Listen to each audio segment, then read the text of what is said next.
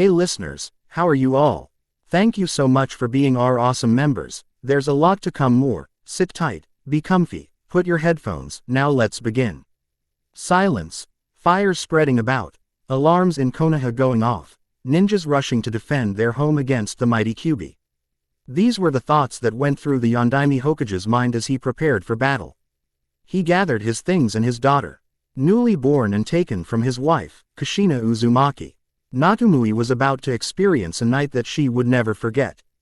Hokage's office. You ready, Minato? Asked the Yondaime's sensei, Jiraiya, as he stood in the doorway. Almost, sensei. I just need to release all my chakra seals so that I'll be able to perform the Shikifuin. What Minato didn't see was the Sandaime Hokage, Hiruzen Sarutobi, sneak up behind him and deliver a devastating chop to his neck. Sorry Minato, but you have a life ahead of you. In addition, your Gchter will need you more than ever now that Kyuubi will be sealed into your daughter, spoke Sarutobi as he caught a falling Minato. With those words he took baby Natsumui and whisked her to the battle of the Kyuubi. Battlefield. Summoning Jutsu was heard with a puff smoke following close behind it. Out of the smoke came the summons of the Sandaime Hokage and his student Jiraiya of the Sannin. Why have you summoned me here, you little bra? A mad Gamabunta ground out with a puff of smoke coming out of his nostrils. I concur with Bunta. Sarutobi, why are we facing one of the 9 demons of hell?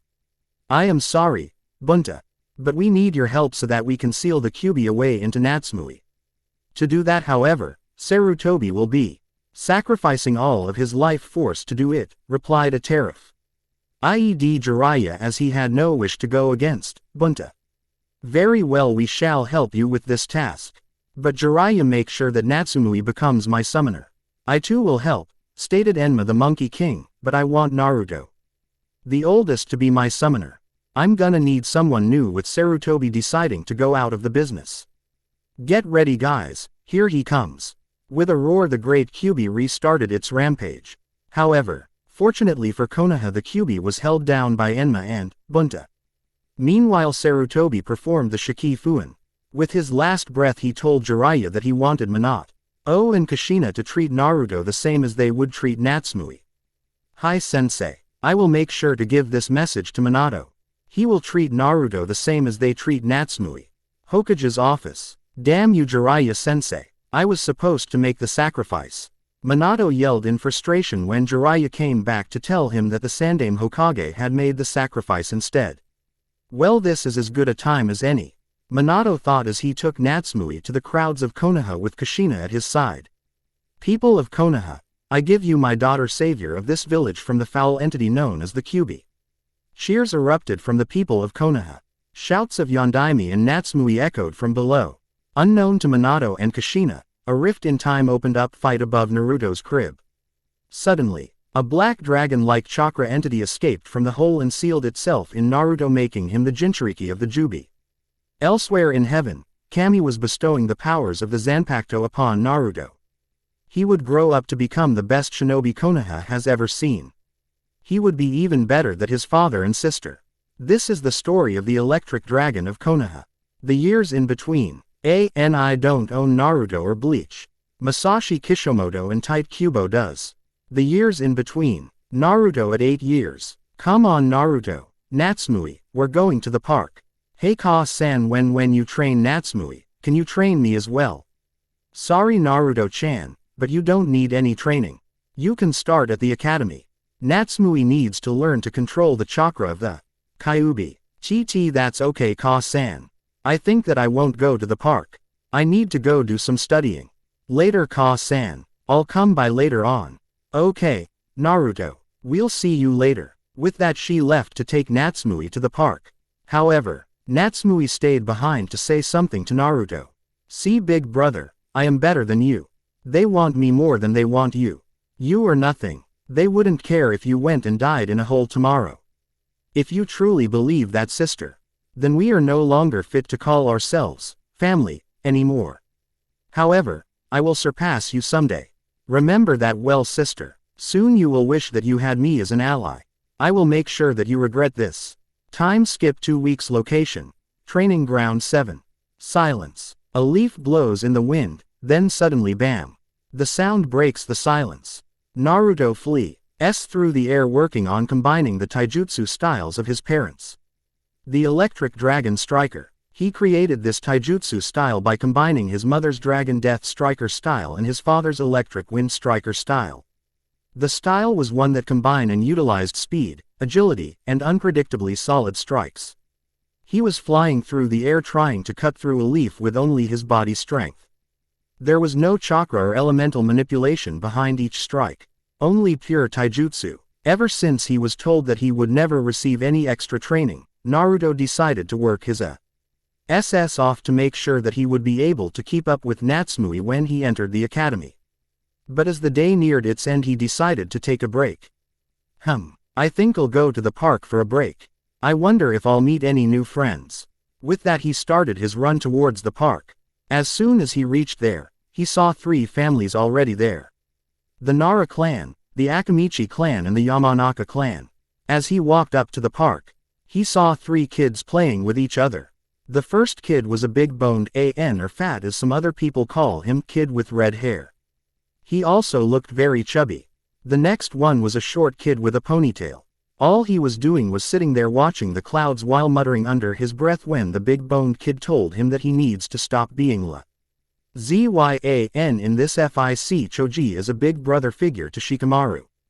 The last one was a girlie with light blonde hair and light blue eyes. He walked up to them and said, "Hello. My name is Naruto. May I be allowed to play with you?" The 3 kids just looked at him weirdly. "Why do you speak so formal? It's not like we're going to be mad at you if we don't speak formally. By the way, my name's Ino Yamanaka. The big-boned kid is Choji. The lazy bum is Shikamaru. Do you have any parents?" Replied Ino. "Yeah, I do have parents. But they're usually not around, especially my 2-san.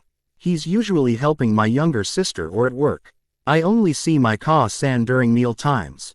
The only family member I see constantly is my brat of a sister. Though I wonder if we are even related at all." "Why is that, Naruto-san?" asked Choji. "Please call me Naruto. I don't like formalities. The reason I don't like my sister is because she is always saying that I'm not good enough. That I could go die and my parents wouldn't care. I just hope she is wrong," responded Naruto. "Choji, Ino, Shikamaru. Time to go," yelled Choza Akamichi, father of Choji. "Coming," the 3 kids yelled back. "Well, see you later. It was fun talking to you," Naruto said with a smile. Ino was about to leave when she stopped to ask a question. "Wait, you never told us your full name." "Oh, my name is Naruto Uzumaki Namikaze." With that he turned and ran away. Ino stood there in shock. This Naruto person was the son of the Hokage. Yet he was mistreated by his own family. His family members didn't even care to make time for their oldest son. She wondered what kind of family could do that as she ran to her father to go home. At that moment her father decided to ask Ino about the boy she was talking to. "So Ino, who was that boy you were talking to?" asked Inoichi. "Oh, that was Naruto. He asked us if he could play with us, but when I asked if he had a family he told us a really sad story." "Really, honey, what was it?" "Us, the fact that he is neglected by his own family and abused by his sister." "When I say abused, I mean the fact that she says that he could die the next day, and his parents wouldn't even care." "I see. Did he tell you his last name?" "I'll see if I can help his situation. That might be a problem because of who his family is to San." "Really? I doubt it." "Well, could you do anything about it if he's the neglected son of the Hokage?" Quote, "Did you just say the son of the Hokage?" asked Inoichi as his eyes widened by about an inch. "Yeah, Dad, I did. He says that he doesn't see the Hokage much because he's either too busy with work or he's spending time with his daughter. But he seemed kind of happy when he said that. I don't think that he likes his family that much. I don't know why he would be happy that they left him alone though. I would think that he's sad that they left him." "Well, honey, only time will tell. For right now, let's go home before your mother butchers me about being late." Location: Hokage's mansion. It was 6:30 when Naruto returned home. The first thing that he saw was his family glaring at him. "What did I do?" Naruto yelled after a minute of them glaring at him non-stop. "What's wrong, you ask?" His father replied, What's wrong is that you've been gone every day for a whole 2 weeks. I want to know where you have been going. And what you were doing today. Well, I was at the park this evening. As for where I've been going, that's none of your concern. Why? Because you haven't given a damn about me before. So why should you now? I'm going to my room. With that he ran up to his room. Naruto's room. I wish I had a special power like Natsumui so that they would give me attention. But you do have a special power. You just need to find it, said a voice as Naruto fell asleep. It was a dark room in which Naruto appeared. There was a few candles but they did not burn brightly. You could hear the water dripping like it was on loudspeaker. The room was darker than midnight. It was as cold as it is on a dark winter night. But at the back of the room there was a very large and tall cage. But there was nothing that could be seen in it. Until a loud roar started coming from the cage. Roar. WW, who's there? I am warning you. I can defeat you in this mindscape since I am the master of my mind. Ha ha ha ha ha. You are very funny for a human. Why? Oh, you think that you can defeat me just because this is your mind? Well, sorry to burst your bubble, that isn't true. Well then at least show yourself so that I can see who it is that can defeat me in my own mind. For you to be able to do that is a great feat. A truly great feat it is indeed. Very well, human, I will grace you with my presence. I am the Jubi, the 10-tailed dragon. Yes, it's true, at the 9-tailed beasts are a deviation of me. But what? Then how are you a 10-tailed beast? I thought you were defeated at the beginning of the ninjas. You were defeated by the savior of this world. You were split into 9 separate entities. You were sealed Einat, the first ninja. Your Jinchuriki was the Rakudo Sennin. Indeed. That all happened in this timeline. What do you mean this timeline? I am from a different dimension in which I had not battled Yami. However, to prevent myself from fighting him, I ripped a hole in the space-time vortex to find an appropriate host for me. Then I found you. You were the perfect host because you would have to endure the hardships of being neglected by your pitiful excuses for parents and being beaten up by that ugly whore you call a sister.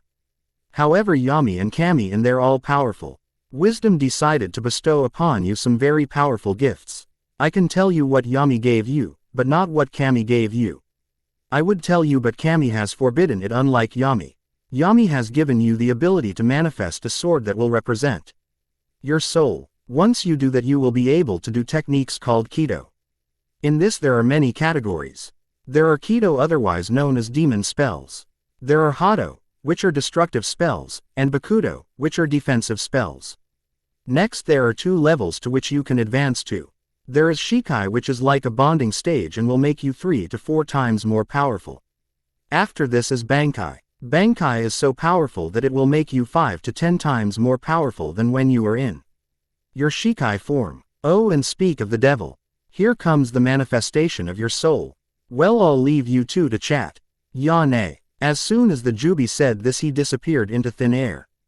But a dragon-like creature approached. However, this dragon did not look like it had any flesh or bones. In fact, it looked like it was made up of arcs of electricity running up and down its body. Regardless, though, of the fact that it was not a solid creature, it looked as wise as Kami herself. Hello, young warrior. My name is. Can you hear me? Sorry, but could you run that by me again? I wasn't able to catch it. It sounded like Rariki or something. Young warrior, that is indeed my name. I, Rariki, hereby grant you, Naruto, the ability to use my powers so long that your heart stays good and true. But before we finalize the usage of my powers, I have a question. What do you fight for? I don't know what to fight for. I don't have anyone who I even remotely care about. Maybe if I had Somio, nay, close to me, I would fight to protect them. But right now, I don't think I can fight for someone else if I don't care for them. I mean, my sister always berates me on how horrible brother I am. She says that I should give everything I own to her. Well, Naruto, you passed my test, yet you didn't. You passed because you knew what you should fight for. You didn't pass the test because right now, you don't have anything to fight for. Oh, okay. Hey, can I get to know you better? I haven't had an easy time trusting people, but you seem alright.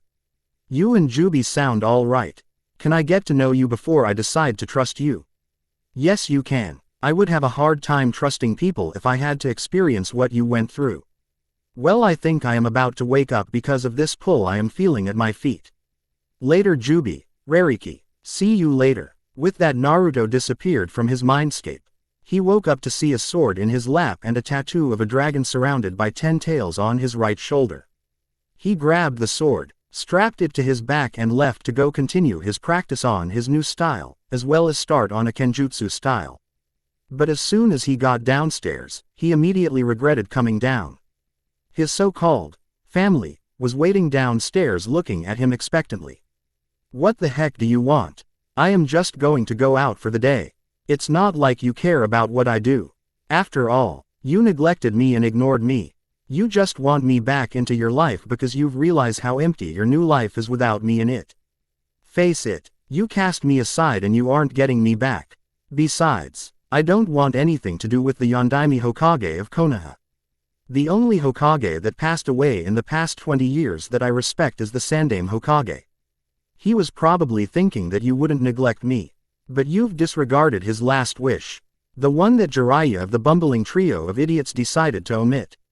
He said, "Don't you dare disrespect Jiraiya-sensei. He was an honorable person. He would never omit any of the words that Sandaime-sama told him that night," yelled Minato as he defended the honor of his sensei. Well then, Chu-san. Let's have him tell us. Ask him if he accidentally omitted something that the Sandaime said on his deathbed. Call him now. As soon as Naruto spat out the words, a cloud of smoke appeared. Out of the smoke came the words of a wise sage, not. The great sage Jiraiya of MT. Myoboku arrives. Let all the ladies swoon as he basks in the glory. I am, shouted Jiraiya announcing his arrival until Naruto punched him in the gut. Cut the crap, you old geezer. I want to know if the Sandaime said anything concerning me the night he sealed the Kyuubi into Natsumoi, shouted an annoyed Naruto. Well, you to be the next summoner. Oh. F the monkeys, and also that you shouldn't have been treated any differently than Natsumoi is. Why, ha, I told you to, San. I was right. The great bumbling sage Jiraiya did indeed omit a detail from his report of the night that the Sandaime, Naruto yelled, grinning when Jiraiya admitted that he didn't include all the details of the Sandaime's wish. Well, I am going to be gone for the rest of the day, like I usually am. Later, you fools. Quote. With that, he took off out the door, leaving a stunned group of adults and an angry sister behind him. As he ran to his training ground, he wondered what kind of kenjutsu style he would be using. However, when he got to training ground 7, he was shocked. Standing before him was Choji, Ino, and Shikamaru. It seems that he left a bigger impression than he thought. Hey guys, what are you doing here? We could ask you the same thing, Naruto. Why would you come out to a training ground and do shinobi stuff while other kids your age just goof around and play fake ninja games? Asked Ino's father. Well, I do this to get stronger than my sister. I want to prove to my parents that I can be a someone too. I want to show them that I am good enough to be worthy of their attention. I hope that someday I will be able to step out of the shadow of my parents and sister. This last statement left everyone confused. What did your sister do that makes her better than you, Naruto? Inquired Choji. Well, she only is the container of the Kyuubi, the nine-tailed demon fox. Of course, the fame of being a savior got to her head. She no longer is kind. She is always mean. But I don't care, so long as I am able to surpass her and my parents, responded Naruto with a face-splitting grin. Well, how you do plan on doing that without any help? We could help you, Naruto, responded Choza. Thank you for offering to help, but I already got some helpers in line. I am just waiting for them to arrive in Konoha. Now could you leave, please? I really must start my taijutsu practice. But if you want to watch, just step off to the side. When he said that, everyone stepped off to the side. It seemed that they were interested in what a kid of age 8 could do. Suddenly Naruto started jumping off trees while at the same time punching the trees, which caused the leaves on the tree to fall towards the ground. But the leaves never reached the ground because Naruto would always cut the leaf into two with his godly taijutsu skills. As soon as he landed though, he took out his sword and just did what felt right to him. Suddenly, after what seemed like only 5 minutes, but was actually 6 hours, He finished his taijutsu kenjutsu practice and noticed the crowd watching his practice. Ino, Choji, and Shikamaru were wide-eyed while Inoichi, Choza, and Shikaku had fainted. Well, Naruto, it seems that you will indeed catch up to your sister with the way you were practicing. We have to go home as it is getting late. Goodbye, Naruto. Bye, Shikaku-san. I hope to see you at the academy sometime. After all, it starts next week. I have to get home. Well, see you later, replied Naruto before he ran home. But as soon as he got home, he got a huge surprise. Sitting there, waiting for him was his sister. Big brother, you are going to tell me what exactly you are doing. You are also going to tell me where exactly you've been going. You're going to tell me right now, or there is going to be some major trouble between you and me.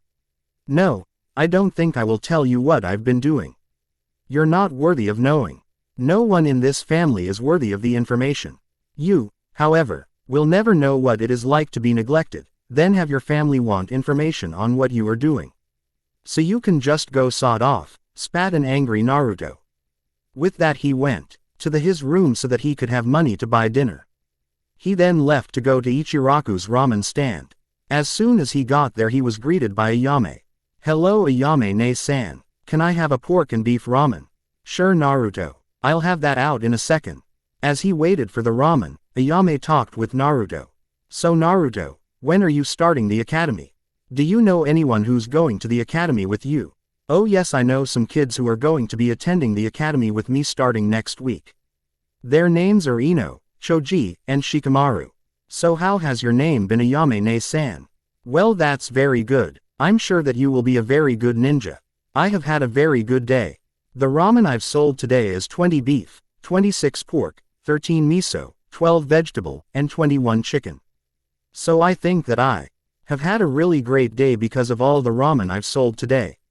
How was your day, Naruto? My day was very good, Ayame-ne-san.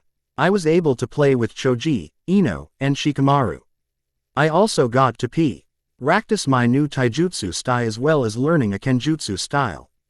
Beep. The ramen was ready. Well Naruto, you better eat up. You don't want to be malnourished for your taijutsu kenjutsu practice tomorrow, now do you? With that she left Naruto to devour the ramen like a wild beast that has been starved for a year. As soon as he finished, Naruto paid for his ramen and went home to prepare for his day. That night, Naruto visited Jubi and Rariki. Location: Naruto's mindscape. Hey Jubi, Rariki, yelled Naruto as he appeared in his mindscape in front of Jubi and Rariki. Hello Naruto. We decided that tonight we would tell each other about ourselves. I have volunteered to go first. I am Jubi. I like training to protect those precious to me and eating dango. My hobbies are playing pranks and causing mischief. My dislikes are those who think that they are those who kill just because they can. My dream is to make sure that you become a great ninja. Your turn, Rariki. My name is Rariki. I like protecting those who can't protect others. My hobbies is pranks. My dislikes are those who want to hurt others. My dream is protect all who can't protect themselves. Now you go, Naruto. My name is Naruto. I like training and eating all kinds of ramen. My hobbies are reading, practicing my new taijutsu style as well as taking care of my new sword. My dream is to become the best ninja that I can possibly become. So can you guys teach me any jutsu? I haven't really taken time to learn any jutsu yet. I've just been working on my taijutsu and kenjutsu. So can you please teach me a jutsu? Yelled Naruto exuberantly. Ha ha ha ha. You are very funny when you are excited. I will teach you a jutsu that only you will be able to use because of the fact that I am your Zanpakuto. But I won't teach it to you today. Today we are going to go meet some very special people. I won't spoil the surprise though. They should arrive in about 3 minutes. About 2.5 minutes later, 2 women appeared in a bright light. The first had long blonde hair. To Naruto she looked like an angel in human form. She had a very tall and athletic build that was complemented by her charming smile. The second woman had long silver hair.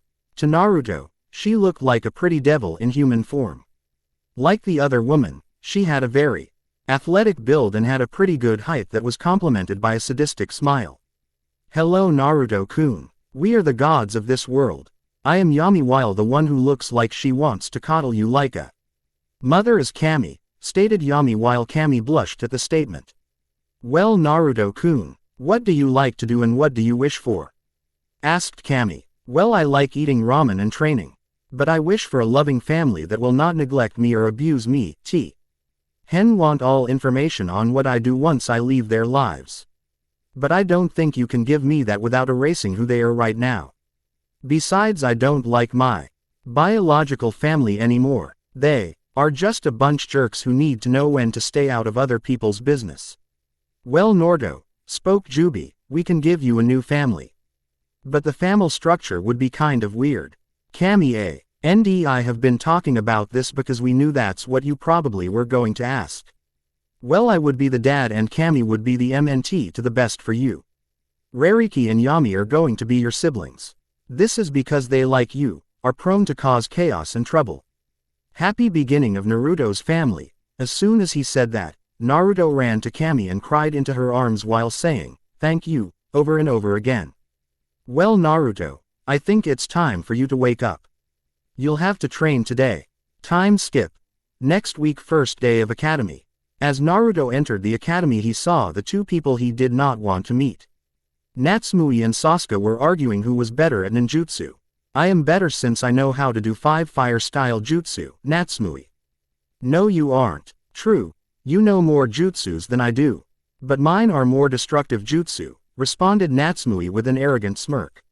Well, I bet I could beat either of you in a pure taijutsu match at any time, came an unknown voice from behind them. They turned around to see Naruto standing there with a smirk gracing his features. Oh really, big brother? Why is that? You've never had any training in any of the ninja fields. I know. Because Tu-san and Ka-san only spend time with you during meal times, yelled Natsumi in anger. True, I didn't practice at all with Ka-san or Tu-san. But that doesn't mean that I never practiced. I worked on taijutsu on my own. After all, who did I have to come to get help? You didn't have anyone to help you because you were a lost cause, you idiot. I wonder why your parents are even letting you come to the academy. You would only embarrass your family, you loser, said Sasuke with a smirk. We'll see. I had best be going. I need to say hello to someone. With that he crossed the classroom to say hello to Choji, Ino, and Shikamaru. But before he could say anything to them, an instructor came in and told them to take their seats. As soon as he was in his seat, the teacher began speaking.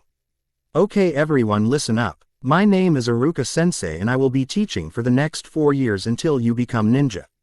Let's begin. Okay, I'm done. Tell me what you think. By the way, Bucketbot, I thank you for your review. It was the most helpful. All reviews are appreciated. Later. Airwatcher. Life is a genin. Life is a genin. And I don't own Naruto or Bleach. Masashi Kishimoto and Tight Kubo do. This is the true chapter 3. Sorry. Iruka looked around at all of his graduating students. He saw Naruto in the corner sleeping with Shikamaru while Choji chomped away at his chips. Their teamwork together was impeccable. There was Sasuke and Natsumi with their egotistical and arrogant attitudes. There was Kiba who always tried to impress the girls, but when it came time to work, he could defeat almost anyone in taijutsu. Then there was Hinata and Ino. They probably were the best kunoichi that has come out of the academy save Natsumi. Then there was Shino and his quiet, yet wise ways. Well, started Iruka, I congratulate you all on becoming ninja of Konoha.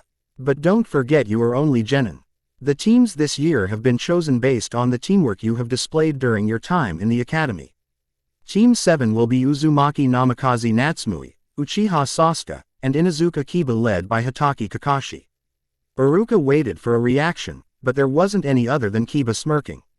Akamaru just barked, so Iruka continued. Team 8 will be Hyuga Hinata, Yamanaka Ino, and Aburame Shino led by Yuhi Kurenai. Ino and Hinata cheered and high-fived each other. Shino merely nodded in their direction. Team 10 will be Nara Shikamaru, Akamichi Choji, and Uzumaki Namikaze Naruto led by Gekko Hayate. Naruto and Shikamaru merely woke up and nodded. Choji just started to chomp at his chips even more furiously. Well, finished Iruka, you'll all have stay here, and wait for your instructors. They'll be here in about, oh wait a minute, they're here. Now, good luck on your ninja journey. With that, Two Junin came into the room. One was a swordsman with a regular Junin uniform. The other was a red-eyed Junin. She wore strips of red and white cloth. "Team 10 with me," spoke the swordsman, "meet me on the roof." With that, the swordsman disappeared in a cloud of smoke. "Oh yeah," cheered Naruto as he and his teammates walked up to the roof, "we got a freaking bloody swordsman. We got the best instructor. Team 8, you are with me," spoke the red-eyed lady, "meet me at the swing outside of the academy." "Oh, and Team 7, you'll be waiting here for a couple of hours back. Oz Kakashi has a tendency to be 2 to 3 hours late to everything."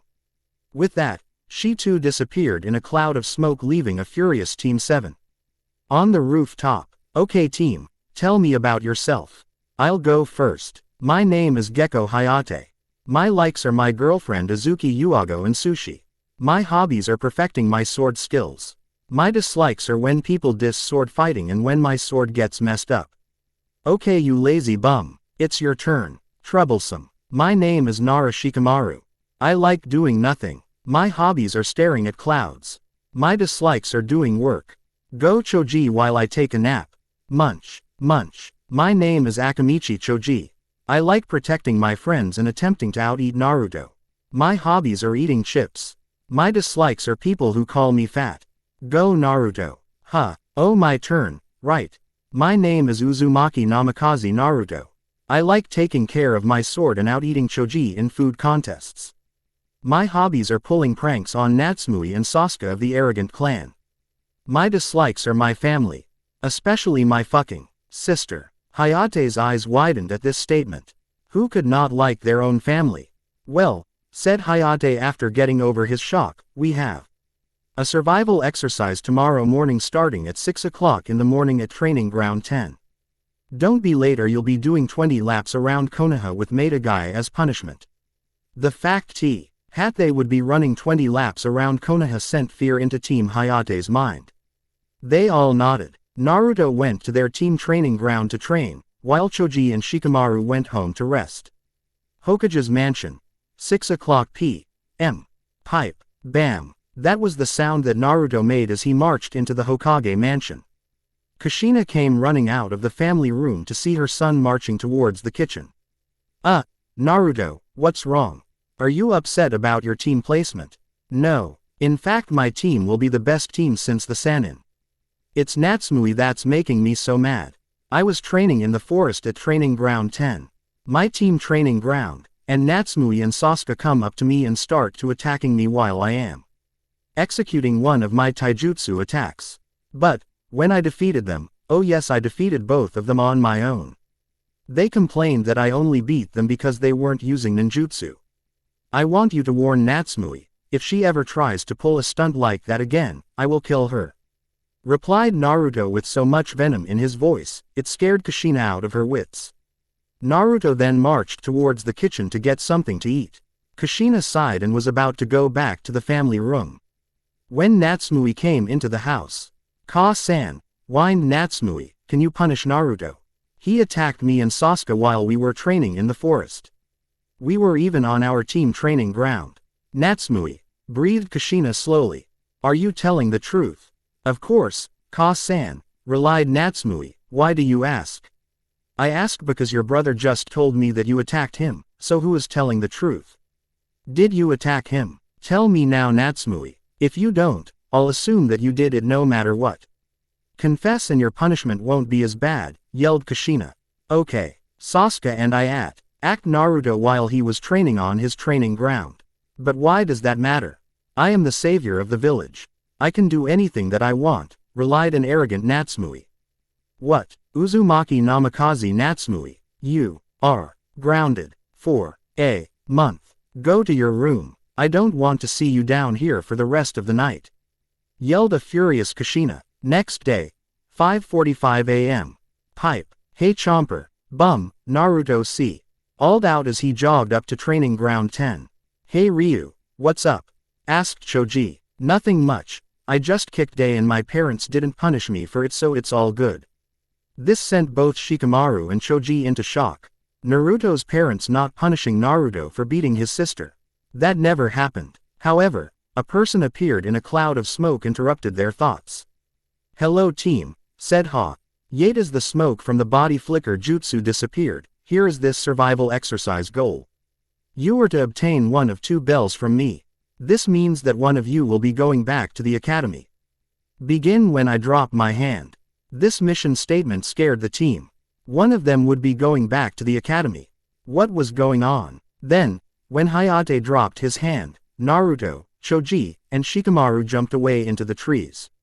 Hayate looked around and saw he could not find a trace of his students or their chakra. Meanwhile in the trees, Naruto traveled to Choji. Pissed. Choji, forget what Hayate-sensei just told us. We have to work together to get those bells. I mean, how can we, a single genin, defeat a trained elite Junin? The answer is that we can't. Let's go tell Shikamaru so that we can formulate a plan to capture Hayate. Sensei. Choji nodded in agreement. They then jumped through the trees to find Shikamaru. They ran into Shikamaru as he was trying to find them. Okay Shikamaru, Naruto said, this the plan. First, Choji and I will drive Hayate-sensei into the shadow of a tree. When he gets there, you use your shadow possession jutsu to capture him. Everyone understand the plan. Everyone nodded, confirming their knowledge and understanding of the plan. Choji and Naruto jumped out of the trees to ready their attack on Hayate. Meanwhile Shikamaru got behind Hayate to get ready to use his body possession jutsu. Hayate-sensei, Naruto yelled, we will take those bells from you, no matter what it takes. Dragon Wind Strike. With that, Naruto propelled himself forward in spinning motion while using wind elemental manipulation to give Hayate multiple cuts. Choji then initiated his own attack. Partial body expansion jutsu. After using his jutsu, his 2 arms expand. To create 2 large towering arms and fists. Choji jumped towards Hayate and slammed both of his fists into where Hayate was standing. To avoid Choji's fists, Hayate jumped backwards, into the shadows of the trees. But when he saw Naruto's smirk, his widened in realization. Shadow possession jutsu, called Shikamaru. He then walked out of the shadows of the trees to let Hayate see him. Next, Choji grabbed the bells while Naruto held his sword to Hayate's neck, preventing Hayate from making any sudden movements. Well team, started Hayate, you all pass with flying colors. Not only were you able to get the bells from me, but you worked together flawlessly. We start missions tomorrow. Yane. With a cloud of smoke, Hayate disappeared to go to the Hokage's office. Hokage's office. Hey, 8 appeared in the Hokage's office to see all the Junin there. Except for Kakashi. 2 hours later, Kakashi appeared in the office reading his ICHA book. Sorry I'm late. There was an old woman and a black cat that crossed my path, said Kakashi while giving a cheesy smile. Minato just sighed. Let's get this over with. Who passed? Team 1, fail. Team 2, hospitalization. Team 3, fail. Team 4, fail. Team 5, fail. Team 6, fail. Team 7, pass, barely. Everyone looked around to see if the sky was falling. Kakashi never ever passed a single genin team. What was going on? Team 8, pass, satisfactory. Team 10, pass with flying colors. Everyone raised their eyebrows at this. No genin team had ever passed with flying colors in the history of Konoha. Well, Minato said after all Junin instructors had given their reports, that's very good. I will want daily reports on the 3 rookie genin teams. Have a good day. Dismissed. Then Minato got up and flashed back home. Next week location. Forest. This is Ryu. I'm in position. Target is in sight. 10 feet in front of him there was a cat with a ribbon on her left ear that read, Tora. Ryu. This is Bum. Chomper and I are in position. Ready to take the target. Yes I am. Chomper. Get ready. Mission capture Tora is a go. Suddenly Shikamaru used his shadow possession jutsu on the cat. Naruto and Choji then doggy piled on the cat. While at the same time Shikamaru released his jutsu. Hayate-sensei. Naruto spoke into his mic, this is Ryu. Mission capture Tora is accomplished. Okay, meet me at the mission office. Naruto then told Choji and Shikamaru that they needed to report to the mission office. They then started towards the mission office. Mission office. Okay team, said Hayate as the fire daimyo's wife took her cat, Tora, You did very well. You also have completed 10 more than the required D rank mission to go on a C rank. But I don't want to go on the mission alone. So we will be doing a C rank mission with Team 8. We will be escorting a bridge builder named Tazuna back to his home country. Everyone but Naruto dismissed. Shikamaru and Choji nodded and went home to pack for the C rank mission that they had just received. Naruto, spoke Minato after everyone left, this isn't a C rank mission. Naruto's eyes bulged out of their eye sockets. Then what rank is it, Hokage-sama? T is most likely an A border S rank mission. Tazuna told us that Gato, the richest person in the world, is after him. However, his village can't afford anything more than a C rank pay. That is why this is a joint mission. Naruto, Hayate tells me that you are as proficient with a sword as him, maybe more. However, if you encounter resistance, you are to let Hayate deal with it first. Understood, Naruto. Hi, Hokage-sama. Then Naruto bowed to Minato and left to prepare for the mission. 10 minutes later. Village gates. Hello, spoke a old bearded man. My name is Tazuna, the super bridge builder of the wave. You are to protect me, even if it costs you your life. All the genin but Naruto looked at the man like he was crazy. Well, said the bridge builder, let's get going. We don't have time to waste. The genin and Junin merely nodded in agreement. Let mission escort Tazuna to the wave commence, shouted Naruto and Choji. The other genin except Shino nodded excitedly. Shino merely blinked his eyes in understanding. The group then set off with Team Hayate in the front, Tazuna in the middle, and Team Kurenai in the back. However, as they were walking, Naruto saw something strange. Air was water on the ground when there hadn't been any rain for a few weeks. Shikamaru, Naruto said to Shikamaru using Anbu sign language, check to see if the puddles are a genjutsu. If it is, dispel it. I'll tell you why later. Go. Shikamaru nodded and looked at the puddles of water and focused some chakra into them, making them dispel, revealing the two demon brothers of the hidden mist. They attacked immediately, cutting right through their sensei, killing them. Naruto narrowed his eyes and gathered lightning chakra around his fists. Choji, let's go. We need to get rid of this trash, permanently. Sorry Choji, but we can't afford to show any mercy right now. Lightning spiral strike. Naruto jumped up into the air and started spinning downwards to one of the demon brothers, while producing lightning around his body. Naruto then gorged a hole right through the first demon brother's stomach, killing him instantly. Partial expansion jutsu. Choji enlarged one of his arms and fist, and crushed the other brother like a pancake.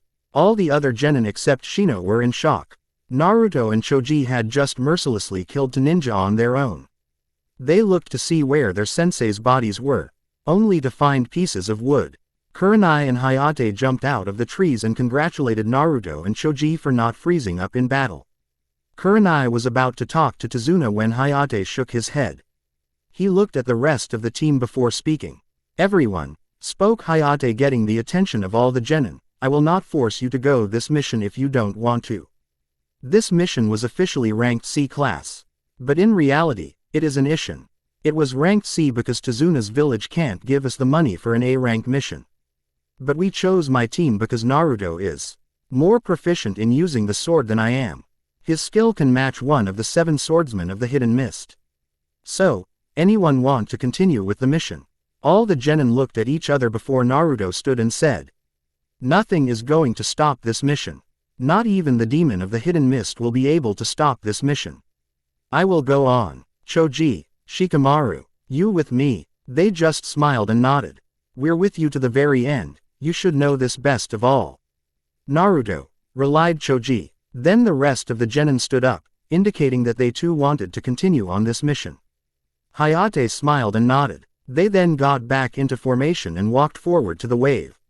When they reached the water, they got into a rowboat to get to the wave mainland. Soon after the boat started, they all saw a huge bridge. Tazuna-san, why is it that the bridge is so important that Gato is willing to hire missing nin to kill you? Asked Shino. Well, you see, wave is isolated from the rest of the elemental countries. Because of this, the people of wave have no way to make a life for themselves or prosper. But if I was to build the bridge, then we would be able to prosper like normal people, replied Tazuna. getting wide eyes from the genin. Pretty soon, they had to start walking towards Wave. However, before they could get all the way there, they ran into two figures standing there. One was standing there with his sword resting on his shoulders. The other was a young girl sitting in a tree, sharpening her senbon needles. What do we have here? The Genjutsu mistress of Konoha and the crescent blade of Konoha, said the swordsman, the famed demon of the mist. It's always a pleasure to meet another swordsman, even though you are missing Nin. Naruto, get our team and Kurenai's team into any formation. Naruto nodded. He positioned Team Kurenai directly around Tazuna, while his team was in the outside circle. Hayate nodded at Kurenai and charged towards Zabuza. Dodge, block, thrust, jump, slash down, slash upwards, jump back, slash at the feet, kick. These were the motions that Hayate was going through as he fought Zabuza. Kurenai wasn't having a good fight. She was having a hard time getting a lock onto the young girl to use one of her genjutsu. She was running when suddenly she fell down from getting hit at a pressure point with a senbon needle. But as soon as she fell, Naruto rushed to take her place. But, before they fought, she asked him a question. Hello, my name is No Name Haku. Young ninja, why do you fight? Naruto blinked before responding. I'd so that I can protect my precious people. The people who care for me, the people who don't just see me as the son of a Hokage or the brother of a savior. The ones who brought me from my darkness are whom I fight for. Yelled Naruto as he began his onslaught. He threw 2 smoke bombs to obscure his opponent's view. Then he jumped at the girl and knocked her out cold. He then created a pair of CUFFs out of the wind and tied her to the tree. He then watched in horror as he saw Zabuza overpower Hayate and capture him in a prison made of water. He growled, drew his sword and attacked Zabuza with all his hatred. Zabuza, let my sensei go. Strike of the heavenly dragon. He swung his sword in a sideways arc, releasing a chakra-made attack that looked like a dragon. 1. Zabuza's eyes widened in fear as the attack neared him. He held up his blade to block the attack. Zabuza's blade started to scream when the chakra dragon attack hit his blade. But when Zabuza thought that the attack was almost done, his blade broke in half. Naruto was about to rush in for the final blow when he heard clapping. Zabuza, Zabuza, Zabuza. I heard that you were the demon of the mist. But you were taken down by a bunch of brats. I expected more of you. You are no longer under my employment. You will die by the hands of all the bandits I brought with me. Goodbye and die, said Gato as he walked towards Zabuza with a cane. Kid, said Zabuza, surprising Naruto, lend me some kunai. I can't fight with a sword now, so I'll just use some kunai. I will take him to hell with me. Also, could you take care of Haku for me? She deserves a better life. Naruto nodded and handed Zabuza 3 kunai. Zabuza just grinned and put one in his mouth, and the other 2 in his hands. Then he ran towards the bandits. Dodge, cut, stab, duck, jump, weave, slash. Cross cut, kick, stab. This was how Zabuza fought through the army of bandits to get through to Gato. When he finally got through to Gato, he jumped on him and stabbed him with all 3 kunai. 2 through the throat, and 1 through the heart. As Zabuza passed, he smiled. I killed the bane of the wave country. Naruto went and picked up the pieces of Zabuza's sword, walked over to Haku. He released the jutsu that was binding Haku to the tree. He then told her what had happened to him. So Haku, what will you do now that Zabuza is dead? Will you become a missing nin? Or will you find a village to join? If you want to join a village, will you consider coming home with me? I would love to work with you as a leaf Nina, asked Naruto. Haku thought for a while before coming to a decision. I will come home with you. But, can you find a place that I can get Zabuza's sword fixed? It's the only thing that I have of him. Naruto just smiled at her and nodded. Yes, Haku, I know a place where we can fix the sword. But can I seal it into a scroll for you? It'll make it easier for you to carry. All right, team, said Hayate as he got out of the water. Let's get to Tazuna's house. Tazuna, how far is it to your house? It's only about a 10-minute walk from here, Ninja Hayate, relied Tazuna as he straightened his back. All right, Konoha's teams, Tazuna, and Haku, we're moving out. We are heading towards Tazuna's house. When we get there, we will continue your training. Chizuna's house. Chu-san, yelled a young woman as she ran out of the house, how are you? Are you safe? Chizuna merely led at her and replied, yes, I am very fine. But it is only due to the combined efforts of the ninja behind me, especially the blonde swordsman. I think he's a better ninja than the Junin sensei. The ninja behind him stepped forward and offered their names. Uzumaki Namikaze Naruto, Nara Shikamaru, Akamichi Choji, Gekko Hayate, Aburum Shino, Hyuga Hinata, Yamenka Ino, Yuhi Kurenai. And Momochi Haku. Why don't you just give up? I see you act. You always have a smile on your face.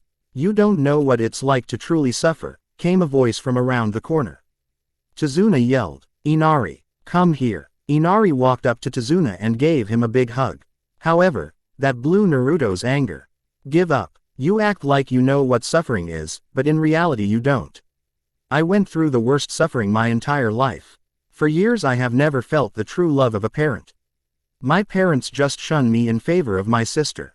Most of the village doesn't even see me as a person. They just see me as the son of the Hokage and the brother of the savior of their village. So don't you go complaining that I don't know what true suffering is. Hayate-sensei, I'm going out to train. I'll see you in the morning. With that, Naruto walked out of the house and ran into the forest. Hinata and Shino looked surprised that their fellow genin knew this about Naruto. Kurenai-sensei, asked a quiet, yet calm Shino, why would Naruto's parents shun him? Who is Naruto? What did his sister do? No one noticed that Haku quietly left while Kurenai was answering her questions. Well, Shino, as you probably know, his name is Uzumaki Namikaze Naruto. He is the brother of the Kyuubi's container. His parents probably neglected him to train him in the ways of the Biju's chakra. We Junin don't know much about what goes on in Naruto's household because his father is the Hokage. But from what Naruto has just told us, I can assume that it's not a very pleasant experience. Everyone should get to bed now. Im is going to train while my team will be guarding and helping out on the bridge. Hayate's team and Kurenai's team nodded. In the forest. Darn Natsumui. Always making my life miserable. I will defeat you in an all-out match. After that, Naruto ran at the trees, punching and kicking them until they fell over. Then he started using Jutsu. Lightning style. Bolt striker. Then a single bolt of raw lightning appeared in Naruto's hand. He hurled through 10 trees, making them topple over. Naruto then closed his eyes and said, Haku, you can come on out now. Haku emerged from the forest with a concerned frown on her face. Naruto, asked Haku, why are you mad? Is it because your sister gets all the attention and you get none? Naruto shook his head. Then what is it? I want to be treated like a human being by my family. They only want me back when I start to get strong. That's not how it's supposed to be. I want them to love me for who I really am. Not what I am. Is that so wrong, Haku? Relied Naruto. Well, Naruto, said Haku as she smiled, I think that's a good reason to be mad. If all you want is to be acknowledged as a person, then you shush. Old continue to try to get people to look at you like that. I hope that someday, other people will look at you that way. I'm going back to the house to get some sleep. Are you going to come with me? Nah, I'm going to continue my training. I have to work on my water manipulation. See you tomorrow, Haku. Haku nodded and left to go back to Chizuna's house. Naruto closed his eyes and tried to imagine the water moisture in the air, condensing to create droplets of water. He opened his eyes to see enough water to fill a glass condense from the moisture in the air. Naruto smiled and continued his manipulation training. Next morning, hey guys, said Choji as he approached the table to eat breakfast. He looked around and asked, where's Naruto? Did he even come back last night? Kurenai shook her head. No, Choji, he didn't come home last night. We believe that he stayed out training all night. Haku will lead your team to where he was last night. Choji nodded. After breakfast, Team Hayate and Haku went to find Naruto while Team Kurenai went to help and watch over Chizuna as he built his bridge. Forest. Near where Naruto slept. Naruto, yelled all of Team Hayate. They looked around in surrounding forest both on the ground and in the trees. Haku was about to move on when she saw a leg dangling off of a tea branch. Hayate-san, I found him. yelled Haku when she saw Naruto sleeping in a tree. Hayate and his team came rushing to Haku. When they saw Naruto sleeping in a tree, Choji grew a very wide grin. He told everyone not to disturb Naruto and ran back to the house. He grabbed a bucket of ice-cold water, rushed back to Naruto, walked up the tree using tree climbing, and dumped the water on Naruto. Cold. Who the hell did that? Yelled Naruto, when he saw Choji waving at him while standing on his tree branch. He lunged out at Choji, aiming to tackle him off the tree branch onto the ground. They rolled for a few minutes before Shikamaru stopped them. They just smiled. Il Hayate rubbed his forehead and sighed. Okay team, for the rest of the week when we're training, I will be working on your elemental manipulation. I have some chakra paper here. First Nar, said Hayate before he was interrupted. Hayate-sensei, we already started on this. Hayate's eyes grew wide when he heard this. How many genin worked on elemental manipulation before their sensei brought it up? Well, with Naruto, nothing was ever normal. In fact, it was always abnormal. Okay, replied a surprised Hayate, what are your elements? I'm wind, answered Shikamaru. Earth, relied Choji. Wind, water, and lightning, replied Naruto with a grin. Again Hayate was surprised. Since when has there ever been a genin with 3 natural affinities? Well then, how far are you on your manipulation training then? Asked Hayate. I myself am working on slicing a waterfall with only the wind element. I've cut lightning in half, and I can create water from the moisture in the air. Choji can split a boulder in half by just placing his hand on it. Shikamaru can almost cut an entire waterfall. But he can do multiple cuts on a leaf in a second. So how are we, sensei? Relied Naruto. Hayate's eyes just rolled back. Before Hayate fainted. Later, Hayate was rudely woken up by Naruto throwing water on him. He blinked and saw his team staring at him. Okay, said Hayate as he got up, this is what we'll do. You are going to practice a C-rank jutsu to the point where you don't need to use the seals for the jutsu. Naruto, I'll teach you and Shikamaru a wind jutsu and Choji a earth jutsu. Unless you already know a jutsu. All 3 of them nodded. Shikamaru and I know wind style. Great breakthrough, answered Naruto. I know earth style. Mud wall, relied Choji. Hayate nodded. Okay then, we'll get each of you started. To do a seal-less jutsu, first you have to shape the jutsu in your mind, then think of how it would go if you were using seals, next use the jutsu. Naruto nodded. N closed his eyes and imagined using the jutsu. He then thought of how he molded the chakra when he used the hand seals. He then got ready to use the jutsu, and then released it. Wind style. Great breakthrough, yelled Naruto. The wind jutsu was not nearly as effective as it was when he used the hand seals, but it still ripped up a few trees. Hayate nodded in approval. The rest of their training for that week went like that until they could use their jutsu without the hand seals 5 times in a row. End of the week. Bye Inari. Hope to see you again sometime, yelled Naruto as he, the other Konoha ninja, and Haku walked away. Inari just smiled and waved. Naruto had spoken to him and the rest of the villagers. After they had spoken to him, they had gotten their courage and determination back. Chu-san, Tsunami said. What are you going to name the bridge? I dub my bridge the Great Naruto Bridge, yelled Tazuna at the top of his lungs. On the bridge, Naruto smiled when he heard what the bridge was being called. When they got to the trees, they jumped into the trees to start their way back to the Hidden Leaf Village. Village gates. Mon. This has got to be the most boring job in the whole village. Wake me up, oh. Look, here comes Naruto, said Kotetsu in a very bored voice.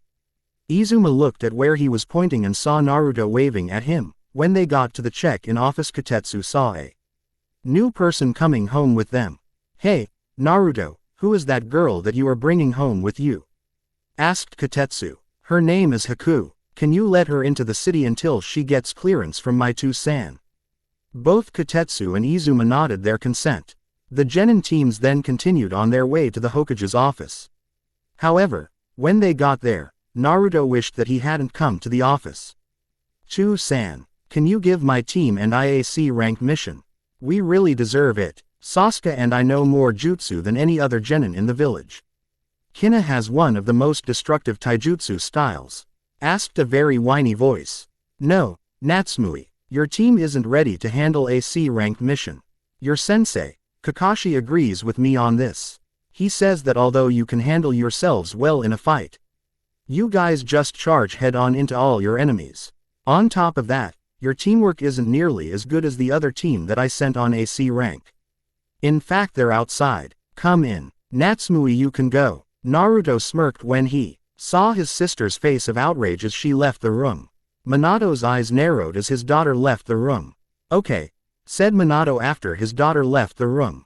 What happened on the mission? Well, Hokage-sama, replied Hayate, first we encountered the demon brothers of the mist. It was there that we decided to test the genin. Naruto, Choji, and Shikamaru performed admirably. Choji killed one of them with a smash of his fists. Naruto disarmed one of them, and then used a taijutsu and ninjutsu combo to gorge a hole in the other brother's chest. Zabuza and his apprentice Haku, whom we brought with us. I faced Zabuza while Kurenai faced Haku. Meanwhile, the genin were guarding Tazuna. But soon, Haku got an advantage over Kurenai. Then, Naruto rushed out of formation to save her. You can ask Naruto what happened after this. But then, Zabuza captured me as well. Naruto then used a chakra attack on Zabuza, which broke Zabuza's sword. Gato and his men then showed up. Then we gave some kunai to Zabuza, because he couldn't use his sword. He asked us to stay out of it. Then he rushed towards Gato, fighting through an army of bandits. When he got to Gato, he then murdered him by sticking a kunai in the bastard's heart and two in the throat. After that, it was basically just protecting the bridge builder and training. Minato nodded at the explanation and dismissed everyone but Naruto and Haku. So, Naruto, can you explain to me what happened during your fight with Haku? And why did Haku come home with you? Naruto nodded. During my fight I merely threw smoke bombs to obscure her vision. Next, I knocked her out cold. Left her like that for the rest of the time. After Zabuza had defeated Gato, all the bandits ran away. Then, I woke her up and told her what happened. After that, you already know about it. I want to ask you a favor too, San. Can you make Haku part of our family? It would make me really happy, because she's like a true sister to me. Minato nodded. Okay, I'll just draw up the adoption papers. Take her home. Haku, be here tomorrow morning at 8 o'clock sharp. I'll be filling you in on your new rank. You'll be a Junin. Haku's eyes widened and Naruto smiled. He had gotten a big sister that cared for him. They walked home, but on their way home, they made a quick stop. Hey Tenten, said Naruto as he walked into the Higurashi Howling Wolf weapon store. Hey Naruto, who is your girlfriend? Her name is Haku and she's not my girlfriend. She's my new Nei-chan. Anyways, could you fix a weapon for her? Sure. What is it? Haku just smiled and passed the scroll to Naruto. He then channeled chakra into the scroll, releasing the two pieces of Zabuza's sword. Tenten's eyes widened. Naruto, is this what I think it is? Is this the sword of the demon hidden in the mist? How did she get her hands on it? Well, Tenten, she was once the apprentice Zabuza. We fought on our last mission. I broke his sword. Zabuza died. Haku claimed the sword. We took it here to get it fixed. End of story, replied Naruto. Tenten nodded. Okay, I'll get to repairing this sword right away. But it won't be easy. This craftsmanship is perfect. Well, what are you still doing here? Get out of here. I have work to do. Naruto and Haku just smiled and walked out of the shop. But as they walked they heard Tenten mutter, "Lucky girl. I would die to get a sword like this." Hokage's manor. Soon Naruto was at his house. On his way there, he explained to Haku how bitchy Natsumui could be. Naruto, what are you doing bringing a girl home without telling me? Asked Kushina when she saw Naruto with Haku. Naruto just smiled replied, Ka-san, please meet the newest member of our family. I convinced Tu-san to adopt Haku here. So now she's the oldest sibling and now I have a cool Nei-san to boast about. My sister is a Junin. Kushina's eyes widened. Well, then Naruto, take her upstairs and find her a room. Naruto led and took her upstairs to get her a room. That night when Natsumui came home from team practice for dinner, she was surprised to see the girl from earlier. What the hell is she doing here? And why is Naruto eating with us? He never eats with us. Ever, Natsumui yelled. Well Natsumui, Haku has just been adopted into our family. So now her name is Uzumaki Namikaze Momochi Haku. Also she's ROL. Der sister since she is 16 years old. As to why I'm sitting with the family, it's to support my sister, replied Naruto while eating his dango and pocky. 10 minutes later, Naruto stood up to go to bed. Next morning Hokage's office. 10 o'clock. The assembled Junin were waiting for everyone to appear. With a yellow flash of light, Namikaze Minato appeared before the waiting assembled Junin. Alright, I want to know if there's anyone from the rookies that you think are good enough to compete in the Chunin exams.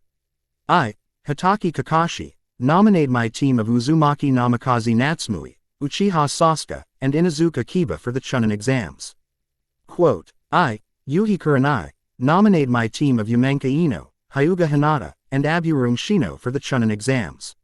I, Hayate Gecko, nominate my team of Uzumaki Namikaze Naruto, Nara Shikamaru, and Akamichi Choji for the Chunin exams. Meanwhile at the Rookie 9 Forest Clearing. Where the hell are our senseis? They should have been here at least an hour ago. And why did they have all of the rookie teams meet up in one place? Do you know why Sasuke? Asked Kiba. HMPH. I have no idea. We should be training right now instead of waiting for a late sensei.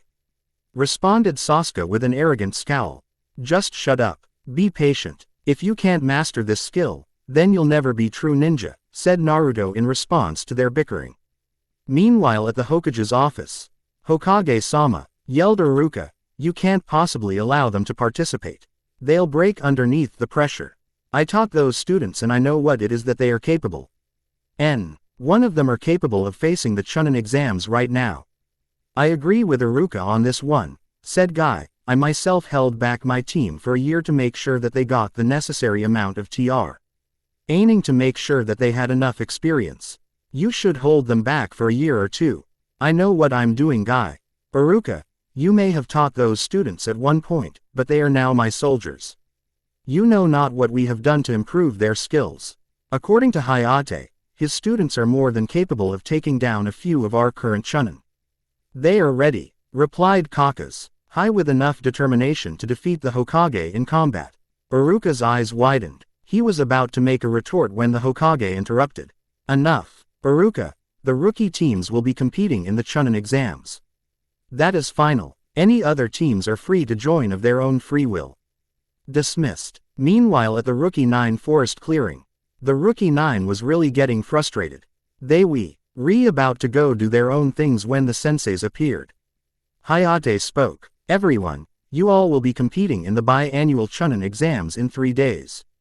The reasons that we had you all gather here today is to ask one thing of you. Whatever you do, do not engage the sand genin in combat. It's rumored that they are sending their crazed Jinchuriki. That is all. With that, the 3 sensei left the genin to themselves. For the next 3 days, all the genin trained non-stop. Team Hayate worked on team formation and strategy. Team Kurenai worked on perfecting some of their genjutsu and ninjutsu. Team Kakashi worked on learning new jutsu. Morning of the Chunin exams. Ninja Academy. Alright guys, let's go wild, said Naruto. With that Naruto and his team walked into the academy, only to hear some shouting on the second floor. One kind of like Toshiro's Hirenmaru. Dun dun dun. Finito. This is my longest chapter yet. If anyone can beta, please contact me. Thanks. Please read and review. All reviews are appreciated. Airwatcher. Chunin exams start. Chunin exams start. I don't own Naruto or Bleach. Masashi Kishimoto owns Naruto. Type Kubo owns Bleach. Academy second floor. As Naruto and his team walked into the academy, he heard yelling from the second floor. However, once he got to the second floor, he figured out why. Let us in please, pleaded a girl who looked like a panda with her 2 buns. We're here to take the Chunin exams. Well, relied the guard, you don't look like you were ready for the exams. We took the exams last year and it was extremely hard. I do. NT think that you are ready to take the exams. Hey jerks, release the genjutsu. This is the second floor not the third floor. came the arrogant voice of Natsumi and Sasuke. "He genjutsu that we placed on the sign," spoke the guard with narrowed eyes. "Of course we did. After all, I'm the heir to the Uzumaki and Namikaze clans while Sasuke is the last loyal Uchiha. Do you really think that I am as horrible as my pathetic brother?" "No, dear sister, I didn't think that you were as bad as me. In fact, I thought that you were worse than me because I am older than you," spoke Naruto from behind Natsumi. She whipped around to see her brother smirking at her, right then and there, which irked her to the point that if looks could kill she would have killed her brother, right then and there. "Just shut up, big brother. I am better than you. I have had extra training with Tu-san and Ka-san. You have no idea what you are dealing with," she replied with an arrogant air to her voice. "If you say so, little sister. Come on, Choji, Shikamaru, we need to go to the examination room," he relied in a calm yet cold voice. "Besides, I want to see Ino. Besides, you need to catch up with Hinata, right, Shikamaru?" he said to Shikamaru as they walked towards the examination room.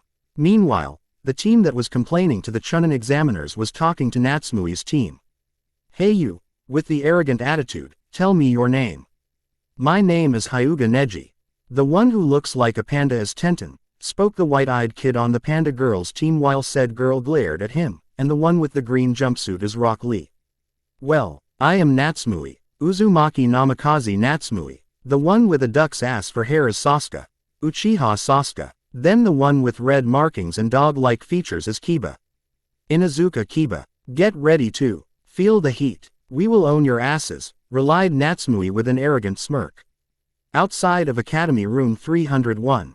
As Naruto and his got to room 301, they saw their sensei Gekko Hayate waiting for them at the door.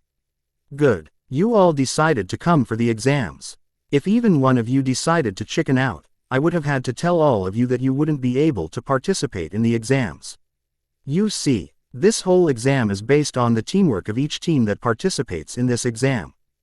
Good job for taking the risk and being able to entrust your life in the hands of your teammates. Go in there and kick some ass.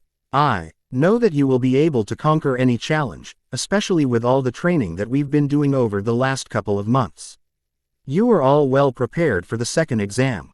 I hope that you all are able to beat the shit out of all the other teams in there. Remember, those who don't follow rules are trash, but those who don't help their teammates are even lower than trash. That is all I have to say to you. Good luck." Then with a quick body flicker jutsu, Hayate disappeared into a cloud of smoke. "Well, that was interesting," commented Naruto as he pushed open the doors to exam room 301. Well, looky here. The whole gang is reunited," came a very familiar, yet annoying voice. Naruto turned around to see the team that he really did not want to talk to, Team 7. The Jinchuriki of the Kyuubi, Natsumi. The last loyal Uchiha, Sasuke. The best tracker of the Inuzuka in over 90 years, Kiba. "Yeah, it seems so, Kiba. If you don't mind, I need to go talk to someone." With that, he and Shikamaru left to go find Ino and Hinata respectively. While he was searching for Ino, someone came up behind him and whispered, "Looking for someone, Naruto-kun? Perhaps I can help you." Naruto suddenly turned around to see Ino smiling at him very sweetly. "Why, hello, Ino-chan. Yes, you can help find someone. I am looking for a girl. She wears a very purple ninja attire. She has blue eyes that I could get lost in. She also is my girlfriend. Think you can help me?" Naruto asked with a smile.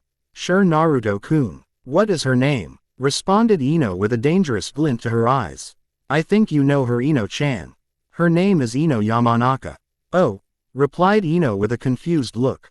"I didn't know that I was your girlfriend. When did this happen?" she asked with a shocked look. "It is happening now, Ino-chan. Would you like to date me, Ino-chan? Or do you want to date Natsumi?" "Naruto, you baka. I am not like that. Do not ever question the fact that I am straight ever again," yelled Ino with a fire burning in her eyes. However, when Natsumi heard the question, she started to glare at Naruto with the intent to kill him at the first chance. "Sorry, Ino-chan, I won't ask you that again. Geez, you rookies need to keep it down," came a voice from across from Naruto.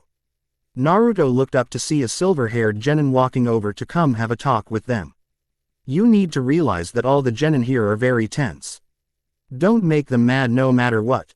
If you do, it could mean the death of you. The genin all looked around to see the rest of genin glaring at them. Oh, that doesn't look good, does it? I don't think I caught your name, stated Naruto when he saw the rest of the genin in the room. Oh, I'm Kabuto. Genin with any information you need. So any information that you want.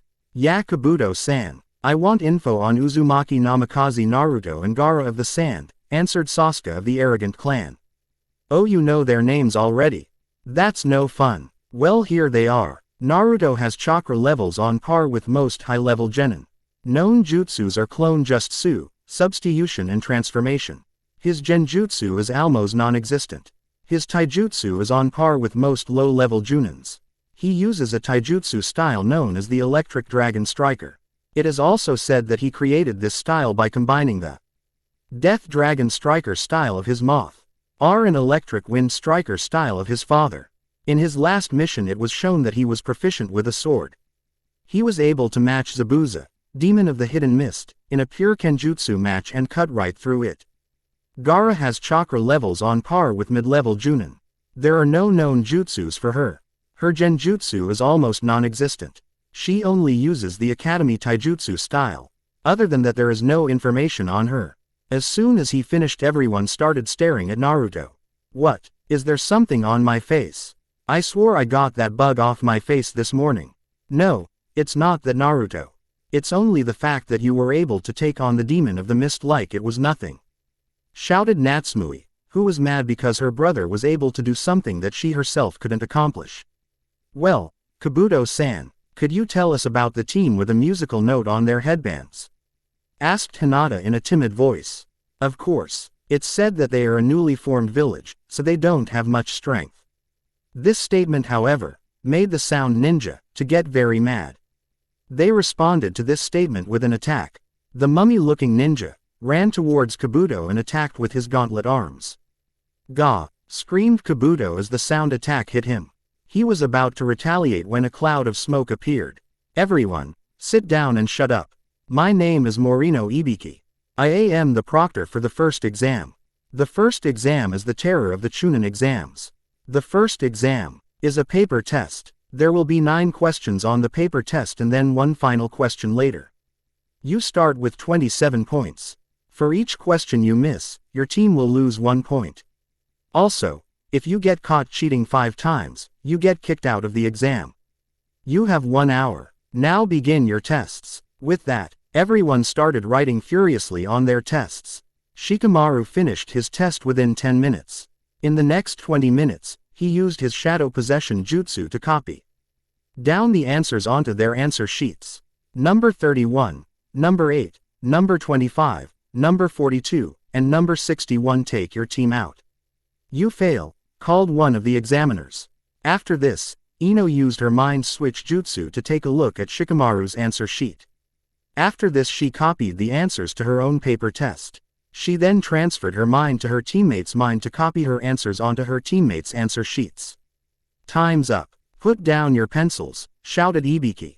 Time for the 10th question. But before I tell you the 10th question, there are some stipulations. First, if Y exam and fail, you can never take the Chunin exams ever again. So who wants to give up? Speak up now. All of a sudden almost half of the rest of the examinees got up and quit. 5 minutes had passed and only the rookie 9 guys team, the sound team, 3 other leaf ninja teams, 1 sand ninja team, 1 grass and 1 rock ninja team remained. Okay, started Ibiki, since no one else is going to be leaving, I guess I can start the 10th question. AF. After a few moments of silence he shouted, you all, pass. What? How come we passed? Asked a nameless Sand Kunoichi. You passed because you all took the risk. You see, on missions you may have to choose between completing the mission and saving your comrades. What you choose could mean the destruction of your village or the death of your teammates. This is why you pass. Now if we why, Ibiki replied before being interrupted. Crash. The windows broke as an unknown object flew into the room. Then the object unwrapped itself, while simultaneously throwing kunai at the ceiling, pinning a banner to the ceiling. The banner read, Anko Moridashi, the Y single proctor of the second exam. Meanwhile a figure stood up, obscured by a smoke bomb that was thrown along with the kunai. When the smoke cleared, Moritashi Anko, the snake mistress, stood there glaring at the ninja. "You're early, again Anko," commented Ibiki from behind the banner. "Really? What's this Ibiki? You let 33 ninja survive. You getting soft in your old age. Just get the hell out of here Anko. I have stuff to do." All right. Okay squirts, I'm the proctor of the second exam. Meet me at area 44 in 10 minutes. If you're not there, you're disqualified. Time, location skip. Area 44. Okay kiddies, welcome to the Forest of Death. Your mission is to successfully travel through the forest. Your team will be given one scroll. There are 2 scrolls. There is the Earth and Heaven scroll. Your mission will be to retrieve the other scroll and make it to the tower in the middle of the forest within the 5-day time limit. In addition, you can't open the scrolls. Think of this as a test of trust. We also need you to sign these release forms. That way the Leaf can't be held responsible if any of you happen to die. Does that mean we can kill in this test? Came a question from the crowd. Yes, though it's not advised to do so. If that's all, I'll be seeing you at the tower in the middle of the forest. With that, the Chunin guards gave each of the genin teams a release form to sign. Naruto and his team headed to gate number 7 after handing in all of his team's release forms and receiving a heaven scroll. "All right guys," Naruto said in a very serious tone, "we need a secret password. It'll be Bum, Chomper, and Dragon." Both Shikamaru and Choji nodded their assent.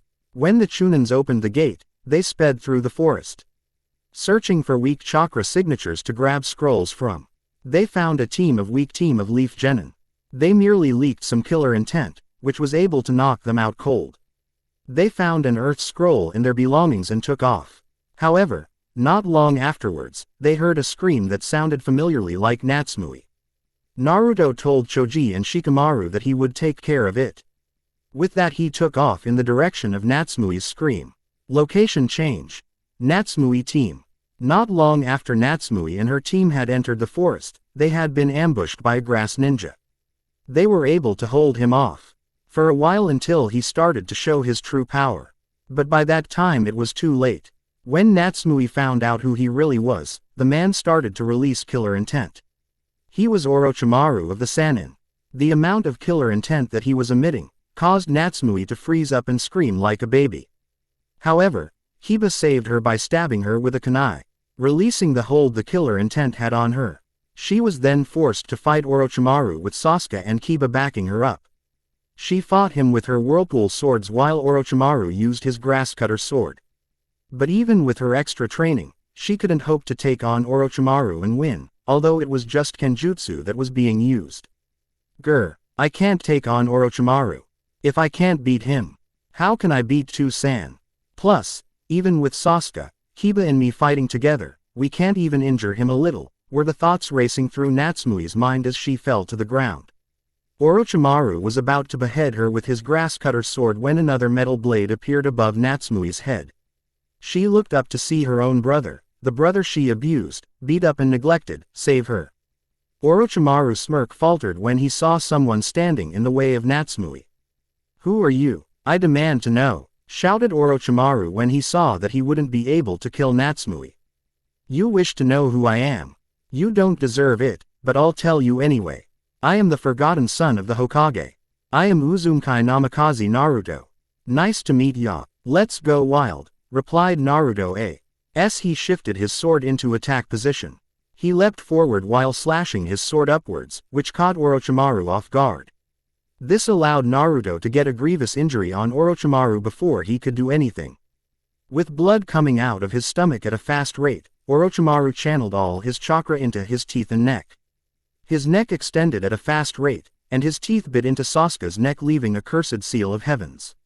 Naruto whipped around, kicked Orochimaru in the stomach, making him run, while Naruto ran towards Natsumui, Kiba and Sasuke.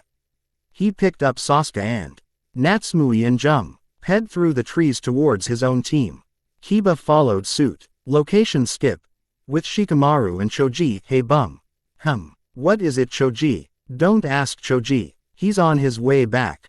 He's got Team Kakashi with him. He'll be here soon." I'll be watching clouds if you need me, responded Shikamaru. He was about to lie down, but Naruto appeared out of the trees with an injured Team Kakashi. Choji, get Kiba and Natsumi some food. Also, Shikamaru, heal them with you medical ninjutsu, ordered Naruto as he landed on the ground. What are you going to do? Asked Choji. I need to seal off as much of the seal on Sasuke's shoulder as I can. Remember that I am this generation's seal master. Not even Natsumi can hold a candle to me in Fuinjutsu. I will be able to do it. Everyone get to work. Choji, if they complain, knock them out cold. I don't want any problems. Understood. Come on Shika, we have a job to do. With that they got to work. Choji unsealed some of the food from their scrolls and gave it to Kiba and Natsumi. Shikamaru got to work on the injuries of Natsumi by using his medical ninjutsu. Meanwhile Naruto drew some seals on Sasuke. Uzumaki sealing. Partial seal. With that, he slammed his hand onto Sasuke's shoulder. A bunch of Japanese figures appeared. With that Sasuke's eyes opened. Wah, where are we? Asked Sasuke with fear in his eyes. You were in my team's camp. You and your team were injured. I saved your team from Orochimaru. You should be thanking me. Now lay down. You were injured and not well. You shouldn't be up. Your teammates are being cared for. With that, Naruto knocked Sasuke out and started to heal him. Stupid boy, he should have listened to me, muttered Naruto as he saw the damage Sasuke had caused himself from standing up. He got up to go help Choji and Shikamaru when he saw Natsumi standing there looking at him. He just looked at her with a raised eyebrow. Why? Asked Natsumi. Why did you save us? Why did you save me? Answer me. Well, I saved you because unlike you, I am not willing to let you die just because I don't like you. Even though you are my enemy, you still are family and a fellow Leaf Ninja. I would rather die than let one of my comrades die. Even you should know this. But why must you know? Answered Naruto. I've realized how much of a bitch I've been. I don't deserve to call you family. No one does. Not even Tu-san and Ka-san. We have all been cruel. In addition, we've neglected you to a point of no return. I hope that you can fold. This was going to happen soon anyways. I can't forgive you yet. I can't even call you family or someone I like. I can only call you a comrade. I hope, however, that someday in the near future, but right now that isn't the case. But only you can decide that. Good night little sister. With that, Naruto punctured her stomach making her fall asleep. Choji, how is Kiba? Asked Naruto after he laid Natsumi down. He holding up well, but he could be better. It seems Orochimaru used a 5-elemental seal on him that locked his chakra. He needs his chakra to survive. Could you unlock it for us? Naruto nodded, walked up to Kiba, and pressed his 5 fingers against the seal and shouted, 5-elemental seal, Kai. As soon as he said that, the seal on Kiba's stomach started to glow and the seal disappeared. Choji, Shikamaru, we need to talk, Naruto signed discreetly. They nodded. So what do you need, Naruto? Asked Choji. We need to leave now. I know that we shouldn't abandon them while they're defenseless, which is why I set up a barrier that will keep animals and enemy ninja away until they wake up. I know that I'm being cruel, but I'm only doing this because I don't want to be in this forest any longer. Orochimaru of the Sannin was the one who gave them their injuries. We need to make a beeline out of here right now. Let's go. With that, Naruto and his team packed up and started their trek towards the tower in the center of the forest. But as they walked through the forest, they saw a Sand Genin with a crazy look on her face while facing the Rain Genin team. They decided to investigate. With the Sand Genin, "Hey kid," yelled a Rain Genin, "get out of here before you get killed. I can't promise you won't get hurt. Just give me the scroll and you'll get out of here free." However, the Sand Genin didn't agree. "I will kill you." "Bring it," yelled the crazed female. "I am Gaara," and with a flick of her hair, yelled, "and I will justify my existence." The Rain Genin got tired of this and threw the umbrellas that were on his back up, opening them up and spinning them like a top at the same time. He then formed the ram seal and suddenly, Senbon needles started flying out of the spinning umbrellas. A cloud of smoke formed around where Gaara was hit. The Rain Genin thought that he had her when he heard laughter coming from the smoke. When the smoke disappeared, Gaara stood there unharmed. The Rain Genin looked at the Sand Genin's team for explanation. The one with makeup on his face replied, "It's actually really simple. Gaara can't be hurt whatsoever." A will of sand immediately erects itself around Gaara when it feels Gaara getting threatened. We don't know if it's Gaara's doing or if the sand has a free will, but Gaara has never been hurt. Even when we did some A-rank missions, Gaara never got a scratch. Meanwhile the other sand kunoichi was waving at them. "Bye-bye," she said. The Rain Genin team looked up in time to see a wave of sand rush out of the redhead's gourd on her back at them. They looked at Gaara to see her pick up one of their umbrellas and open it. She then stretched out her hand and shouted crazily, "Sand burial." Suddenly sand rushed towards the Rain Genin in waves. The waves of sand surrounded the Genin. "Ah!" came the screams of the Rain Genin as the sand surrounded them. But they were soon silenced, for their blood came spurting out of the sand. The red-haired kunoichi was smiling crazily, but her male teammate came up to speak to her. "Gaara, you didn't need to kill them. We already had our scrolls. We could have just escaped," yelled the one with makeup on his face. "Funny," replied Gaara, "I never thought of that. I must kill them to prove my existence." "God damn it, Gaara," yelled the makeup boy, "listen to me. I'm your big brother." "Really?" said an amused Gaara, "I've thought of you, Kenkiro, as a brother or Tamari a sister." With that she stretched out her hand. Her teammates jumped back in fear, but the sand just collected to form a stopper. She then walked away not hearing her brother Kenkiro mutter, "Crazy bitch." Quote, "With Naruto's team. Whoa," breathed Choji, "that was intense. We need to stay away from that team. Their leader just killed some genin like it was no problem. Let's go to the tower quickly. That team will probably take their time." "You're right, Choji," responded Shikamaru, "we need to get a move on." "But how was she controlling that sand?" "It's unnatural. I know how she's controlling the sand," replied Naruto, surprising both of his teammates. "That girl is probably the container of Ikibi, the crazy desert priest of the sand. The only other way to she can control sand is if she drilled himself on the manipulation of earth, wind and water.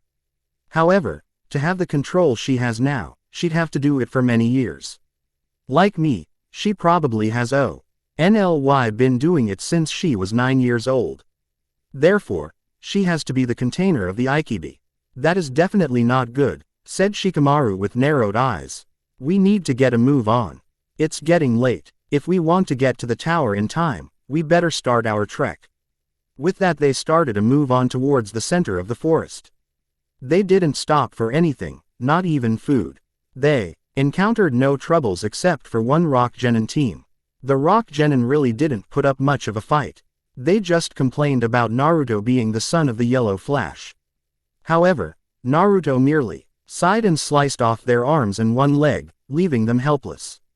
But when they got to the tower, they were utterly confused.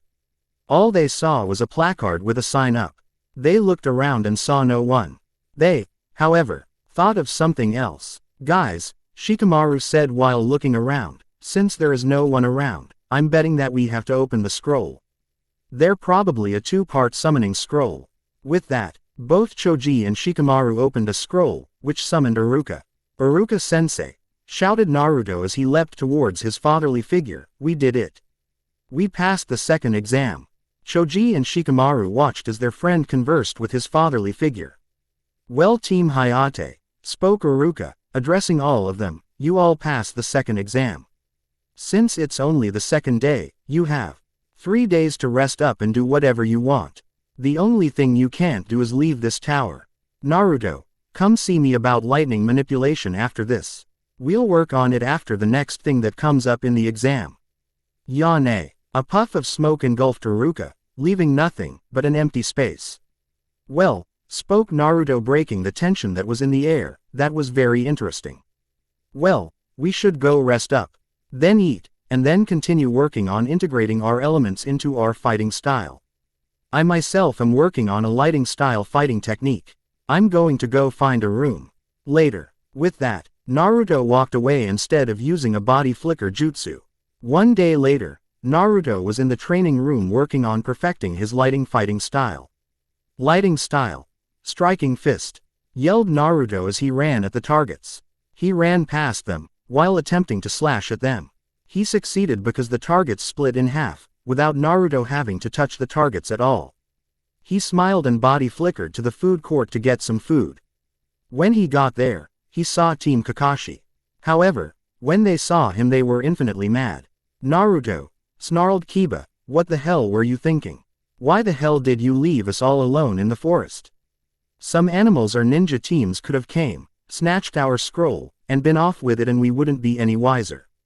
"Well, I think that you should calm down. I knew about all those things when I left you, which is why I took the necessary precautions. You were well protected by the Ba," replied Naruto before he was rudely interrupted by Sasuke. "What protection? I saw nothing with my Sharingan."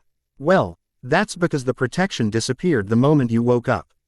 That way, you wouldn't have to spend a long time trying to dispel my barrier." This, however, just made them even madder.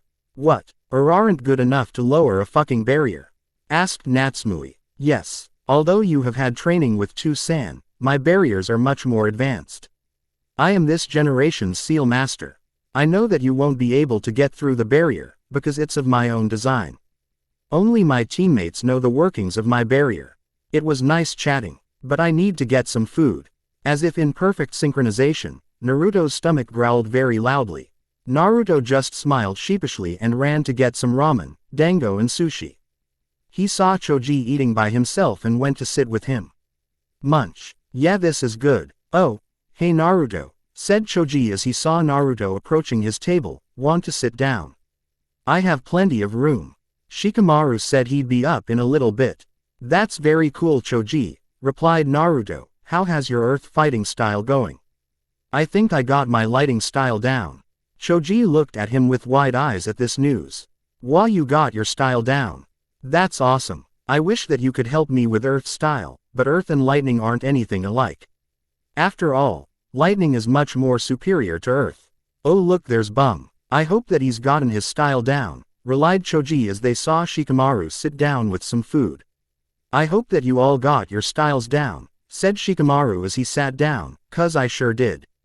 The wind elemental taijutsu style has been finalized all the way down to the practice kata. I even created a scroll on it already."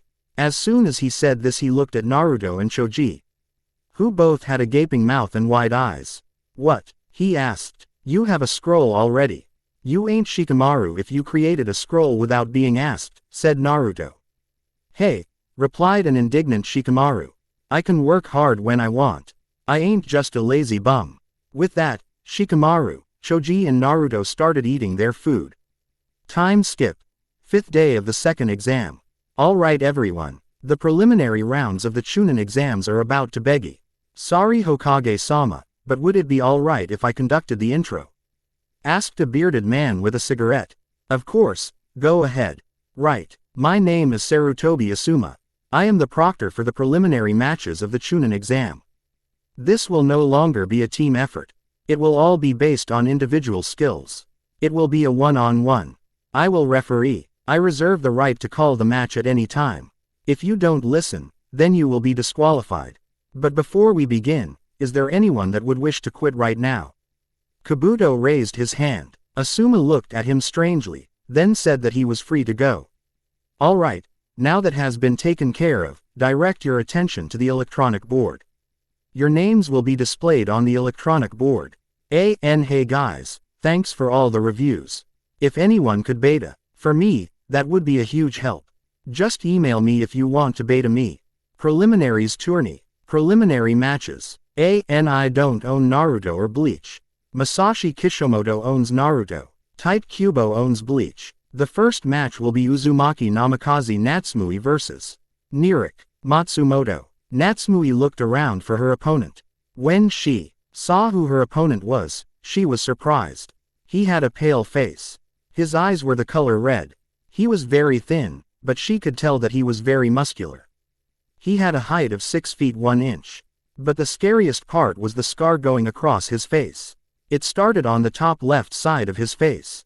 It went down to his forehead, but then it deviated to go straight through his eye, and then ended underneath his right ear. Natsumi got ready for the fight to begin. "The match between Natsumi of the Leaf and Matsumoto of the Grass begins now," yelled Asuma. Then he jumped backwards to let the fighters attack each other.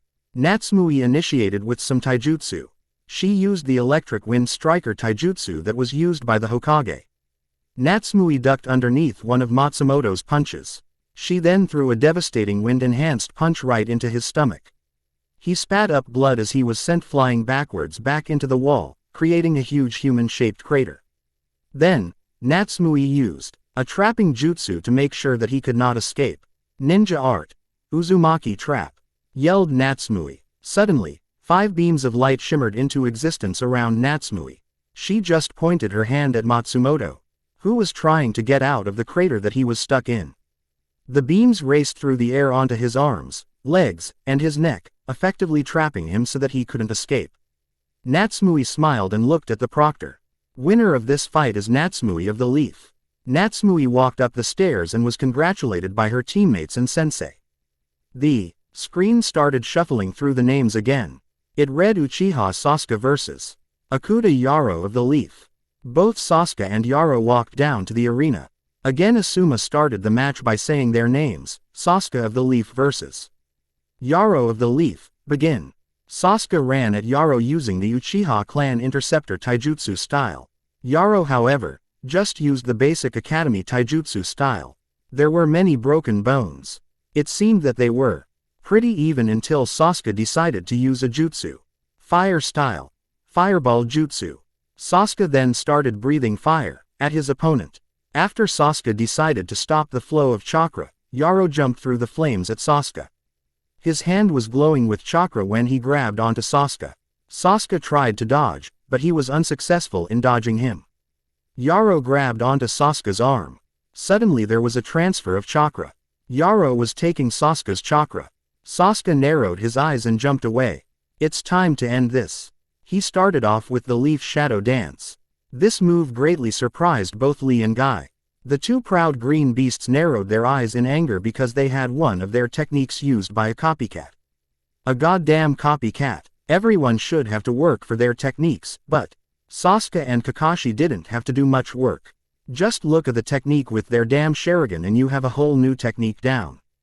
But Sasuke didn't finish it like a normal Leaf Shadow Dance. After he was behind Yaro in the air, he kicked him in the sides making him spin while falling to the ground. But right before they landed on the ground, Sasuke smashed one solid kick into Yaro's stomach, making him hit the ground in a very uncomfortable posture. Congratulations Yaro, said Sasuke, you were the first to experience my lion combo. I hope that it was good enough. But from the looks of it, I believe that it was a success. Later, Asuma called the match soon afterwards. The names started rolling again. Konkuro of the Sand vs. Arkami Ardo of the Leaf. Konkuro strode down to where Ardo was waiting. Ardo of the Leaf vs. Konkuro of the Sand, begin. Ardo rushed at Konkuro while weaving hand seals. Ninja arts. No bones jutsu. He then wrapped his body around Konkuro, while rowing the unknown object to the ground. His legs and arms circled around Konkuro's arms and legs respectively. His neck also wrapped around Konkuro's neck. He smiled. You could have never hoped to beat me. My jutsu allows me control over my limbs, while at the same time, my body is so flexible that I could bend backwards straight and not feel a thing. Because of this you can't beat me. Get ready to feel a lifetime of hurt. He then grabbed a kunai out of his kunai pouch. Without any further thought, Ardo stabbed it into Konkuro's eyes. He was expecting a scream out of Konkuro, and was surprised when Konkuro started to laugh. Konkuro's head turned around, but his face was no longer human. It looked like that of a puppet. Wow, what the hell is going on? Where are you? He was about to get off when the puppet grabbed him. The package that he had thrown started to unwrap. It stated to unwrap itself until Konkuro could be seen in plain sight. He grinned. Then he unveiled the chakra tree. NGS that connected his fingers to his puppet. Then the puppet started to strangle him until he died with a crack. He just walked away as the proctor declared him the winner. Next match is Inuzuka Kiba vs. Uzumaki Namikaze Naruto. The two fighters calmly and got into their personal fighting stance. Kiba was using a modified version of the Inuzuka clan taijutsu style. Meanwhile Akamaru was getting ready to fight. Naruto was using a combination of both his parents' taijutsu style. As soon as they heard begin, Naruto charged straight at Kiba. He jumped over Kiba's punch, while delivering an uppercut kick to Kiba's chin. Kiba was sent flying into the air. Kiba got up and was ready to fight in moments. Unfortunately for Kiba, this also meant that he got punched in the stomach as soon as he got up. He was sent flying towards the wall. But instead of hitting the wall and creating a crater, Kiba landed on the wall with his feet. Then he used the momentum to propel himself forward at Naruto while using a jutsu. Man beat clone. Fang over Fang, yelled Kiba. Akamaru then changed into an exact replica of Kiba. Except for one thing, he looked a lot more feral than the real Kiba did. Next, both of them started their Fang over Fang jutsu. They shot forwards at dangerous speeds while spinning in a tornado drill-like fashion. Naruto just smirked when he saw that he was cornered. He jumped into the air, right over Kiba and Akamaru as they sped right past him. Kiba landed on all fours as he came out of his jutsu. He growled and turned around in time to feel a fist hit him in the gut. He bent forwards as he coughed up blood. Then, with his other hand, Naruto performed an uppercut punch to Kiba's face. Kiba flew backwards into the wall. He growled and ran towards Naruto at top speeds while yelling, "Come on Akamaru." HT then threw a smoke bomb to obscure Naruto's vision. Unfortunately for him, Naruto was able to smell him. Naruto just smiled and drew two kunai and charged at Kiba. Left downward slash, upper right diagonal slash. Then, Naruto threw his kunai into the sleeves of Kiba's jacket. Up in the stands, everyone was mystified as to what was happening in the fight between Naruto and Kiba. But soon enough the smoke had cleared. Kiba was pinned against the wall, while Naruto started to say an incantation. Kakashi was floored. How in the world did Naruto beat Kiba? Kiba's taijutsu was the best of all the genin. Hado no Yan. Byakurai. Suddenly an arc of white light extended from Naruto's extended fingertips. Everyone expected the beam to stop at Kiba's skin. But it went through Kiba's arm, creating a pool of blood. But the lighting bounced off the wall and hit the kunai, knocking it off the wall. Ah, god damn you Naruto. I will murder you if it's the last thing I do. There's no way that a dope like you could defeat me so easily. Get ready to be defeated, yelled Kiba. He ripped the other kunai out of his jacket. He then charged towards Naruto with the intent to kill. Naruto merely smiled. Come get me if you can, mutt. You aren't ready to face me. With that, Naruto disappeared into thin air. When he reappeared behind Kiba, he had his sword drawn. Then, blood started to spurt out of Kiba as a cut appeared. It stretched from his bottom left hip to his top right shoulder. Kiba merely dropped unconscious from the loss of blood. And that, whispered Naruto. Mud is why you don't mess with those who are stronger than you. If you couldn't take on Orochimaru, but I could, what made you think that you had the ability to defeat me? Foolish boy. Asuma nodded at Naruto, who just walked back up the stairs to his waiting team. His sweat dropped when he saw the rest of the genin minus his own team staring intently at him. What? I didn't do anything wrong, did I? Asked Naruto. Kakashi decided to elaborate for him. Naruto, how the hell are you so strong? Even if Hayate trained you night and day, there's no way that you could've progressed that much in such a short amount of time. So the question on everybody's mind is, how the hell did you get so strong so fast? Well, I won't tell you how strong I really am. But I will. I'll show you a tip of the iceberg at the Chunin exams tournament. You can ask my friends and sensei, but no one knows my true capabilities. I've never had a reason to show it. There is only one person right now that would get to see it in battle. That person is Natsumui, the bane of my childhood. If I fight her during the Chunin exams, I will show part of my true potential. No one else, relied Naruto.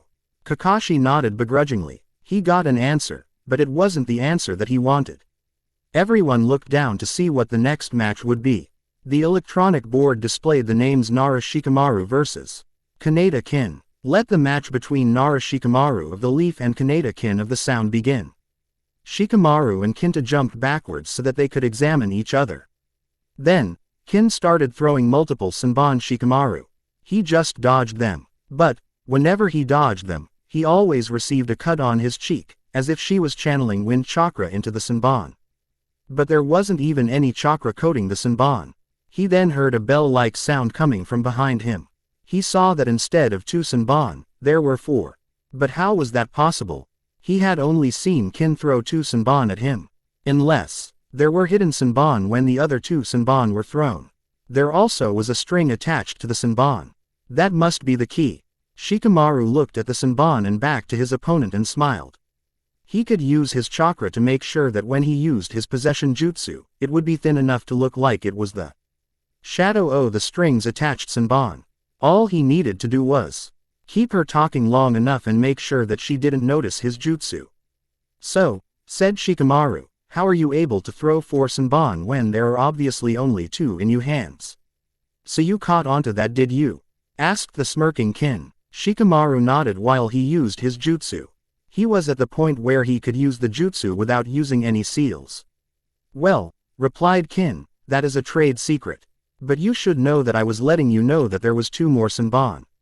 If I weren't trying to let you know that there was 2 more Senbon, then I wouldn't have attached the bells to the Senbon.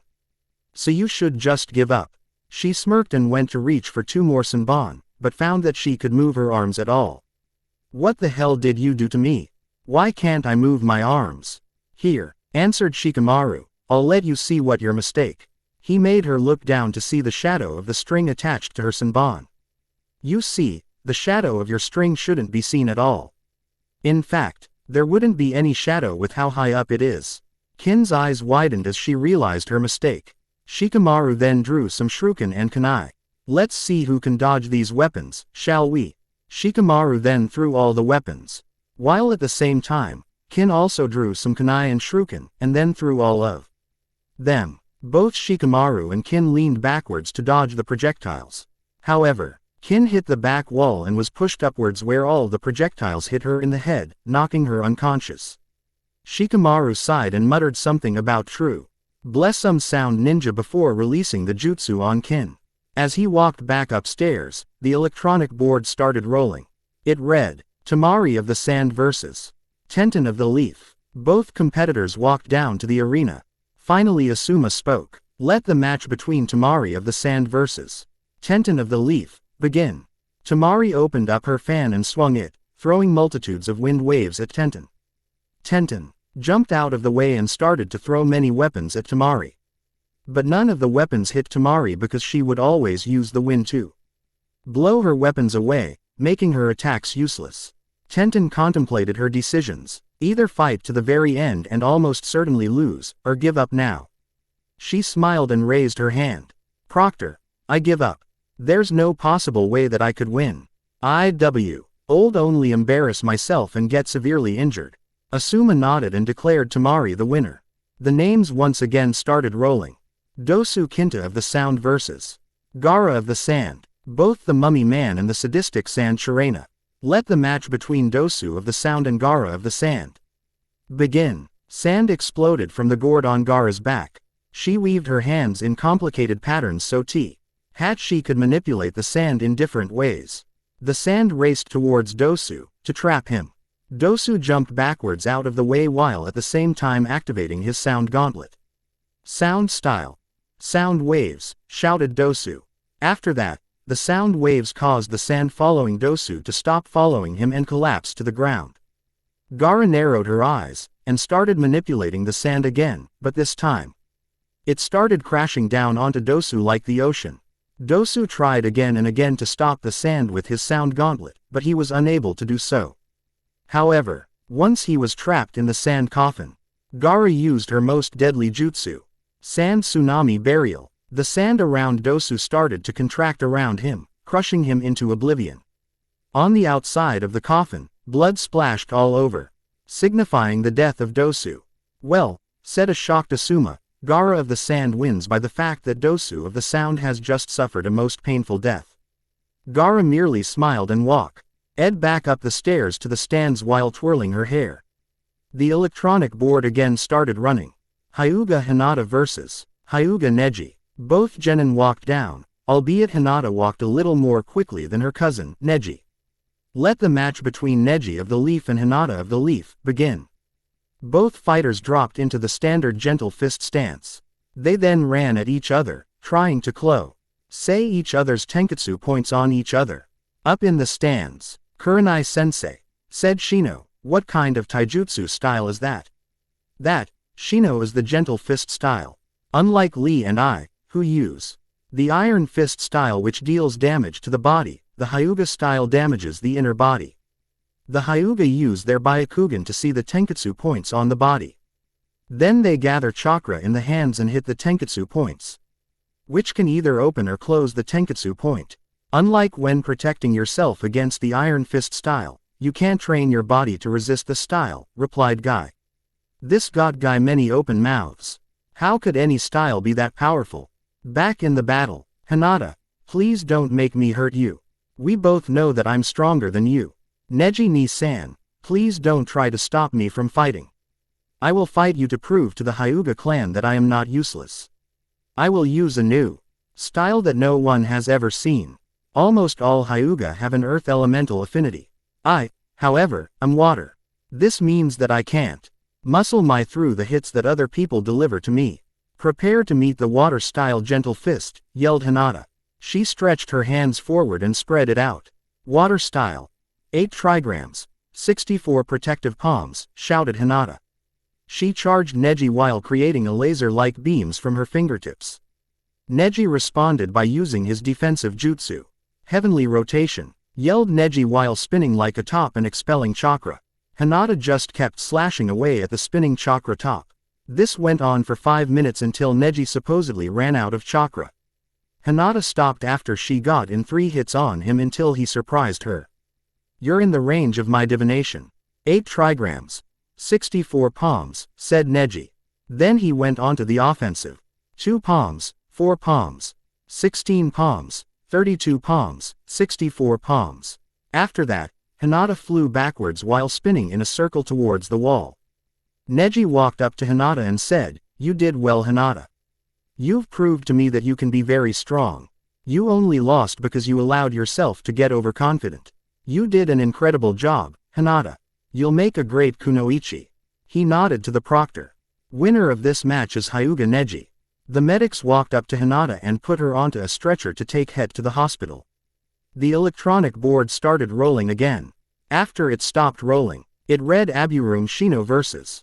Kinta Zaku. Both fighters walked down to the arena. Asuma started the match. Let the match between Shino of the Leaf vs. Zaku of the Sound begin. Zaku started throwing jutsu after jutsu at Shino. Sound decapitation waves, yelled Zaku. Zaku smirked when he saw that Shino wasn't getting out of the way. But his confidence proved to be misplaced. The Shino that he was about to kill dispersed into a cloud of bugs. He looked around to find Shino right behind him. You shouldn't have underestimated my abilities. Look around you. My bugs have surrounded you and will latch onto you and suck your chakra dry. Show me what you can do to stop it. Fine. Sound decapitation waves. However, the jutsu wasn't working.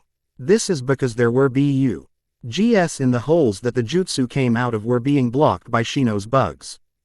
Due to this fact, the chakra in his arms started bouncing back and forth, causing his arms to explode and get ripped off from their joints. Ah! Screams Zaku. What the hell was that for? You didn't have to rip off my arms to win the bloody match. Arg. I submit. The winner of this match by forfeit is Kinta Zaku. The electronic board started rolling through the names again. The board showed the names Yamenka Ino of the Leaf vs. Akato Karashi of the Grass. Let the match between Ino of the Leaf and Karashi of the Grass begin. Both fighters jumped backwards to analyze their opponents. Ino, being a mind walker, was able to identify whether her enemy could use elemental jutsu and what kind of element jutsu they are using. Karashi looked at Ino and was able to determine that she would probably be good at using a more flexible taijutsu style as well as maybe using some water jutsu. Ino initiated the fight. Water style. Rapid torrent. Yelled Ino as she shot multiple bullets of water, which in turn became rotating saws of doom. Karashi, however, was able to avoid getting hit by the blasts of water by using another jutsu. Earth style. Earth wall, said a calm Karashi. A tall wall that extended from wall to wall rose up in front of the blast of water that Ino shot. However, Ino's jutsu surprised Kurahi so much that he was frozen in shock. Fire style. Leaf Sacred Technique. 1000 Years of Death. Ino appeared right behind Karashi, and stuck her fingers up Karashi's ass. Karashi was shocked when Ino suddenly appeared behind him, but when Ino stuck her fingers up his ass, he felt very satisfied. However, the feeling disappeared when he landed on his face. What the hell? What kind of fire jutsu was that? You didn't gather any chakra for that attack. What the hell did you just do? Ino smiled and replied in a very sing-song voice, that of course wasn't a jutsu. It was just a poke up your ass. I used it to surprise you for this next jutsu. Water style. Swirling fist. Her fists and legs were surrounded in water that was swirling at the speed of a whirlpool. They then engaged in a taijutsu match with Ino gaining the upper hand due to the fact that most of her hits were enhanced by the water element. Then when she had broken Karashi's guard, she went in for the killing strike. Water style. Decapitating whirlpool strike, yelled Ino as she drove her hand right into her opponent's face. She sent him flying into the stands. Winner of this match by knockout, Yamenka Ino of the Leaf. With that, the electronic board started spinning again for the next and final round of the preliminaries. The board read Akamichi Choji of the Leaf versus Rock Lee of the Leaf. However, before Choji could go down to the stadium, Naruto stopped to talk to him. Choji, said Naruto with the utmost seriousness, when you face Lee, never underestimate him. Although he can't use chakra, his taijutsu style utilizes the opening of the 8 inner gates. He will probably use the primary and reverse lotus. Choji widened his eyes then nodded in understanding. I won't underestimate him. Thank you for the warning, Naruto, said Choji as he walked down to the stadium. Asuma looked at both of them, as they got ready for the match. The fight between Akamichi Choji and Rock Lee will now as he jumped out of the way. Then both rushed at each other to engage each other in a taijutsu. In the stands, however, Naruto frowned at the match as he saw Choji play into Lee's primary strength. Choji threw a punch while using his partial body expansion jutsu to maximize the damage. However, to Choji's surprise, Lee was able to not only stop his punch, but stop it with only a finger. Lee smiled and threw him into the arena wall. Choji got up and started weaving hand signs at a rapid rate. Earth style. Earth bullet. Choji shot 5 bullets made of mud towards Lee at high speeds. Lee just jumped over 3 of the bullets. However, as soon as he landed he got hit square in the chest, pushing him back into the wall. But he merely got up and smiled as if that was nothing. Choji's eyes widened when he saw Lee get up as if nothing had even happened. How was he supposed to win? Why the hell are my attacks not hurting him that much? I know that the Iron Fist taijutsu style uses huge amounts of strength. But this is insane. I could drop weights and release all my seals, but I'm not used to that drastic power increase yet. I'm going to have to try and use my Earth style taijutsu. The only problem is that I haven't mastered it completely. But it's my only chance to win this, thought Choji. Okay, yelled Choji, get ready to feel the wrath of my elemental taijutsu style. Meet the Earth Bone Breaker taijutsu style. Quote, in the stands Naruto's eyes widened. Choji was going to use his unfinished taijutsu style. Why do that when he could just unseal his resistance seals and chakra? A restrainers as well as dropping all of his weights. In the background he heard Kakashi mutter, there's no such style. I would know after all I've seen or heard of almost of all the Konoha taijutsu styles. Naruto turned to Kakashi with a huge smirk on his face. Of course you wouldn't know Kakashi, said Naruto as he nodded to Shikamaru as if saying he was going to tell them a secret. After all, that was a style that Choji created himself. In fact, all of Team Hayate has created his own taijutsu style. I don't know about Choji and Shikamaru, but I combined my parents' 2 taijutsu styles. Then I added the element lightning to it. However, I am planning on adding my other affinities, water and wind, to it as well. Kakashi's eyes widened. He looked at Naruto and Shikamaru and I smiled in an understanding way. Ah, I see, said Kakashi with a huge eye smile. You made this up to draw attention to yourself and away from Natsumui. However, you can stop it. We all know that you can't combine 2 styles without help.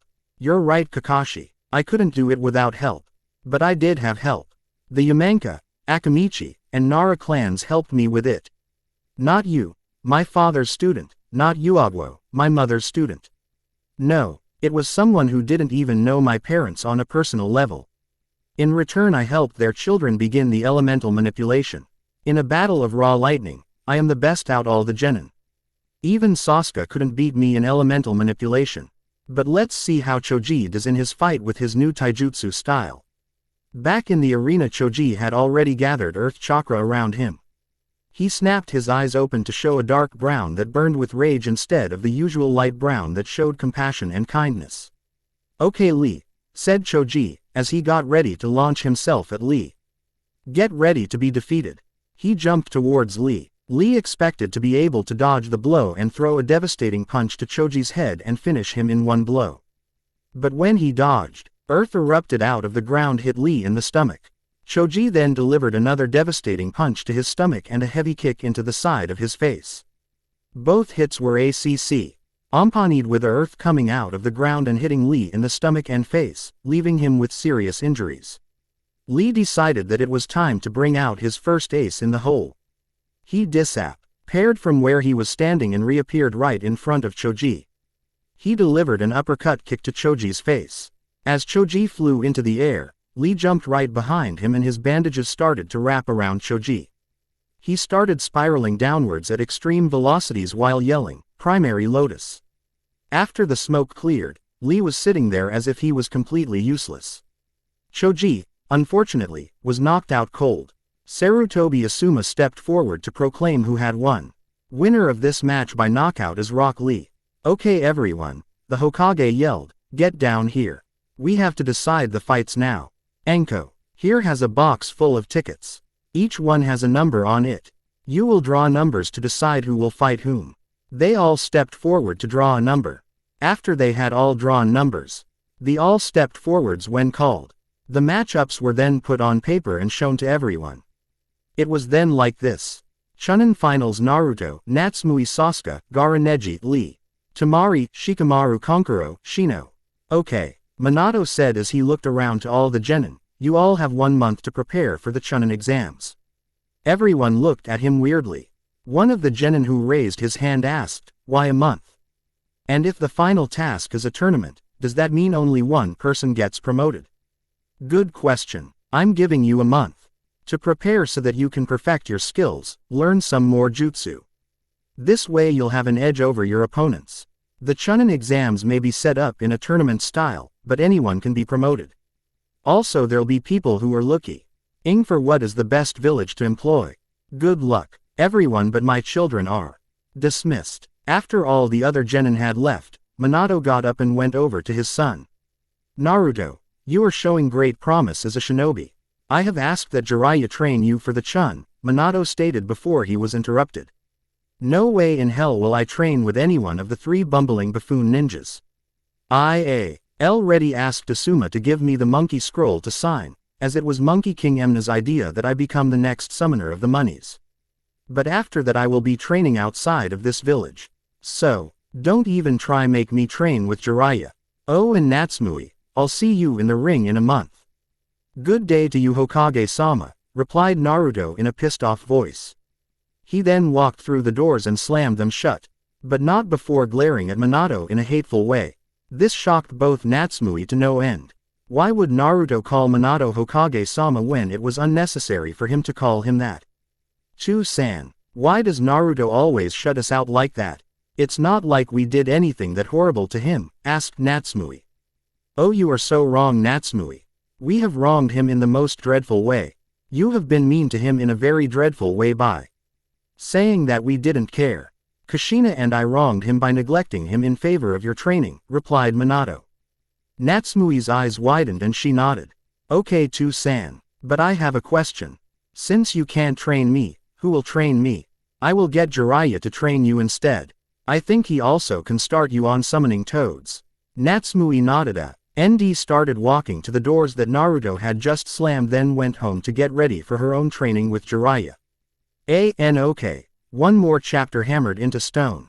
Again, sorry about the confusion on life as a genin. I'm so sorry. Anyway, if anyone can beta for me, that would be great. Yane, Airwatcher. Time for the tour, or I mean training. 5 time for the tour, or I mean training to begin. I don't own Naruto or Bleach. Masashi Kishimoto owns Naruto. Tight Kubo owns Bleach. I'm Yami. No, I'm Kami. But I'm Rariki. Shut up, I'm Jubi. And I'm Kyuubi, Jutsu. The next morning, Naruto got up to find Sarutobi Asuma, the holder of the monkey contract, but not the monkey summoner. He put on all of his ninja gear and strapped his sword to his back. He went down, said, "Good morning" to Haku and left the house. On his way to the place that Asuma had told him to meet him, Naruto worked on chakra control exercises such as balancing A and 3 leaves on his forehead. When he got to the training field 27, he was suddenly attacked by a figure in black and with no headband. Wind style. Pressure damage jutsu, yelled the figure as weaved many hand seals. Naruto's eyes widened as he used his chakra to protect him from the attack. Naruto then ran at the figure while weaving his own hand seals. Water style. Pressure bullet jutsu, yelled Naruto as he showed T3 bullets of highly pressurized bullets of water at the figure in black. However, the figure in black just jumped over the 3 water bullets with practiced ease. The figure then started weaving hand seals and initiated his own personal combo jutsu. Fire and wind style. Fire tornado jutsu, yelled the figure in black. He then threw a miniature tornado, which soon enlarged to become a 50 featuring tornado. He then shot a stream of fire at the tornado, creating a most feared weapon. The tornado of doom. The tornado started tearing a path of destruction towards Naruto. Naruto decided to pull out his own combos. Water style. Water dragon jutsu. Wind style. Wind dragon jutsu, yelled as he threw 2 dragons, one of water and one of wind at the tornado, which effectively cancelled out both the fire and wind parts of the jutsu. He then followed up with a lightning-enhanced punch to his opponent's gut. The punch paralyzed his opponent. He then removed the mask of his opponent. He was shocked to see that his opponent was his new sensei, Sarutobi Asuma. "Asuma-sensei, why were you attacking me?" asked Naruto in confusion. "I thought you were supposed to be teaching me, not trying to kill me." Asuma smiled and answered, "Naruto, the reason that I attacked you was to gauge your skill. Now, I will teach you to summon the Monkey Clan." But Naruto was sure that he also heard Asuma mutter, "Stupid Monkey King. I'm just as good as Naruto." Naruto and nodded started to pay attention. "Okay Naruto," said Asuma as he grabbed a scroll that was lying near a tree. "Here's the scroll for the monkeys. First, sign it in blood. Then try to summon the Monkey King." Naruto nodded and took the scroll from Asuma. He then opened it and bit his hand so that he would be able to sign the monkey contract scroll. After he signed the contract, Naruto performed the necessary hand seals, then he gathered enough chakra to summon the Monkey King. The Monkey King appeared in a cloud of smoke. "Who summons me? It better not be you, Asuma. You didn't pass my test of defeating me. And no, I won't tell you why you failed even though you managed to cut me," roared Enma the Monkey King. "That would be me, Enma-sama. I am the one who summoned you. You wanted to take me on as a summoner, from what Jiraiya told me," answered Naruto as he stepped forward. Enma looked down at the child that stood before him. In him he saw the distinguishing features of Minato. The long, messy, uncontrollable blonde hairstyle of Minato was reflected on the child in front of him. He also had Minato's fire of determination in his eyes. Naruto, however, had another trait that neither of his parents possessed. He could see the strong intellect that no child his age should possess. Yet, the child before him did indeed possess a keen intellect. I do remember telling Jiraiya to make you my summoner. I hope that I made a smart decision.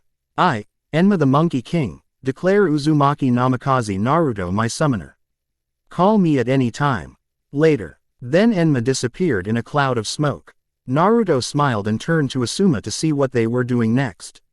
"Well, since it seems that you got both chakra control and wind chakra control down, I'm going to train you in the use of wind trench knives," said Asuma as he threw Naruto a pair of trench knives and a scroll. "First, study this scroll tonight.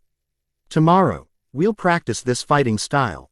Naruto nodded and went back home to study the scroll. Hokage's mansion. As soon as he entered the Hokage's mansion, Naruto went to the kitchen. As soon as Naruto got to the kitchen, Naruto saw Haku making lunch. "Hey Haku ne-chan, how are you doing today?" asked Naruto as he came into the kitchen. "I'm doing great Otudo. How was your new sensei?"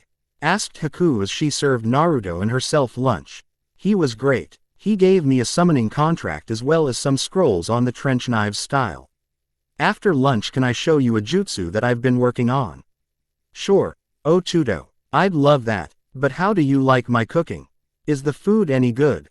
"Good. This food is great. You could pass as a gourmet chef with this kind of cooking." "What is it?" "It is tempura and fried rice with soy sauce on the side." "But it's not that good." "No, it's better. Your cooking is really good," replied Naruto as he finished his lunch. He went to put his dishes in the sink.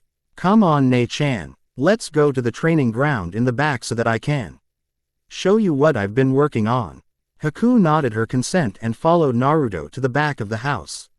When they got to the back of the house, Naruto held out his hand. Then suddenly chakra started to gather in the center of his hand in the form of a sphere. Then it started spinning like a whirlwind. Then, Naruto ran at a tree and slammed the sphere against a tree. "Rasengan!" yelled Naruto as the Rasengan ground the tree to bits. Meanwhile, Haku stood there in shock. Naruto just used one of the fourth's moves perfectly. Her Otudo was a freaking, bloody, prodigal genius. "So ne-chan," said Naruto as he turned around to face Haku, "how was that? Was that at least half the power of a fourth's Rasengan?" Haku could do nothing but nod dumbly. Naruto at his age was able to produce a Rasengan that was half the power of the fourth's Rasengan. Her Otudo was freaking awesome. "Ne-san, I have to go. Iruka-sensei wanted to see me about my final lightning manipulation lesson today. Later," said Naruto as he brought Haku out of her thoughts. She nodded, started her own wind manipulation training. She wanted to be a BLE to use wind jutsu just as well she could use water jutsu. She smiled as she started to cut a leaf with only wind chakra. Training ground 10. "Hey Iruka-sensei," yelled Naruto as he ran up to Iruka, "so what are we doing today?" "Hello Naruto. Today, I will teach you the strongest lightning technique I know. It is called lightning style, white lightning. This jutsu can kill a man on the first strike if used properly. But there could be a more powerful version of this technique if one was able to channel raw lightning through his or her body. Unfortunately, you would also have to have insane healing powers to survive. First, you have to channel the lightning chakra through your body towards your fingers. Then you use a burst of chakra so that you can shoot the lightning out of your fingers. Give it a go." Naruto nodded and started channeling the lightning chakra towards his fingers. Next he used a burst of chakra to expel the lightning at the tree he was aiming at. "Great job, Naruto. Well, I have nothing to teach you about lightning. But if you want I could teach you about fire," said Iruka with a smile. "Nah, I'll stick with wind, water, and lightning. Thanks Iruka-sensei. I got to go home and practice some trench knife kata. Later Iruka-sensei." Naruto then body flickered back home to practice. First he started on pumping the wind chakra into the blades. After the chakra appeared, he shaped it so that they would be long enough for his use. Next, he went through the practice kata for the trench knives fighting style. He didn't notice his family gathering around when he started his practice, but when he stopped his practice and saw them all there he was very surprised. "What the hell are you all staring at? It's not like any of you but Haku ne-san care. I'll be inside." He was about to walk into the house when Natsumoi and Kushina called out to him, "Naruto, come back here. We do care about you. We just made a small mistake." "Just a small mistake? What, are you dumb? You neglected me for 12 years. You have never cared about me until I started to become a strong ninja. I'm going to bed." House to his room so that he could get some rest for training tomorrow. In Naruto's mindscape. "Hello Naruto. It's been a while since all of us conversed. Kami and I were starting to think that you weren't coming back here, until you got into a sticky situation. During these nightly meetings, Kami will be transferring her knowledge of all water, lightning and wind jutsu. This includes jutsu that have been lost to time. Rariki will be teaching you more about using him in battle. Yami and I will not be teaching you anything until after the Chunin exams. Well, Kami has stuff to teach you, later," said Jubi as he disappeared into thin air. Yami and Kami smiled at him and left as well. Okay Naruto, Kami and I have decided on a training schedule. We will be switching off every other day. Today is my turn to train you. In addition to learning how to wield me in training. For Bankai, we'll be working on the demon arts Kido. Okay, right now I'm going to take a human form. Then we'll do battle with only our Zanpakuto. As soon as he had finished speaking, Rariki then transformed into a human. He wore a regular Junin uniform. He had long electric blue hair with white streaks. Both his hand and feet looked like dragon claws made out of lightning. His eyes were electric blue with lightning-shaped eyebrows. However, his most distinguishing feature was his smile. His smile looked like a ninja who was about to attack a very useless ninja in Mortal Kombat. He was going to destroy them. Alright then, let's go Rariki-sensei. Let the battle begin. With that, Naruto shot forwards to attack Rariki at Chunin level speeds. As he slashed upwards, Iriki countered with a downward slash directed at Naruto's head. Naruto responded by ducking underneath Rariki's slash to his head. As he came up, he swung the sword in a diagonal slash effectively drawing the fist blood in their little fight. Next he started unleashing the special attacks of his Zanpakuto as jumped into the air. Strike of the Heavenly Dragon, roared Naruto from the air. As he swung his sword downwards, a 50-foot dragon made of lightning acted downwards towards Rariki. Rariki responded by releasing his own strike of the Heavenly Dragon attack. The two dragons met in the middle, each struggling for dominance. But as quickly as it began, Rariki's dragon began to crush through Naruto's lightning dragon. Naruto channeled chakra into his blade to prevent as much damage as possible. Then he attempted to stop the lightning dragon that was racing at him. But as he was blocking, he suddenly saw how to use another move of Rariki. Body of the Heavenly Dragon, yell. Ed Naruto as he stabbed his sword into the ground, creating a sphere of lightning surrounding Naruto, preventing the dragon of lightning from fatally injuring him, yet he still received minor injuries. Rariki I smiled at Naruto. Good job Naruto. You have succeeded in unlocking the defensive capabilities of your Zanpakuto. Now let's see how good you are with using the skills of Kido. Hado number 90, Black Coffin, said Rariki complimenting Naruto. Naruto nodded in appreciation and responded with his own Kido. Hado number 88, Flying Dragon Striking Heaven Shaking Thunder Cannon. The blast of lightning fired immediately. Thankfully, the Hado cancelled out the number 90 Hado spell. Next, yelled Naruto as he pointed his pointer and index hand at Rariki. Bakudo number 4, Crawling Rope. A bright yellow rope extended from Naruto's two extended fingers and wrapped itself around Rariki. Rariki struggled to get himself out. But to no avail, he just couldn't break the damn Bakudo.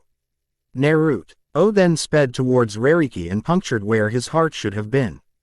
But instead of puncturing his heart, Naruto's sword only went through Rariki as if he weren't there.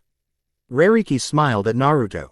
Very good, Naruto. You have mastered the art of Dragon Kenjutsu. Now, I want you to rest. Tomorrow Kami will train you in the way of using your wind, water, and lightning in combination. You'll probably be training in combining lightning and water to create storm element. Kami told me that she wanted you to also practice channeling lightning chakra into you trench knives in addition to the wind element. Good night. Rariki then disappeared into thin air just like Jubi. Naruto then exited his mindscape and fell into a deep sleep. He left the next morning at 6 o'clock to meet his sensei at Training Ground 27. But when he got there, he couldn't see his sensei at all. He decided to just practice with his trench knives. However, instead of just channeling wind chakra into the trench knives, he channeled lightning into one and wind into the other.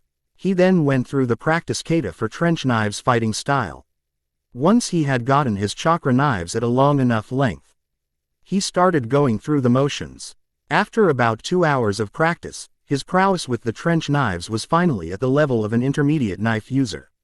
About an hour later, Ma approached Training Ground 27 to see his student practicing hard so that he could eventually master the art of the trench knives. He was about to calmly walk in and surprise Naruto when he heard a voice behind him. Hello Asuma-sensei. You weren't planning on scaring me half to death, were you? Naruto asked this question while pointing his trench knives at Asuma's special area. No, I was just going to say hello to you. By the way, your skill with the trench knives has improved drastically. But, I don't think that you were channeling wind chakra into both of the knives. If my analysis is correct, then you were channeling lighting chakra into one, while wind into the other one. But other than that, I have nothing to teach you other than having you get more battle experience. This style was made to be learned easily. How long have you practiced it? About 3 to 5 hours studying the kata and how to execute the moves. Then I practiced about 3 hours this morning. Why? Is it too little time? No, Naruto, that was more than enough time.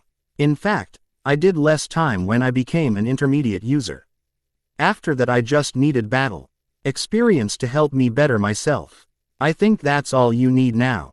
I would suggest practicing against your older sister when she receives Zabuza's sword. I believe that she is familiar with using that sword. I would suggest asking her later tonight. As final congratulations for becoming an intermediate user, I will teach you a wind-style jutsu. However, I will only be teaching you the theory. It's wind-style, wind sword. The theory is relatively easy. All you have to do is manipulate the wind in your hand to look like a sword. Naruto was ecstatic at learning the wind sword jutsu. But this jutsu in particular was interesting because it wasn't a jutsu that he could replicate without knowing the theory behind the jutsu. In addition, the jutsu was one of the many wind jutsu that he could not find in the Namikaze library. However, Asuma was able to learn it because one of the 12 Sand Guardians taught him the theory as thanks for saving his life. But even he couldn't use the jutsu for that long. So far, there has been no master of the wind sword. Some sand ninja were able to create a sword out of wind for a few seconds, but not longer than that.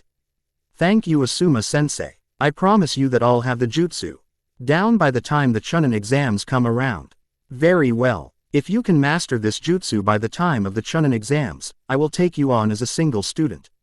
Yane, said Asuma as he disappeared into a cloud of smoke.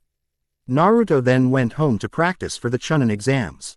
When he got home, he started practicing his Rasengan. Now instead of trying to make a fast-forming Rasengan, he was trying to add the wind element to his Rasengan.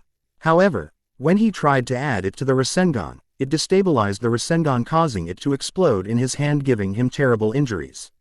However, Naruto wasn't discouraged. He kept practicing for 5 hours. At the end of the 5 hours, he was able to aim with the wind element added to it. He was now ready to test it against a regular Rasengan. Hey To-san, said Naruto as Minato came back from work, can you do something for me? Sure, Naruto. What is it? I want to test a new Rasengan against a normal Rasengan. So can you help with that? Sure, we can do it right now if you want. Naruto smiled and nodded excitedly at Minato. Yes, let's do it right now. So Minato and Naruto walked over to the Namikaze training grounds. He then formed a Rasengan. Meanwhile, Naruto formed the Rasengan while at the same time adding the wind element to it. Okay To-san, let's do this. Wind style. Rasengan. Minato's eyes widened when he heard what the variation of the Rasengan was called. His son had added his elemental affinity to the Rasengan. Something that even he, the Yondaime Hokage, still couldn't do. Okay Naruto, let's see what that Rasengan of yours can do. Come at me with everything that you have, said Minato as he charged towards Naruto. Oh, I intend to, said Naruto as he charged at his father. As the two Rasengans fought for dominance, Naruto and Minato could feel what the other was feeling. In Naruto there was loneliness. Naruto felt the emotion of loneliness because he felt that his parents would rather have a trained Biju host daughter than a regular son. Minato was feeling regret. Minato was regretting ever abandoning Naruto like he did. It was at that moment that Naruto's wind style, Rasengan, started to dominate the battle of the Rasengans. After about a minute, Naruto's Rasengan tore through Minato's Rasengan. The wind Rasengan then hit Minato straight in the chest. He felt the blades of wind attack the center of his chest, leaving a horrible injury there. It also sent him crashing into a tree about 15 feet behind him. Whoa, that was a strong Rasengan. You've finished the Rasengan and done things with it that I could not even begin to comprehend. You've progressed far. If you keep this up, then you'll eventually become stronger than I ever could hope to become. Let's go home to eat before your Mother chews me out for being late to dinner and getting injured, said Minato as he got up from the ground. He then flashed himself and Naruto back home. But as soon as he got back, he got the place pleasure of listening to Kushina chew him out for being late as well as getting injured. Naruto just left to go help Haku, who was setting up the table. Hey Haku ne-chan, Naruto said as he helped Haku set up the table. Have you gotten your sword back from Tenten? Sorry Tudo, but no I haven't. You'll be the first one to know when I get it back. But if you want I can still practice with a regular Zanbanto. It just won't be the same as when I used Zabuza's sword, said Haku as they set the table. Thank Haku ne-chan, I would like that very much. It would also give me a good chance to practice my new jutsu. The wind style. Wind sword. But let's eat now before our Imouto comes home. I don't want to deal with all the drama and how she thinks she's the queen of the world. Haku smiled at this and nodded. So together they ate together and had a good time together before Natsumoi came home. They both went to bed at around 8:30 p.m. Haku fell into a peaceful sleep while Naruto visited his mindscape once again. Naruto's mindscape. Okay Naruto, said Kami as Naruto appeared in his mindscape, due to the fact that I gave you the ability to have godly control over lightning, wind, and water. We will be working on moves that allow you to tap into the worldly unlimited supply of lightning, wind and water. First, you must learn how to tap into the worldly resources. Call the wind to your hand without using chakra to form it. Call it. Naruto nodded. He thought as hard as he could to have it come to his hand. He used his very will to call it to him. However, it wasn't any of those emotions that called the wind to his hand. It was the fact that he could feel the wind coming to his hand. That emotion was the reason why he was able to call the wind from the sky to him. But when the wind came to him, the wind was so much that he was unable to control it all. Naruto, stop, you're going out of control, yelled Kami. But it was too late already. Naruto had lost control and wind W. As just whipping around at infrequent intervals. Kami then did the only thing that she thought could stop Naruto. She knocked him unconscious, halting their training for the night. About 2 hours later, Naruto got up with a huge headache. Why the hell do I have this massive headache? And shouldn't I be training with Kamikaze-san? Yes you should be, though from what we saw tonight, think that we need a lot more work before we should try to summon wind until you have a little more control over the wind element. I think we should devote the rest of the night to combining water and lightning to create the storm element. First concentrate on having a certain amount of water chakra in your right hand. Got it, good. Now you'll have to put the same amount of wind chakra in your left hand as the amount you have in your right hand. Once you have achieved the balance between the two chakras, put your hands together in the bird hand seal and try to create a dragon out of the storm element. Naruto nodded and did the required steps needed to make the storm element. He pushed and pulled on the element that was in his hand to get a feel of what the element felt like. Then after that, he pushed the chakra outside of his body to make it take on the form of a majestic dragon. Naruto then had the dragon fly at a target board that conveniently appeared about 100 feet away. The dragon, while not being able to destroy the target, was able to severely chip the board around the edges and give the inner part of the target lasting burns. Naruto smiled in delight, he had finally harnessed the storm element. Did you see that Kamikaze-san? I was able to harness the storm element. Yes my little dragon, I did see it. You have done well, but we must continue. I will now give you a jutsu to master.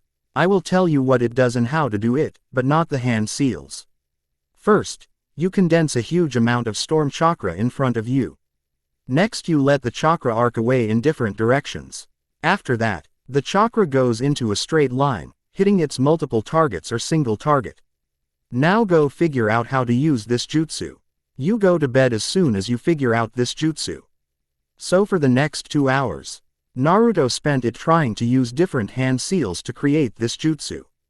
At the end of the second hour however, he was able to figure it out. Naruto asked his Ka-san to create numerous targets to use his new move on. Are you ready Kamikaze-san? Here I come. Naruto then started to weave hand seals at an incredible pace. Storm style. Storm circus. A huge Out of white storm chakra condensed right in front of Naruto's outstretched hands. They then arced in different directions and went into a straight line. Each chakra arc found its own target and demolished the target to pieces. Well, Kami-ka-san, how did I do? Was it good enough? Kami stepped up to Naruto and hugged him to pieces.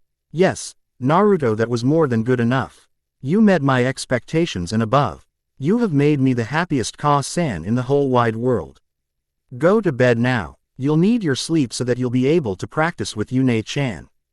Thank you, Ka-san. Good night. With that, Naruto disappeared from his mindscape and fell back into his body. Within a few minutes he was fast asleep in the world of dreams, where no one can ever harm you. The next morning, Naruto got up at 7 o'clock in the morning and trained until 10 when he had to meet Choji and Shikamaru. Village. Barbecue restaurant. Hey Shika, wonder what's taking Naruto so long to get here. He's usually on time. Troublesome Choji. You realize that he's probably training his ass off to get ready for the tournament. Especially because of who he's facing in the first round. He's probably late due to his training again.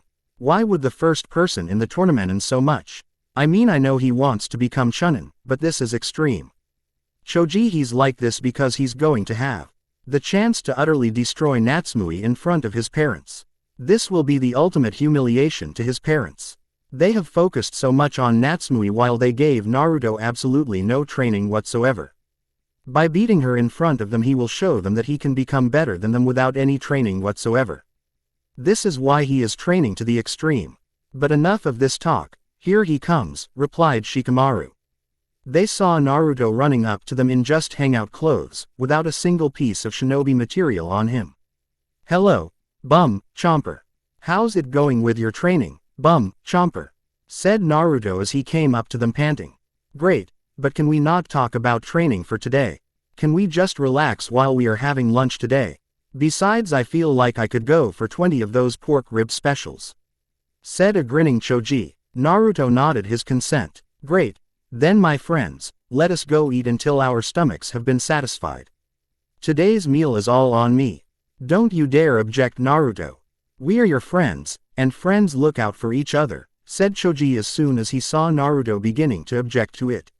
As they walked inside, they saw Natsumi and Sasuke eating there as well. Naruto silently asked Choji if he could get them a table as far away from them.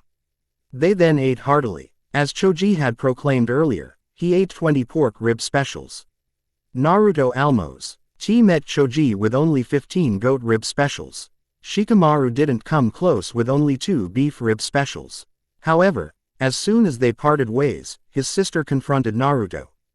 So what do I owe you the pleasure this time? Asked Naruto as he saw Natsumi confront him. You can answer me by telling me why you've insulted Jiraiya-sensei. He's a brilliant ninja. True, he is a very brilliant ninja.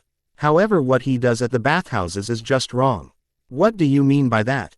Jiraiya-sensei would never do anything wrong at the bathhouses. Oh, how wrong you are, dear sister. You're so kaie. D-sensei peeps on women in the bathhouse.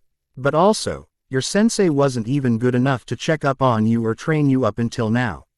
Why, he hasn't had the time because he is watching Orochimaru's EV. Uri move and writing the porn books that your sensei reads, replied Naruto. Natsumi's eyes widened at this statement. Her eyes understood, but she was still in denial of all the facts about her new sensei. Fine, but why do you resist our attempts to make up for our past mistakes? Why should I let you back into my life? I've done fine without you for 9 years. Another 9 won't make a difference. This conversation. The next time we talk will be when we meet at the Chunin exams tournament in 25 days. Get ready, for I will destroy you unlike any other before. With that, Naruto's body flickered away to train for the tournament. For the next 20 days, Naruto worked on summoning the raw elements of lightning and wind at will at night, while working on perfecting his swordsmanship skills, Kido, and wind jutsus during the day. Then, for the next 3 days, he and Haku sparred continuously for 15 hours every day. On the day of the tournament, Haku was excused from Junin duties so that she could watch Naruto fight. Okay everyone, my name is Sarutobi Asuma and I will be the proctor for today's tournament. Everyone look at the tournament schedule so you know who you're facing. Asuma held out a piece of paper with the listings of the matches. Uzumaki Namikaze Natsumoi vs. Uzumaki Namikaze Naruto. Uchiha Sasuke vs. Sabaku no Gaara Hyuga Neji vs. Rock Lee. Sabaku no Tamari vs. Nara Shikamaru. Sabaku no Konkuro vs. Aburun Shino. Everyone nodded. They understood whom they were facing in the first round of the Chunin exams final. Well then, said Asuma as he grabbed the battle line-up schedule and rolled it up. Will all fighters except Uzumaki Namikaze Naruto and Uzumaki Namikaze Natsumoi go up to the fighter's box? All the fighters except Naruto nodded and cleared the arena. Then, let the battle between Uzumaki Namikaze Naruto and Uzumaki Namikaze Natsumoi begin. With that, Asuma jumped out of the way to let the fighters have the space for their fight. Well, Naruto, let's see just exactly what you can do other than sealing jutsu. I bet you can't even do a simple jutsu. Take this. Water style. Gunshot jutsu. Natsumoi shot off a shot of water at Naruto. She expected Naruto just to dodge. But what she didn't expect was for Naruto to use Kido. Bakudo number 81. Splitting void. Suddenly a pale, transparent wall appeared in between Naruto and Natsumoi. Naruto then activated Anther Bakudo from behind his wall. Bakudo. Number 21. Red smoke escape. Suddenly a cloud of smoke obscured Naruto from view. Natsumoi searched high and low, but she couldn't find him until he spoke from behind her. Lightning style. Paralysis jutsu. As Natsumoi was turning around, her entire body was paralyzed. As she started to channel her chakra into Li Ghtning of the opposite nature, Naruto backed up and used another jutsu. Wind cyclone of lightning. The jutsu combined a wind style, pressure damage with a lightning style, false darkness. The ensuing tornado started ripping up the land as it made its way to Natsumoi. However, she was prepared for it. She countered with a fire and wind combo jutsu. Fire style. Fire cyclone. Wind style. Wind cyclone. The two jutsu collided. However, Naruto's jutsu overpowered Natsumoi because it contained more chakra than Natsumoi's fire and wind cyclone. Natsumoi then received multiple cuts along her arms, as well as being electrified on her arms. She jumped backwards to gain some distance between herself and Naruto while at the same time channeling the Kyuubi's chakra into her arms to heal them. Alright, Naruto, you want a full-out battle. You got it. I shall use my true swordsmanship skills. Then she unsealed two seals from a small scroll. These are my swords. They are the heirlooms of the Uzumaki clan. What? I should have received them. I am the oldest, and therefore receiver of all the heirlooms of our family. Not that I care. We shall settle this with a sword fight. Naruto then brought out a wooden sword handle. Ha, you think a wooden sword handle will be able to stand up to the whirlpool swords? These swords can slice through titanium. I hope that you have something better than that. Well, if you think that my sword is not good enough, by all means attack me. But be prepared to lose. Very well, let's go. Natsumoi charged at Naruto, swing both swords at him. But he just raised his sword handle to block it, as if there were a blade coming out of it. Surprisingly, both blades were stopped by what seemed to be an invisible blade. Up in the fighter stands. What? How the hell did he stop that blade with just a sword handle? Asked Konkuro. Sasuke, said Shikamaru, could you use your Sharingan to see if there is a blade coming out of the sword handle? Sasuke nodded and activated his Sharingan. What he saw surprised all of them. There indeed was a blade coming out of Naruto's sword handle. But it wasn't just a blade of chakra. It was a blade composed of wind. Invisible wind. Whoa, breathed Tamari. He must be pretty skilled to be able to do that. My sensei can't sustain a wind sword for that long. And even then, there has to be a gust of wind. He can't just make wind sword right then and there. Like your friend Naruto, he truly is gifted. Yes, he is. In taijutsu, no genin or chunin can beat him. In ninjutsu he is a genius. In kenjutsu he is a master. In fuinjutsu, he is at the 4th level. However, he can't use genjutsu. Even with his great chakra control, it's impossible for him to use it. He can only dispel all genjutsu. But I know that he also has learned a new style of fighting. He's learned the trench knives fighting style. But while he is a genius at ninjutsu, Kenjutsu is his area of expertise. Not even Natsumi or Tenten, the village's weapon expert, could face Naruto in a Kenjutsu Choji. Back in the arena, Naruto and Natsumi flew apart after their long sword exchange. Natsumi, call out the Kyuubi's power. You can't win without it. Are you really that arrogant? Fine, but when you lose, don't come crying to me. Then the fox cloak started to appear. Fox ears popped out of her head. 9 swishing tails emerged from her tailbone. Her nails turned to claws. Now get ready, Naruto. We fight. Kyuubi and I against you. You are outmatched. I have an infinite amount of chakra. You don't. You're right. I don't have an infinite amount of chakra.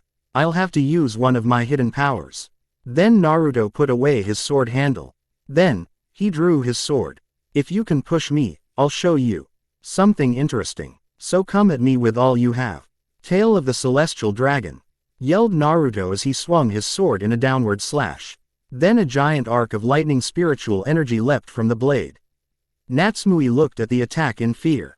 At the last second she used a blocking jutsu. Fox style. Defensive kitsune. Then a fox-like barrier formed in front of Natsumi, taking the brunt of the damage. The damage that she did take was healed by the fox's chakra. So, you were able to survive that attack. Impressive. Let us continue this fight. You will not be able to beat me, no matter how hard you try. Oh yeah, well we'll see about that. Fire style. Kitsune fire, yelled Natsumi. Then she created 9 foxes out of fire and sent them to fetter Naruto. However, Naruto was able to dodge them quite easily. He then extinguished them with his own technique. Water style. Water wolves, said Naruto calmly. Then 9 wolves of water went and attacked the foxes, while Naruto dealt with Natsumi. She however had disappeared from view. When he looked behind him, he saw her finishing a set of hand seals. Uzumaki sealing style. Gravity seal. Then Naruto fell down due to the amount of gravity. He smirked. Well Natsumi, said Naruto as he stood up. You are good enough for me to have to release my sword. Now strike the celestial heavens, Rariki. Suddenly, a dragon of lightning emerged from Naruto's blade. Also, his sword transformed. It gained a lightning bolt blade that was attached to the hilt by a chain. Now Natsumi, you face the true power of my sword. Meet Rariki. Then he swung his sword and he dragon of lightning raced towards Natsumi. The end result. A large explosion. When the dust cleared, Natsumi stood there unharmed. Well then, let's see which is stronger, the dragon of your sword or the Kyuubi's chakra. Quote, A.N. Infinite. It is done. Sorry for the wait. Here is the chapter. Hope you like it. We're being invaded. Ch. 6 Let the Chunin exam finals begin. I don't own Naruto or Bleach. Masashi Kishimoto owns Naruto. Type Kubo owns Bleach. I'm Yami. No, I'm Kami. But I'm Rariki. Shut up, I'm Jubi. And I'm Kyuubi, Jutsu. Last time on the Electric Dragon of Konoha. Well Natsumi, said Naruto as he stood up, you are good enough for me to have to release my sword. Now strike the celestial heavens, Rariki. Suddenly, a dragon of lightning emerged from Naruto's blade. Also, his sword transformed. It gained a lightning bolt blade that was attached to the hilt by a chain. Now Natsumi, you face the true power of my sword. Meet Rariki. Then he swung his sword. And the dragon of lightning raced towards Natsumi. The end result. A large explosion. When the dust cleared, Natsumi stood there unharmed. Well then, let's see which is stronger, the dragon of your sword or the Kyuubi's chakra. Quote, now on to the story. Yes Natsumi, let us see which heir of our clan is the strongest. Is it Naruto, the outcast, or Natsumi, the prodigy? Then without warning, Naruto rushed out at Natsumi with his sword swing to chop off her hands. But they were stopped by both of Natsumi's swords. You will never beat me. I would kill myself before losing to you. Then she opened her mouth and began charging a ball of chakra. Grr, I have no choice. If I want to survive that one-tailed beast bomb blast, I'll have to create my own using the Jubi. I'll have to pass it off as a hollow technique. If I make it look like a Sero, that should do it, thought Naruto as he too started creating a one-tailed beast bomb blast. When he started creating the attack, everyone in the stadium was confused. How could a regular shinobi create an attack that was unique only to Jinchuriki? Both of them fired the blasts at the same time, however, since Natsumi started charging her attack first. Her attack was able to break through Naruto's attack and engulf him. But when the smoke disappeared, he looked completely unscathed, save for the fact that Naruto had lost his shirt and jacket. However, everyone could see some tattoos on Naruto's body. On his stomach there was a dragon that looked like it was made up of many different seals. Across his chest were 2 red and black lightning bolts. However, the most notable tattoo was the monkey tattoo on his back. TCH. Looks like I need a new shirt. Guess I'll also use my Haori as well. He unsealed a shirt that was all black. He also unsealed a Haori that had the kanji for 10 on the back. After he put it on, Naruto then charged at Natsumi with his sword slicing through the air in one hand, while in the other, there was the chain that was connected to a lightning bolt-shaped blade. He threw the chain at Natsumi where it wrapped itself around her arm. As he pulled her towards him, he plunged his sword in the direction of her neck. Natsumi responded by doing a seal-less substitution jutsu with a log. As Natsumi got away, Naruto was busy thinking of a way to land a decisive blow so that he could finish this match quickly. He then decided to do the unexpected to finish this match as quickly and logically as possible. He sensed that Natsumi was hiding in the trees trying to figure out a way to match up against Naruto. However, Naruto had no intention of letting Natsumi prolong this match any longer. Shadow Clone Jutsu. Naruto then nodded at the clone who started performing the necessary seals for a long-range substitution jutsu. Meanwhile, Naruto started his chant necessary for the Hado that he was about to use. Suddenly, in a poof of smoke the clone disappeared just as Naruto finished his chant and switched with Natsumi. Naruto grinned. Hado 90. Black coffin. Then suddenly black energy with a purple outline surrounded Natsumi. Then, the spears surrounding the box were pushed through the coffin, resulting in a high-pitched scream. When the energy disappeared, Natsumi was falling to the ground with multiple holes in her chest. Then Asuma stepped in and announced the winner. Winner of this match is Uzumaki Namikaze Naruto. Will the participants of the next match step forward? The next match is between Uchiha Sasuke and Sabaku no Gaara. As he was announcing the contestants of the next match, the healers came to take Natsumi away to the hospital. Up in the stands, HMPH. Now you all shall see the greatness of the Uchiha clan. No insane crazed freak will be able to beat me, said a smirk. Sasuke as he walked down to the arena. Fool, whispered Naruto as he watched the 2 fighters down in the arenas preparing to fight. Shikamaru and Choji looked at Naruto weirdly. Ryu, why is he a fool? I mean sure Gaara is crazy. But both of them are strong, especially with Sasuke having the Sharingan. Surely it will be a close match, asked Choji. He's a fool because he doesn't have nearly enough stamina or chakra. Gaara is like Natsumi, except the Aikibi's powers grant her free control over sand. There are many people who could control sand to that degree. Only the 3rd and 4th cages were able to attain such a level of control over sand. But even this was only attained after studying how Jinchuriki of the Shukaku manipulated the sand. None of them were ever able to do it without the help of a host. Explained Naruto. Down in the arena, both fighters had finally readied themselves. Both were ready to fight to prove they were the strongest. Alright, said Asuma, now that both are the match begin. Both Sasuke and Gaara jumped backwards to put some distance between them before they started fighting him.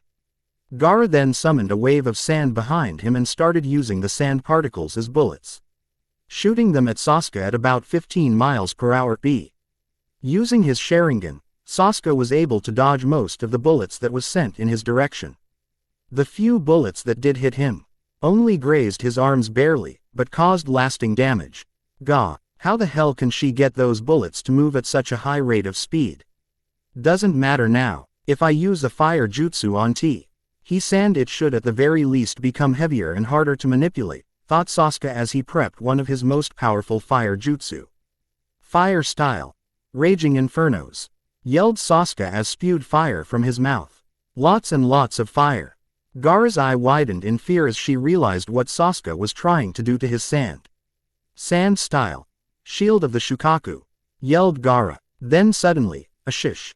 Eiled looking like the Shukaku appeared which was blocking the fearsome fire jutsu. See. Sand style. Rise of the Shukaku. A ball of sand started to appear around Gaara as she gathered the chakra of the Shukaku from within the ball of sand. Sasuke narrowed his eyes. How would he be able to defeat something like that if he wasn't able to puncture the shell? He only had two choices. Use a huge amount of fire jutsus to cause the sand to turn into glass or use the Chidori to puncture the shell.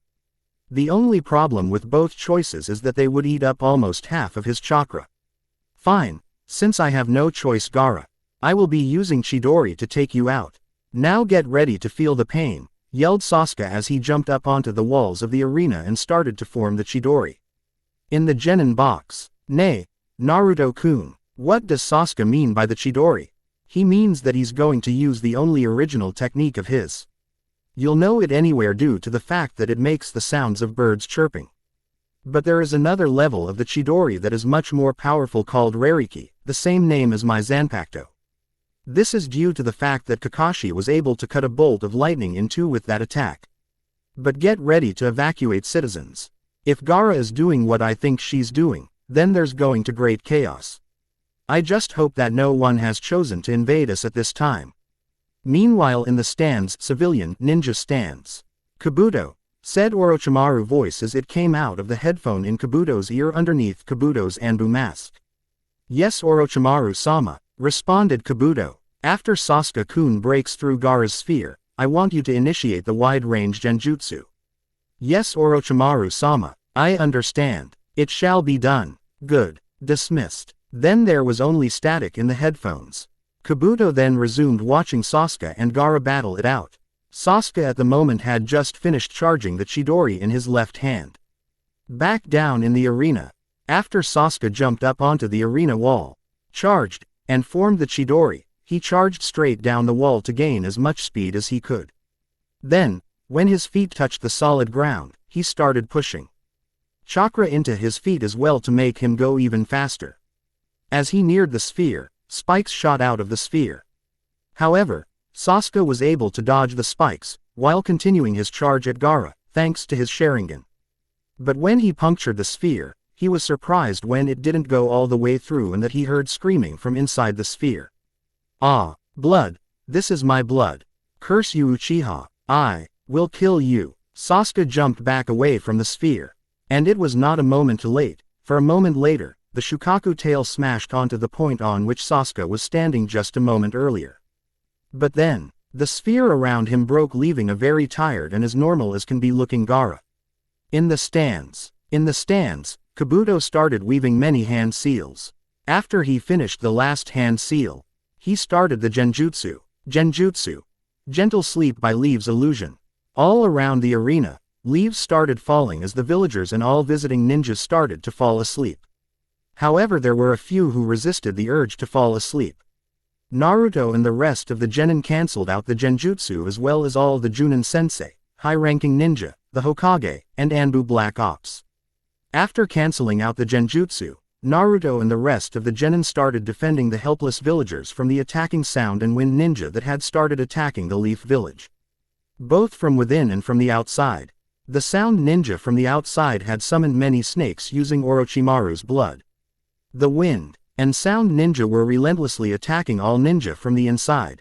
At the cage box, the cage sprung into action by getting behind the Hokage and putting a kunai to his neck, while the Sound 4 erected a purple barrier around the roof of the cage box, where the cage had dragged the Hokage. Meanwhile, some Sound ninja had managed to throw Kushina out of the barrier. Kushina killed them all right afterwards, as they had caught them her surprise. When they had kicked her out of the barrier, she decided to do her best to eliminate or subdue any enemy ninja. But in the cage box, Minato was having a friendly chat with the cage. Well, you have me in quite a predicament. Don't you Lord Cage, or should I say Orochimaru? But no matter, how do you expect to defeat me, if you can't even tell that I'm a clone? Latta. Then an explosion rocked throughout the barrier. Orochimaru had to jump back, but Minato was already behind Orochimaru and going for a stab with his kunai. And so, the battle of cages had begun. While all of this was going on, Baki Team Sand Sensei had told Temari and Kankuro to get Gaara out of here so that the invasion of the leaf could come. But as they were leaving, Asuma told Sasuke to get Gaara. At the same time, Hayate told Naruto to go after Sasuke and send a squad to defend the academy. Naruto nodded. "All right, sensei," responded Naruto. He then surveyed the genin before him and made a decision. "Shika, Shino, Neji, Ino and Hinata, you go to the academy and help protect it. Kiba, Akamaru, Choji, and Lee, you're with me." "Why the hell should we listen to you?" asked Kiba and Neji, "other than the fact that the Junin put me in command." "Well, because I'm more mature than you and can kick your asses any day. Now move out." With that, the academy group headed towards the academy while assault group moved in on Sasuke and Gaara. Location: Konoha Forests. Position: Sasuke and Gaara. As Temari, Kankuro, and Gaara headed through the forest, Gaara started whisper hoarsely. "Let me go. Let me go." Gaara then kicked them both away and started to gather a brown-colored chakra around him. Soon the sand in his gourd started spreading over his arm. The left arm of Shukaku had emerged. However, He transformation was temporarily delayed because Sasuke had arrived and threw some kunai with exploding tags connected to them. The explosions were big enough to blow Temari and Kankuro from Gaara. HMPH. Pathetic. You have to become a monster to defeat me. I will show you the true brilliance of the Uchiha clan. Fire style. Fireball Jutsu. Sasuke started the battle off strong with one of the most powerful jutsus in his arsenal. Unfortunately, all it did was annoy Gaara. What was that? Was that supposed to heat me up because I really needed that heat? If that's the best you can do, Uchiha, then you are toast. Ha ha ha ha. Then Gaara swung the arm of the Shukaku at Sasuke, causing many trees to fall down. Meanwhile, with Naruto, boom, Naruto's eyes stopped and stared in the direction of the loud noise. He also was trying to get a feel of whether Sasuke and Gaara were in that area. "Naruto, what the hell are you doing staring off into space? We need to get moving to find Sasuke and Gaara," yelled Kiba. "Shut up, Mutt. I was trying to see if Gaara or Kiba was in that direction. However, I have figured out that they are in that direction, but there are two incoming chakras, so guess it would be Gaara's brother and sister. Kiba, Akamaru, and Choji, you take on the puppeteer. Lee, you take Temari. Take Temari down fast and hard, otherwise it'll be troublesome to deal with her." "Got it, Naruto. But what will you be doing?" "I will be going to save Sasuke and kick Gaara's ass. Now let's go." Ike, Kiba, Lee, and Choji nodded and headed towards their enemies. Choji and Kiba heading for Kankuro to the left and Lee heading for Temari to the right. Naruto headed straight for Gaara and Sasuke. With Temari and Lee, Temari was heading towards the leaf genin when she saw a green blur heading straight for her. She dodged and threw a few shuriken at the green blur. However, the shuriken weren't fast enough to hit the green blur. Then the green blur landed on a tree branch. "Hello, Mistress of the Wind. I am Rock Lee, the second proud green beast of Konoha. I cannot let you pass. I will not let you get to Naruto. My fires of youth aid me in defeating you. The fact that you are invading us is most unyouthful. Very well then, but prepare to be defeated. Don't come crying to me when you lose." Quote, "You can be assured that I don't, for it will be you who will be coming crying when I kick your butt." Then Lee rushed at Temari like a wild beast. But this time, she was ready. She swung her fan at Lee, sending a blast of wind at him. However, he was able to keep going and land a solid punch on her, going right through her fan. Without her fan, she was unable to fight well, resulting in her surrender. With Kiba, Akamaru, Choji, and Kankuro. As Kankuro ran towards Naruto to stop him from getting to Gaara, he was intercepted by the shuriken of two of the leaf genin. Choji and Kiba landed in front of him with a battle-ready stance. "Well, what do we have here? Two ninjas of the leaf have come to defend their friend. How touching. You baka. I am no friend of Naruto. I am only doing this because he is the only one of our group who has the greatest chance to be able to defeat your crazed teammate. We will not let you past us. If you want to get to Naruto, then you have to get through Kiba and me. So bring it on because there is no way that you could possibly defeat both of us in combat. Very well, come forth, Black Crow. yelled Kankuro as he grabbed the bandaged object of his back. He put the object on the tree branch and used his chakra to unwrap the cloth around the puppet quickly. He then activated the puppet by attaching chakra strings from his fingers to the body parts of the puppet. Then, by making several finger motions, he made the puppet move forwards while unleashing a flurry of poison-tipped kunais at the leaf ninja from Black Crow's mouth. Kiba and Akamaru dodged and followed it up with a jutsu. Piercing drill, yelled Kiba as he spun his way right at Kankuro. However, he was forced to swerve out of the way because Black Crow came right at him with some nasty, poisoned sword blades, replacing its hands. But before Kankuro could make Black Crow get close enough to Kiba, Choji attacked Black Crow. Partial expansion jutsu. Using his expanded arm, Choji flattened the puppet Black Crow by grabbing a tree and smashing the puppet with it. Then he turned around and smacked Kankuro with it. Kiba was about to go finish it when Choji stopped him. Leave him. He is no threat without his puppet. Let's go see if Lee needs any help and then go back up Naruto. With Naruto was racing through the trees and was able to find Sasuke and Gaara fairly easily. When Naruto arrived, Sasuke was starting to charge the Chidori again. Naruto opted to stay in place and see what Sasuke would do. But Naruto could see that he wouldn't be able to do any lasting damage. With the arm of the Shukaku out, nothing would have any lasting effects on Gaara. Chidori, yelled Sasuke after he had charged up his attack. He then charged Gaara with his jutsu. However, when Gaara put his arm in front of himself to protect himself, Sasuke didn't stop. He stupidly kept on going and charged right at Gaara's arm, trying to right through it. However, his jutsu died short when his arm got stuck in Gaara's arm of the Shukaku. Naruto grabbed Sasuke and pulled him out of danger just before a tail appeared where Gaara's behind was. She then let out a primal growl and channeled some of the Shukaku chakra into her right arm. Then Gaara's right arm became like that of the Shukaku. All she needed to do was get the tail, and she would have completed all the necessary preparations to become the Shukaku. The only way to stop him was to let him transform and then make waste a lot of his chakra. Gaara, I want to face you at your full strength. Transform into the Shukaku right now. I want to see if your ability to use your Biju's power is any better than the ability of my sister.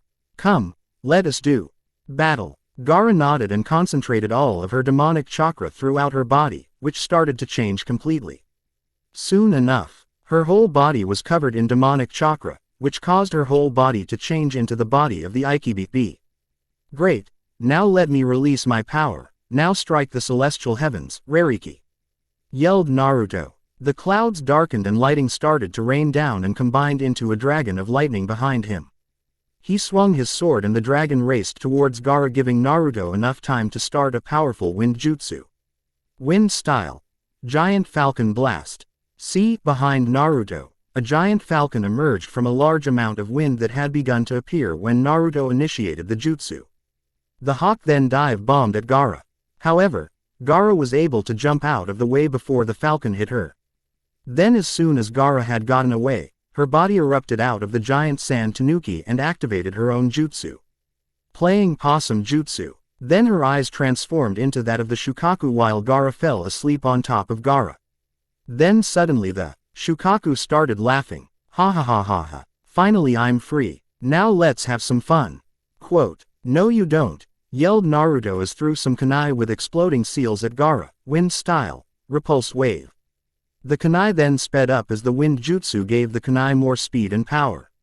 Boom. Some of the sand on the Shukaku's arm fell off, but as soon as it fell off, the sand was replaced by sand that the Shukaku summoned from the ground. You think that those puny little objects can hurt me? Think again, you puny human. I am the master of the eternal sands, no object can harm me. Then with a swish of his tail, the Shukaku sent waves of sand towards Naruto. Well, ruler of the sands, what happens if water mixed into your sand? Will you be able to control it as well as you can right now? Water style. Raging tsunami. Yelled Naruto as he weaved hand seals while jumping backwards through the forest. He then spat some water at the sand. And then, let's see what happens when we add lighting to the water. Rariki. Naruto then swung his sword at the water he had spat. which was rushing towards the sand, which combined with the lightning. As a result, the sand was stopped entirely. That doesn't make a difference. I can still kill you with a swing of my tail. Can you? If you could, you would have done it by now. Let me show you what true power is all about. I will show you Gaara, the error of your ways, wind style, wings of wind. 2 transparent wings grew on Naruto's back. Then Naruto flew up to Gaara and drove a lightning-enhanced punch to her face, effectively waking her up from her forced sleep as well as causing the Shukaku body to disappear. "SS, stay away. Don't hurt me," stammered Gaara fearfully as she backed away from Naruto. "It's okay. I won't hurt you anymore. You just had to learn the lesson of what true power is. True power is the ability to protect the people that you love or care for. Do this, and you will become truly strong. Although a little training on controlling your Biju would help too." Then right after he said these words, Kankuro and Temari appeared behind Gaara with their weapons ready. They were about to start attacking Wenkuro. It's time for the fight to stop. "We have lost this battle and the invasion. Let's go." Temari and Kankuro's eyes widened. Gaara not wanting to fight. What was the world coming to? They both helped Gaara up and took off with Gaara on their shoulders as Lee, Choji, Akamaru, and Kiba appeared behind Naruto. "What the hell are you doing, Naruto? Are you just going to let them get away? After all that they did to the leaf?" asked Kiba in an infuriated tone. "Yes, Kiba, I am letting them go. The 4th Kazekage, who was in fact Orochimaru of the Sannin, used them. Now, let's get back to the village. I have to make sure that Hakune-san is A-okay. Lada." Then Naruto disappeared in a flash of lightning. While Choji faded into dust, Lee just used his super speed to hurry to the village while leaving Kiba in the dust. Chunin Arena, Hokage Battle.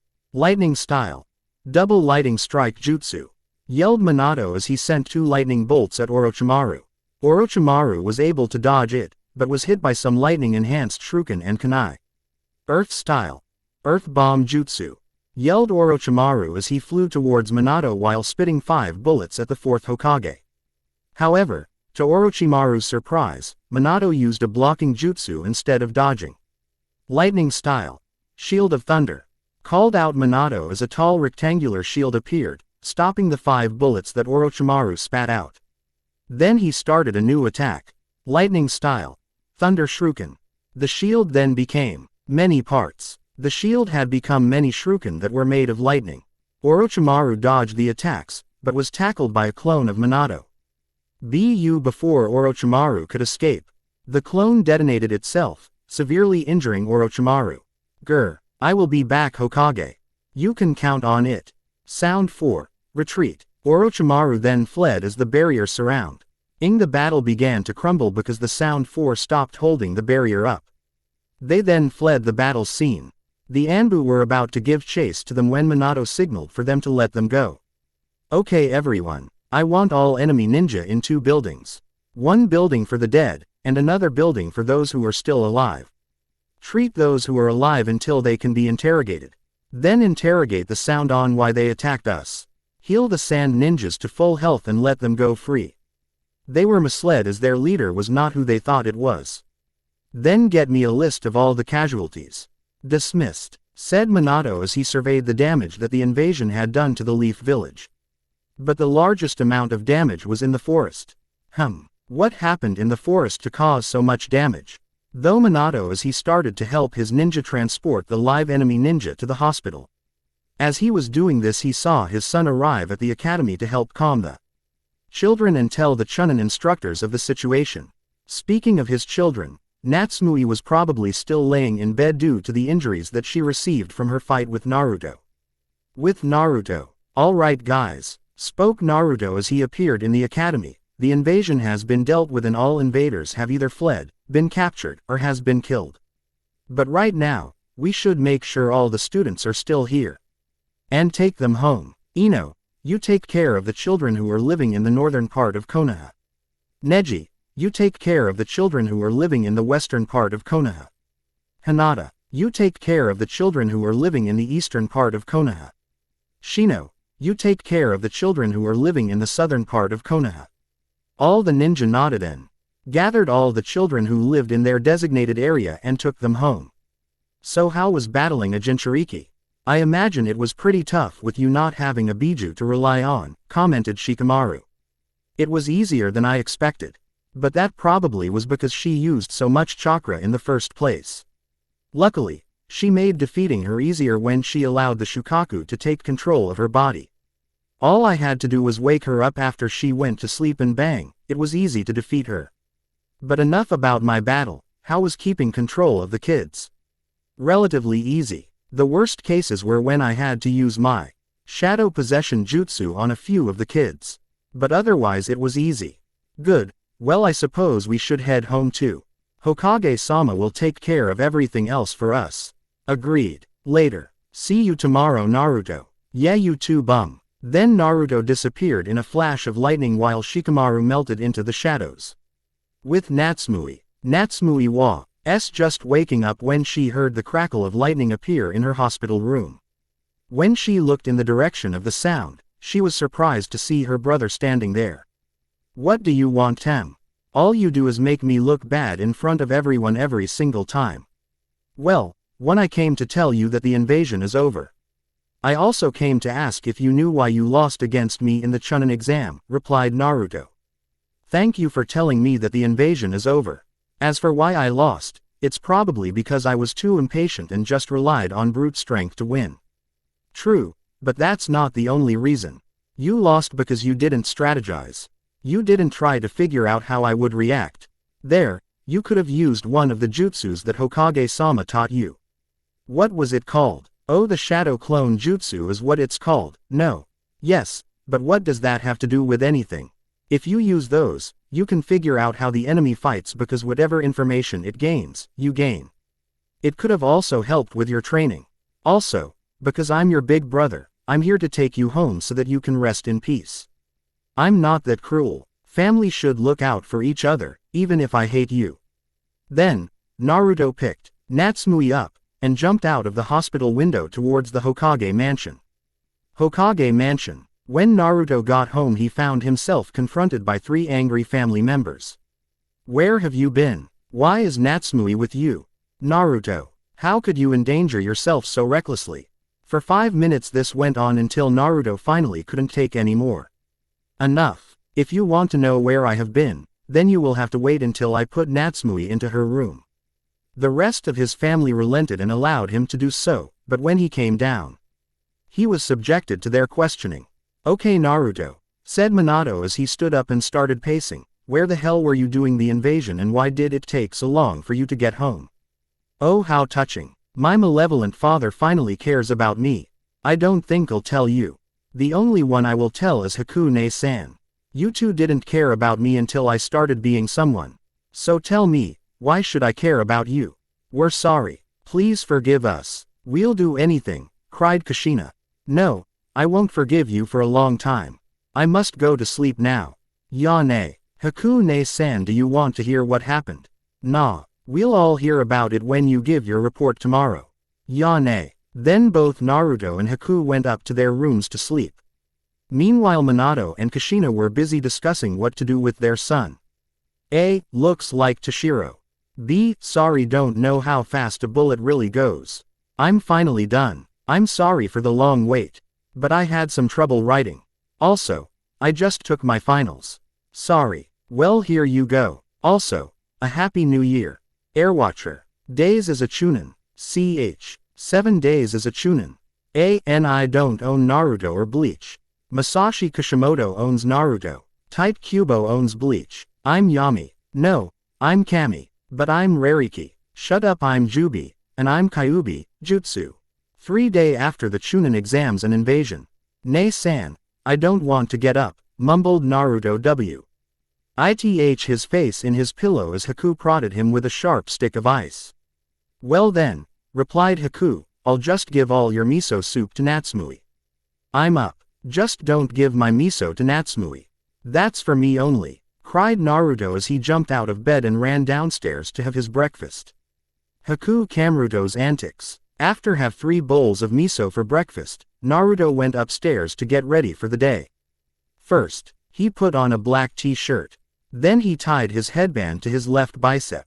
Next he put on a pair of black ninja pants that had lightning bolts running down its sides. Finally he grabbed his ninja pouch, which was full of his supplies and his sword. He opted not to wear his haori because he doesn't want to wear it until he's a chunin.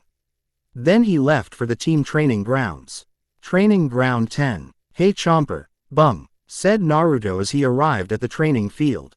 Hey Naruto, do you know what sensei wanted us here for? Asked Choji. No, but I have a feeling he's going to tell in 5, 4, 3, 2, 1, and now. Replied Naruto as Hayate appeared in a cloud of smoke. Hey, sensei, said Choji, what did you call us here for? I was told to summon you three to the Hokage's office. Let's go, said Hayate. All three of the genin and the junin disappeared in smoke as they appeared in the Hokage's office. Genin of Konoha, I welcome you. The Ninja Council and I have gone over your battles and we have decided which of you will be moving on to become chunin. When I call your name, step forward to get your tanto and your flak jacket. Minato looked at the genin before continuing. Rock Lee, Nara Shikamaru, Yamanaka Ino, Aburun Shino, Hyuga Neji, Uzumaki Namikaze Naruto. All the genin stepped forward and received their flak jackets and their tanto. As of this moment, you are all considered chunin of Konoha. And will be expected to act as such. Am I clear? Crystal, shouted all the new chunin. Dismissed. Except for you, Naruto. All the chunin left, while Naruto was left behind. Naruto, said Minato as he got up, I want you to explain to me what you did during your match against Natsumi. What was that sword, and how did you use it to create lightning? Naruto guarded Minato for a few seconds before sighing. It is called a Zanpakuto, or a manifestation of my soul. I gained this when I was younger, if you don't remember. However, I trained with it to master the Shikai form for a long time. I still haven't mastered the final stage completely. Anything else? No. You may go. Naruto opened the window in the Hokage's office and jumped out, and started channeling his chakra into his feet to keep him floating as he walked to the training field. Naruto started his training and continued training for about 5 hours. Right now, he could maintain Bankai F, or about 30 minutes if he really pushed himself. However, he was very effective while using Bankai. After training, Naruto went to the Hokage.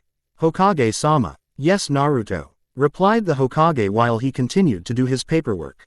I was wondering if I could drop the Namikaze from my name. Why? Asked Minato as he finally stopped his paperwork to look at Naruto. I wish to become my own person.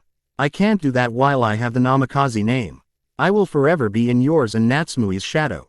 I need to escape from that shadow. The only way I can think of doing that without you casting me from the family is to drop the Namikaze name. So may I. You may, said Minato. He grabbed some papers and started filling it out before having Naruto sign it as well. As of this moment, you are no longer Uzumaki Namikaze Naruto. You are Uzumaki Naruto, heir to the Uzumaki clan. 5 days later, Chunin Uzumaki, you are to go with Jiraiya and Natsumi to bring back Tsunade. Do not fail. Your team is waiting for you at the gate. Naruto nodded and left. Right now, Naruto was wearing loose-fitting pants, with a ninja pouch on his left hip. He also wore a kunai holster on both of his legs and Zori sandals on his feet. On his top, Naruto wore a black kimono top and a blood-red happy. Also, Naruto now carried 2 swords. One was his Zanpakuto, which was sealed into a storage seal, which was tattooed onto Naruto's arm. Naruto's other sword was a regular katana, although this one had a normal, rectangular hilt, with an even simpler sheath, as it was wooden as well, with no decorations. Naruto kept it on his obi, which was a deep blue. Naruto arrived at the gate with a bag strapped across his shoulder, to see that both of his traveling partners were already ready to go. Come on, hurry up, Naruto, said Natsumi.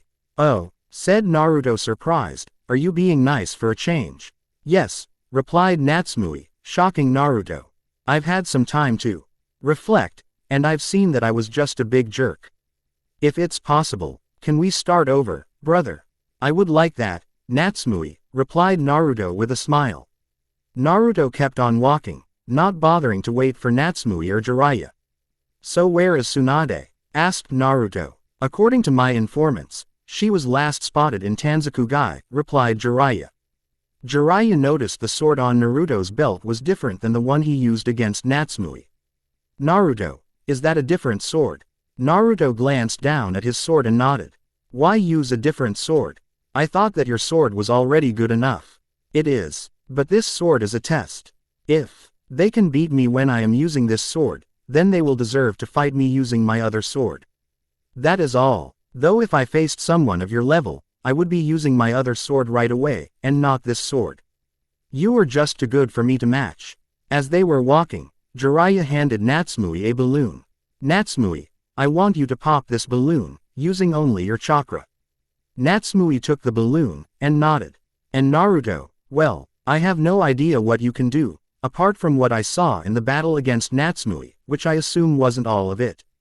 Well, you know what I can do with my other sword, right? Jiraiya nodded that he did. Well, other than that, I have created a taijutsu style, and I am able to go head-to-head with the taijutsu specialist of my genin year. He also got promoted to chunin. My ninjutsu is top-notch. I can use lightning, wind, and water jutsu. As for genjutsu, well, I can't use any as of right now, as it's impossible for me to send chakra into another person's body and manipulate it. But I am immune to almost any genjutsu, save for the Tsukuyomi that Uchiha Itachi, murderer of the Uchiha clan, was able to use. As for my kenjutsu skills, well, I am a BLE to go for about 20 minutes with Hayate-sensei. My fuinjutsu would only be second to yours or Hokage-sama's. After all, it was I who sealed Sasuke's curse mark. I see. Well, the only training I can give you would be battle experience. That is probably the only thing keeping you from becoming a Junin or special Junin. You have the power, but not the experience. Is there any jutsu that you are working on that is giving you trouble? Quote, yeah, I am trying to perfect a speed jutsu that will make me as fast as Hokage-sama. The jutsu involves using my natural skill with lightning and wind. It involves pushing wind out from my back, and using lightning on my feet to keep going. The only problem is that I can only use it for a minute before my feet are burnt. That is very interesting. I don't know how you would keep it from burning up. The only way I can think of is to increase your lightning control, and experiment on how much lightning your feet can handle until it starts to burn. For the next few hours, Naruto and Natsumi practiced their respective jutsu as they walked to the town that Tsunade was in. When they got there, the three ninja walked to the hotel that they had reserved to stay at. And put all their belongings there. Let's go out to eat. Maybe we'll run into Tsunade that way, said Jiraiya. All of them, Natsumi, Jiraiya, and Naruto left to go eat at a bar restaurant. When they got there, Naruto spotted Tsunade, and whispered to Jiraiya. All three of them sat down at Tsunade's table. Who the hell or why? Said Tsunade before realizing whom she was staring at. Oh, it's you, Jiraiya. Hey, no need to sound so depressed. After all, it's been what, 20, 30 years since we've seen each other. Meanwhile, Naruto smelled the distinct smell of snake around Tsunade. Anyway, who are these brats? Asked Tsunade. They Anato Namikaze. The one on my right is my apprentice, Natsumi Namikaze, while the one on my left is Naruto Uzumaki. Naruto is the heir of the Uzumaki clan, while Natsumi is the heir of the Namikaze clan. Oh, so what? That won't make me come back to the leaf. You were visited by Orochimaru, weren't you? Said Naruto. How did you know? Asked Tsunade. You were giving off the scent of a snake. I don't know what kind of history you have with Orochimaru, or what deal he made with you. If you attack my home with him, I'll kill you. Said Naruto with a cold look as he stood up and left. TCH, who does he think he is? Asked Tsunade as she drank some more sake. He is Sarutobi-sensei's heir. He is the sole wielder of the Monkey Clan. And he is also on par with some Junin, despite his age and the amount of training he has had. Understood. Yeah, said Tsunade as she got up and left to go find Naruto.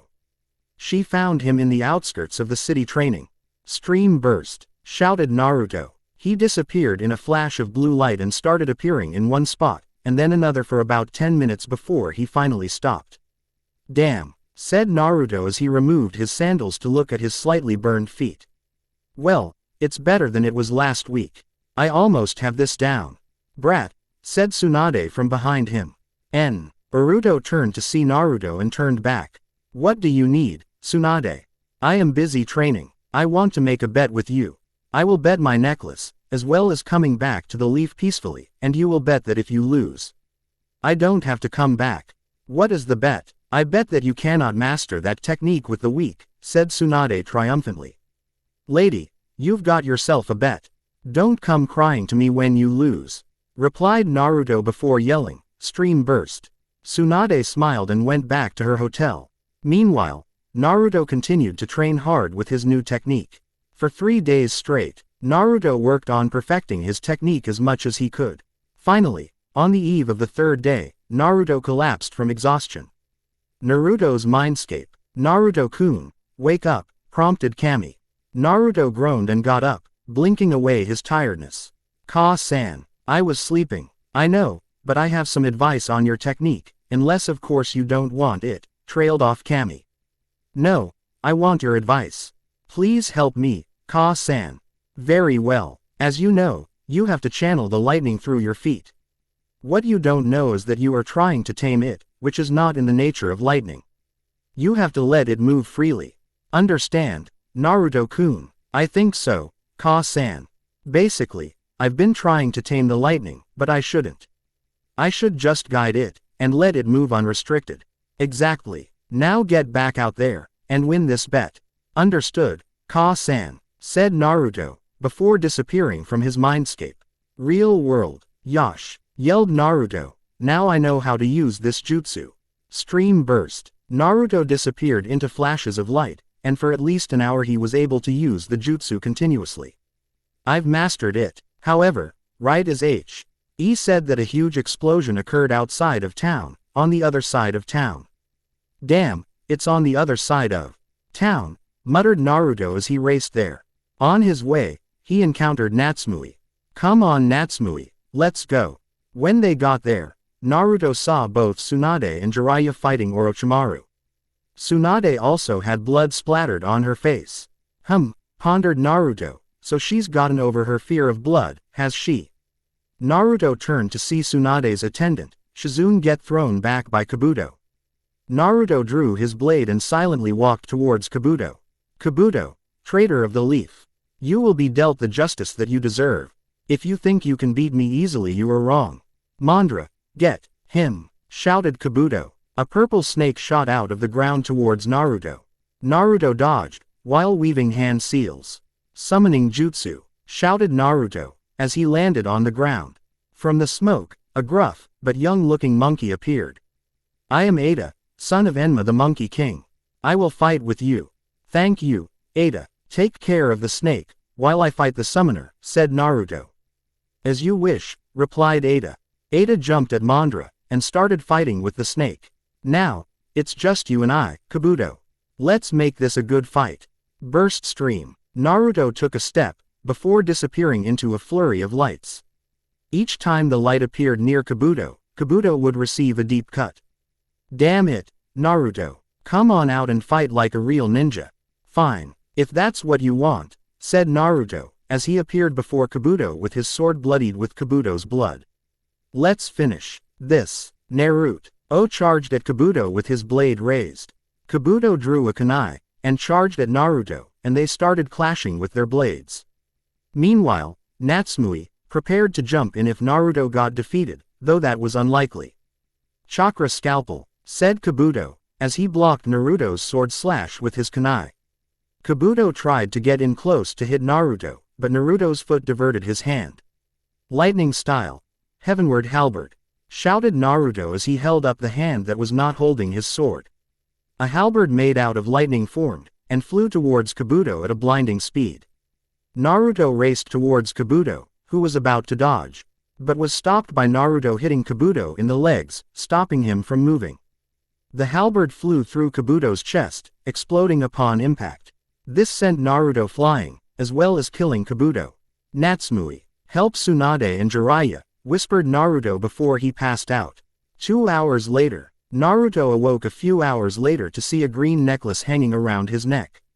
He got up and left the hotel to find Natsumi and Jiraiya sparring. "Oi, are we leaving soon? And where's Tsunade?" asked Naruto. The two stopped sparring and walked over to Naruto. "We were waiting on you. But know that you are awake. We can go." Tsunade went to grab all of her stuff. "Grab your stuff and meet us on the outskirts of town."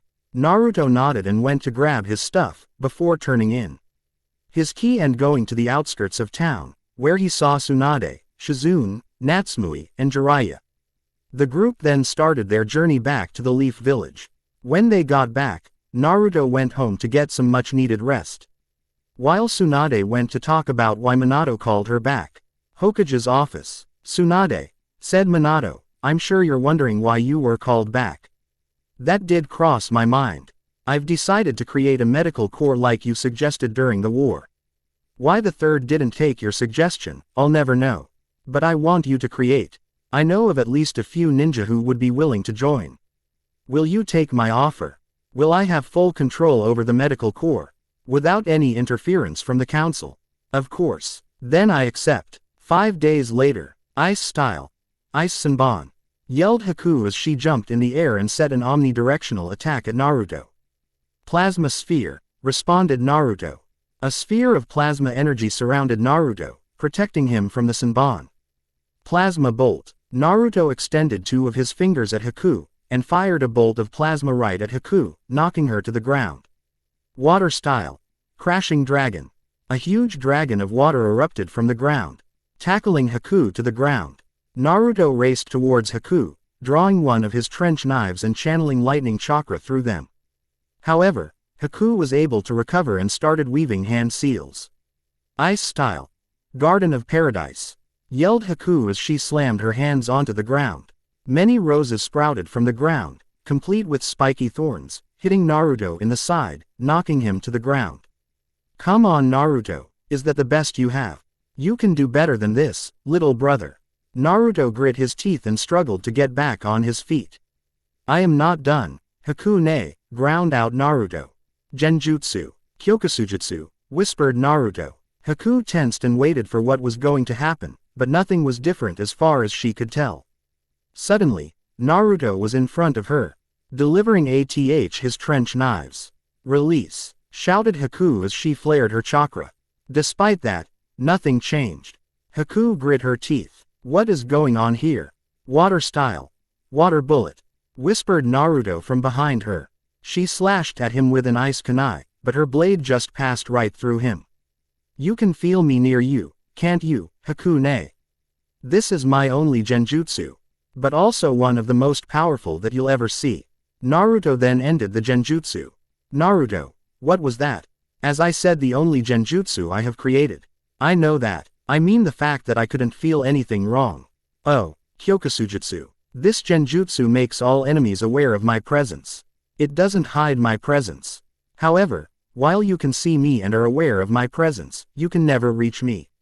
It is like a moon reflection upon a pond. You can see the moon, but not reach it." Haku stared dumbfounded at Naruto's explanation. Her little brother created such a complex technique. "Awesome," yelled Haku as she glomped Naruto and started squeezing him. "You've done something even I can't do. Now, for your reward, I'll make you some of my beef stew." "How does that sound?" "Yay," shouted Naruto. "I get some of Ne-chan's beef stew." As they were going in, however, 2 hawks flew toward the 2 ninja. Haku took out her scroll to see a mission. "Naruto," said Haku as she sighed, "I'm going to have to postpone making you beef stew. I have a mission to do. I'll make it when I come back." "Understood." "Yes, Ne-chan, it's okay. Hokage-sama has summoned me to his office. I'll see you later, Haku-ne." Naruto raced towards the Hokage's office and appeared before him. "Hokage-sama, what is it that you require of me?" Minato sighed. Naruto still wouldn't call him and Kushina 2-san or Ka-san. "Not anymore. Chunin Uzumaki, you've been called here because of an incident that happened last night. Your sister was found unconscious on a bench last night. She was trying to stop Sasuke from leaving the Leaf Village. As of this moment, you are issued the mission to track down Sasuke and apprehend him if possible. Kill him if you have no other choice." "Understood, Hokage-sama. If I take some other Chunin, Who will be in command? You are. Now form a team and stop them. We believe Sasuke is on his way to Orochimaru. That cannot happen. Understood. Yes, Hokage-sama. Sasuke will either come back alive, or he won't make it to Orochimaru alive. May I go gather my team? Yes. Go Chunin Uzumaki. Use all your power to complete this mission. Naruto nodded and left to go find Shikamaru, Choji, Natsumui, Shino, Kiba, Neji, Lee, Tenten, and Hinata. The entire team gathered at the gate. All right, said Naruto when they got there, all of you have been called for one reason. We are to either bring back Sasuke Uchiha, or kill him. If we cannot capture him, we are to kill him. Is that understood? Everyone around Naruto nodded. Good. Sorry, Naruto, said Shino, but what is the chain of command? As many of us are the same rank. I am in command, appointed by Hokage-sama. Now, we will be tracking Sasuke in 2 lines. The first line will be Kiba, followed by Shikamaru, who will be the quick thinker and will give Kiba orders based on what happens. Next will be Natsumui, then Choji, and finally will be Hinata. The next line will be Shino, followed by me, then Lee, then Tenten, and finally Neji. There will be a width of 50 meters between the 2 lines.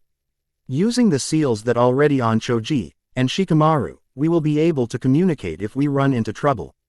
Any questions? When no one raised their hands, they got into formation and headed out. After about 20 minutes of jumping through the trees, Naruto felt his communication seal heating up. Naruto called for a stop. When Naruto checked the seal, he saw the word. Choji and Natsumui are fighting with one of the Sound 4, the group sent to retrieve Sasuke. Should we come closer to each other? Naruto replied, yes. He then turned to his team. All right, we are moving towards Shikamaru's team. Choji and Natsumui are already in a fight. Let's keep going and hope we don't run into a fight. Naruto and his group continued until they met up with Shikamaru's group. After about 30 minutes, they had the other 3 members of the Sound 4, and then an extra member from when they had been the Sound 5.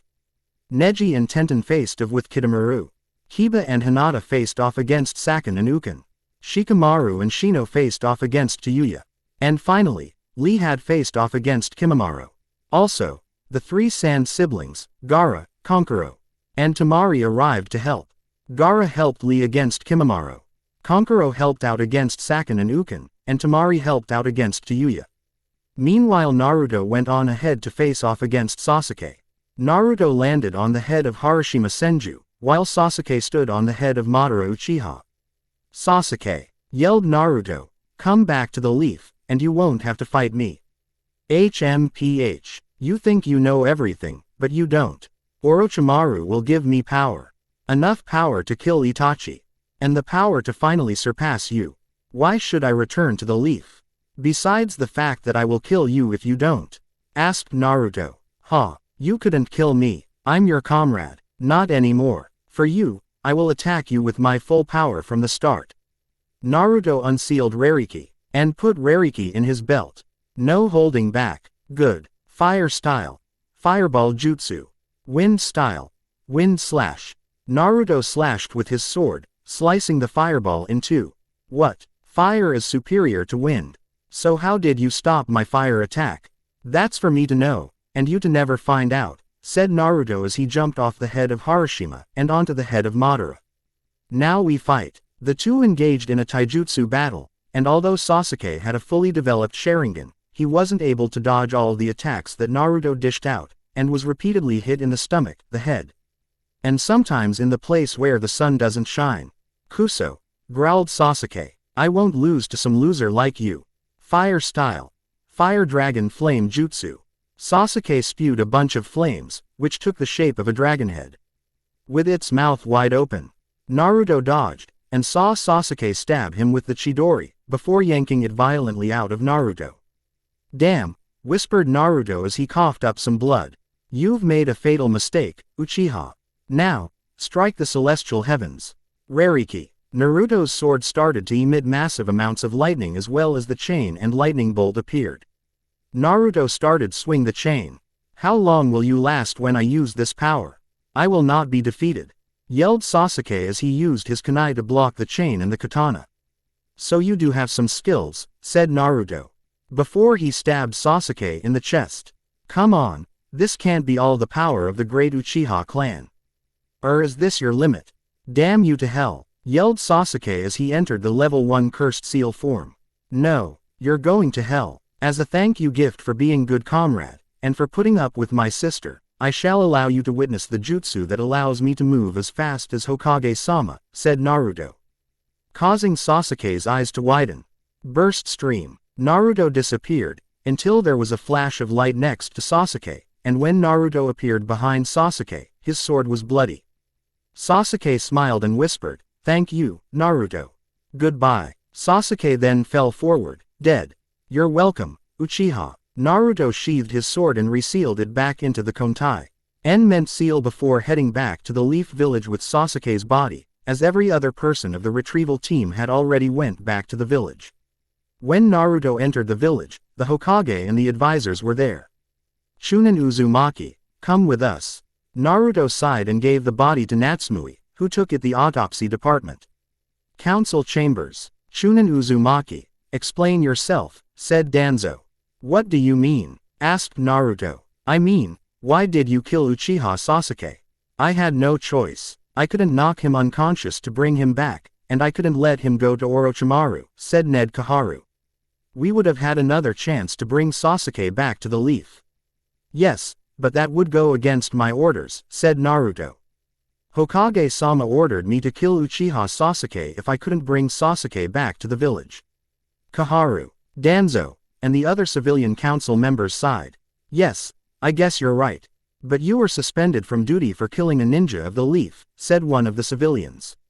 "No, he is not," said the Hokage. "Chunin Uzumaki was following my orders. And you don't have the power to order my subordinates. None of you do. In case you've forgotten, this is a dictatorship. I rule the village the way is best for the village. And my ninjas answer to me only." "Understood." The civilians nodded. "Then this council is dismissed." Naruto nodded and left. When he saw Natsumui, he saw that she had something in her hands, the Uzumaki blades. "Hi Naruto, if you're the heir to the Uzumaki clan, then you should have these blades." "I'll just use the new katana I got." "What new katana?" asked Naruto. "Oh yeah, I forgot. A lot of us formed these strange new weapons while we were on the mission. They are like yours when we have to utter a phrase and call out its name, and then it transforms. I got a wind-based one called Tachika's. Would you mind helping me train in it?" "Of course, but we'll have to ask Hakune for help as well, you." "No." Natsumi's eyes widened. She was scared of Haku because Haku didn't like Natsumui due to the way Natsumui had treated Naruto in the past. "It's okay, little sister. You just have to earn her trust, and everything will be fine. Now, I have to get going." A, like Raikou Onura from Rise of the Yokai Clan, except instead of a blue coat, it is red. B, think the sword of Raikou Onura. C, I know that I never explicitly say what happened to the Uchiha clan. So let's say that they were still murdered by Itachi.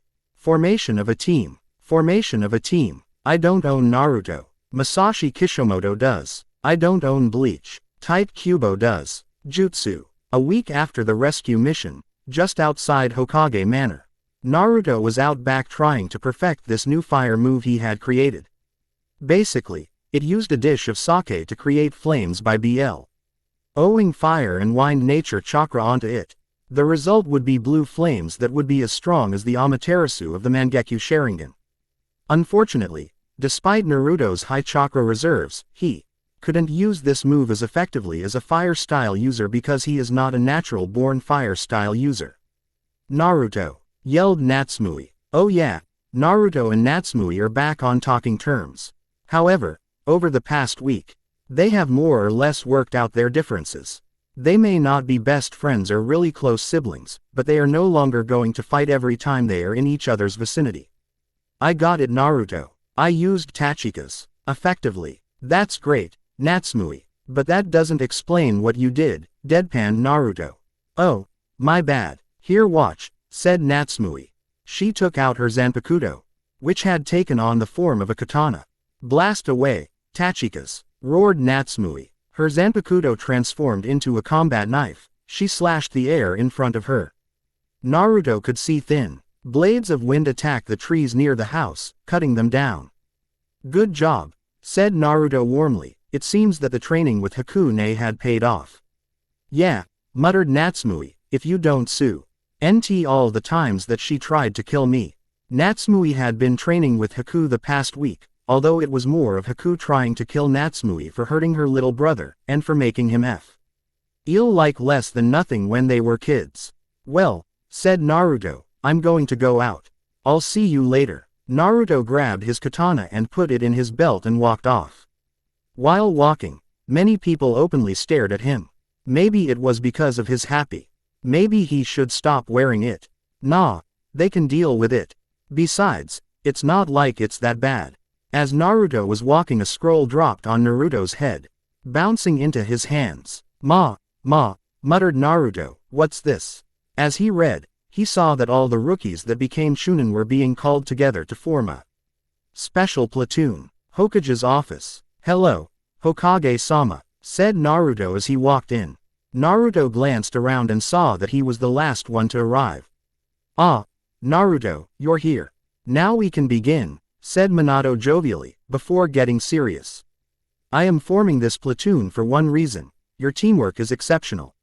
I thought about adding in all the members from the rescue mission, but I want to leave that up to you guys. Naruto glanced around at the others. I don't have a problem with Natsumi or Hinata. They don't have big egos. Well, Hinata never did, and Natsumi has gotten over it. I agree with Naruto, said Neji. Natsumi has gotten over her arrogant and, I'm better than you, phase. And Hinata has never been egotistical.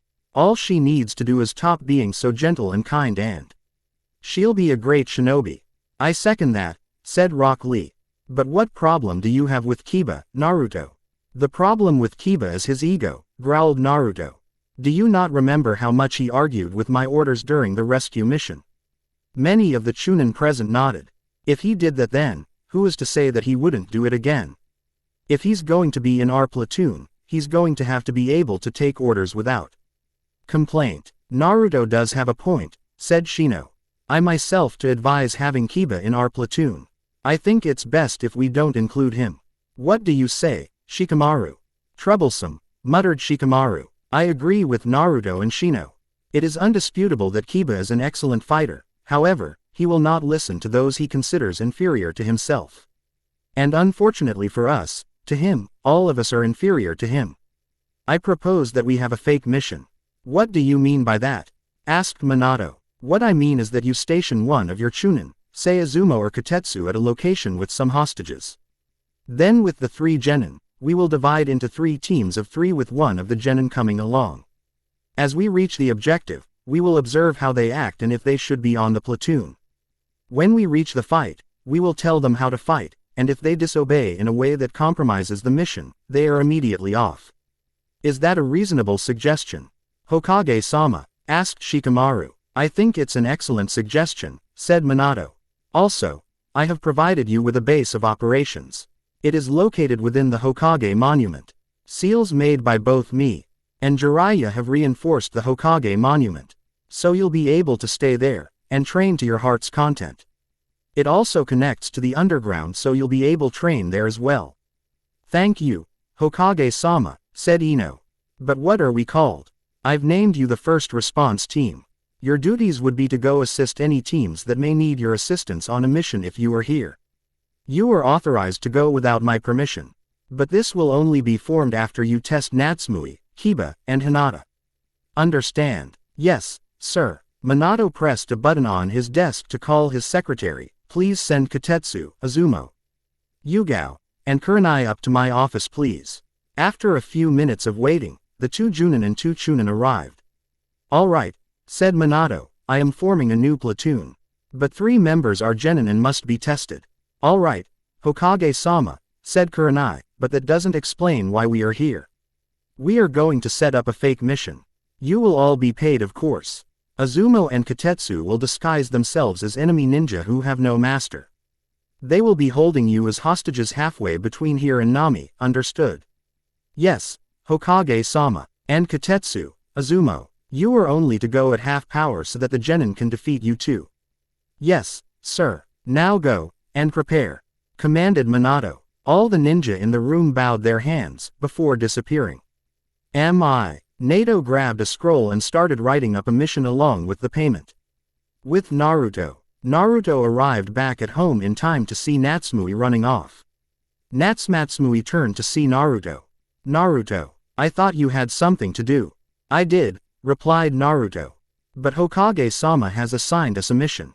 Junin Kurenai Yuhi and Yugao Azuki have been kidnapped by 2 unknown ronin of unknown skill. Meet me at the village gates in 10 minutes. That is how long you have to prepare. Naruto then jumped away, leaving a focused Natsumui. So you're going on a mission with Naruto, are you? Asked Haku from behind Natsumui. Yes, Haku-san, said Natsumui. Just know that if you make it out of this mission successful, it will be better for you, and remember what Kakashi and I have taught you. If you do that, then you will be a great shinobi, said Haku before walking away, leaving a bewildered Natsumui. 10 minutes later, Natsumui arrived at the gates to see Lee, Neji, Shikamaru, Ino, Shino, Naruto, Hinata, and Kiba gathered there. Once she arrived, Naruto stepped forward. Alright, our mission is to rescue 2 of our Junin. This is not a frontal attack mission. We will slip in and slip out. Fight only if necessary. Understood. Why? Asked Kiba. Why not fight the people who abducted the Junin? I mean, if we beat them, then we don't have to worry about them. Normally, you would be right, said Naruto. But we have no idea what their skill is. So we will be doing a snag and run operation. Is that clear? TCH, said Kiba, turning his head the other way. Akamaru, meanwhile, yipped his understanding. Good. Now we will be moving in 3 teams of 3. Shikamaru, Neji, and Natsumui. Shino, Ino, and Kiba. Lee, Hinata, and I will be the final team. Those are 3 teams. Shikamaru will be leading his team, and Shino will be leading his team. Ino and Neji are their seconds. At the moment, the kidnappers are camped out halfway between here and the bridge to Nami. So they haven't gotten far. Naruto then handed out earpieces to the captains of each team. This will allow us to stay in contact easily. Don't lose them. Now move out. The teams jumped into the trees, fanning out, so that they could have a position from 3 angles. As they were traveling, Lee made hand signs to Naruto. Kiba is almost out, isn't he? Suddenly, Naruto called for his team to come to a stop. Elsewhere, the other captains called for their teams to come to a halt. Hinata, Byakugan if you would. Hinata nodded. Byakugan. Veins appeared near Hinata's eyes as she scanned the surrounding area. The kidnappers are 15 feet ahead of us, 12 featuring to our left, said Hinata. Good, said Naruto. He put his hand to the earpiece. Do you guys have a lock on their position? Position confirmed, came Shino's voice. Position confirmed, came Shikamaru's voice. Alright, here's the plan, said Naruto before he saw Kiba's Fang over Fang attack. Damn it, Kiba's attacked. Now we go back him up, then kick his ass. As they were going, Naruto switched to a different channel. Kotetsu, Azumo, kick Kiba's ass. He has disobeyed an order. Got it, Naruto, said Azumo. Naruto switched back to his channel. Lee, Neji, Natsumui. You guys go in hot. Shino, you back them up. You too, Shikamaru. Hinata, you and Ino are coming with me to get the Junin. Go. They all leapt into action. When they got to the kidnappers, they saw that they had already beaten Kiba to a pulp. Fire style. Fire blast. Yelled Natsumui. An orb of orange energy formed between her hands, before it rocketed towards them. The one who was wearing a brown cloak pulled out a giant Zanbato from somewhere to block the attack, only slightly sizzling his sword. Meanwhile, Naruto arrived to free the sensei, who fled with Ino and Hinata. Everyone, pull back, yelled Naruto. No, shouted Kiba, we're winning. We can win this fight. Naruto shook his head and appeared behind Kiba, knocking him out with a chop to his neck. Naruto nodded to Azumo and Kotetsu, who fled. Naruto picked up Kiba and started running back with him to the Hokage's office. Hokage's office. Once they had arrived in the office, Minato looked at Kiba and said, I suppose this mission wasn't a complete success. No, Hokage-sama, it wasn't. Inuzuka Kiba has failed to pass the examination. He no longer will be part of the first response team. Understood, said Minato, making a note of it on a scroll. Also, Natsumi and Hinata has passed the test with flying colors, said Shikamaru. And we would recommend Tenten for the missing position. She has good teamwork and will follow orders. I concur, said Naruto and Neji. Very well, Tenten will be added to your team. Excuse me, said Natsumi, could someone explain what the hell is going on here? Hokage-sama, if I may, said Shikamaru. Minato nodded his consent. Very well, Natsumi, Hinata. As you have guessed by now, this mission was a phony. A fake designed to test your ability to work under a commanding officer. Kurenai and Yugao were never in danger, and the kidnappers were none other than Izumo and Katetsu. You and Hinata did admirably well. However, Kiba has failed his examination. We have concluded that he will not be able to work under us, and will be put under a Chunin to work for until he passes the Chunin exams. We are going to be known as the first response team. This means we will have permission to leave at any time to assist a team that needs help, as long as it is within our abilities to do so. Right now, at the moment the best that we could take on would be a B rank mission. Maybe a low A rank mission if we are lucky. To make amends for that shortcoming, Hokage-sama has give our team a leave of 2 years. We have 2 years to train outside of Noah and travel so that we can take on S-rank threats. The person who will be filling Kiba's spot will be Tenten. I also think that Choji should be included in this. Despite not getting through the prelims, he is very versatile in Earth Jutsu as well as being able to use Taijutsu style that uses Earth Nature Chakra. Natsumi and Hinata stared in awe. So, said Naruto, will you join this team? Yes, said Natsumi, but who is in charge of the platoon? I mean many of them are the same rank. That is a good question, Natsumi, said Naruto. Who is in charge, Hokage-sama? You are, Naruto, said Minato. You display amazing leadership abilities. It is for that reason that I am placing you in charge of this platoon. There is also the fact that you are probably one of my strongest Chunin. The only thing most other Chunin have on you is experience. You guys will leave in 3 days. I will tell Tenten of her new status myself. Thank you Hokage-sama. By your leave, you may go, said Minato. But before you leave Konoha, I need you guys to create an emblem for your squad. Understood. We will tell you what it is before we leave, said Naruto, as he left. He and Natsumi left for their homes, with everyone going back to their respective houses. When he got home, he saw Haku smiling. So I take it that you have finally accepted Natsumi back as your sibling. Yeah, she proved herself today. I got my little sister back, said Naruto smiling. Suddenly Natsumi landed behind them. Naruto, don't leave me behind like that. It isn't fun trying to catch up with you. Then you shouldn't be so slow, Imouto, said Naruto, poking her in the forehead before going in. When he saw Kushina cleaning his blades that he received from Natsumi, he decided enough was enough. It was time to start the process of reconciliation. Ka-san, asked Naruto. Kushina dropped the sword she was cleaning when she heard that. Naruto-kun, asked Kushina. Naruto nodded. Sochi, sobbed Kushina. I know I don't deserve your forgiveness. But I will never favor either of my children ever again. So please, don't leave me again. I won't Ka-san. I'm back. I'm done being a jerk and ignoring you. Please, forgive me, said Naruto as he hugged Kushina. It's all right, Sochi. You're home and that's what matters. Now to celebrate, I'll make us some ramen for dinner, the Uzumaki special that you so loved when you were a child. Now come. I'm going to need help and you loved helping when you were younger. Okay, Ka-san, said Naruto the Uzumaki blades and put them back on the table.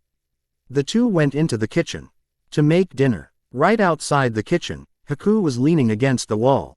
So you've finally come to terms with yourself, have you Otudo?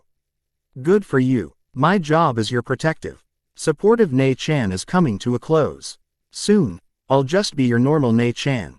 And I'll be waiting for the day when you finally surpass Tu-san and Ka-san. Don't disappoint me, Otudo, whisper. Haku before going to her room to prepare for a mission she had tomorrow. Meanwhile, Natsumi put away all the pictures that she had while being in Team 7, the pictures of Sasuke, Kiba, Kakashi, and her. They were so painful. First, Sasuke betrays everyone. Then, Kiba starts disobeying orders. It looks like Team 7 has finally broken up. It's time for a new beginning. She looks at the last picture on her bedstand. It was a picture of their family right before they turned 5. In it, Naruto has arm wrapped around Natsume's shoulders, showing how close they were then.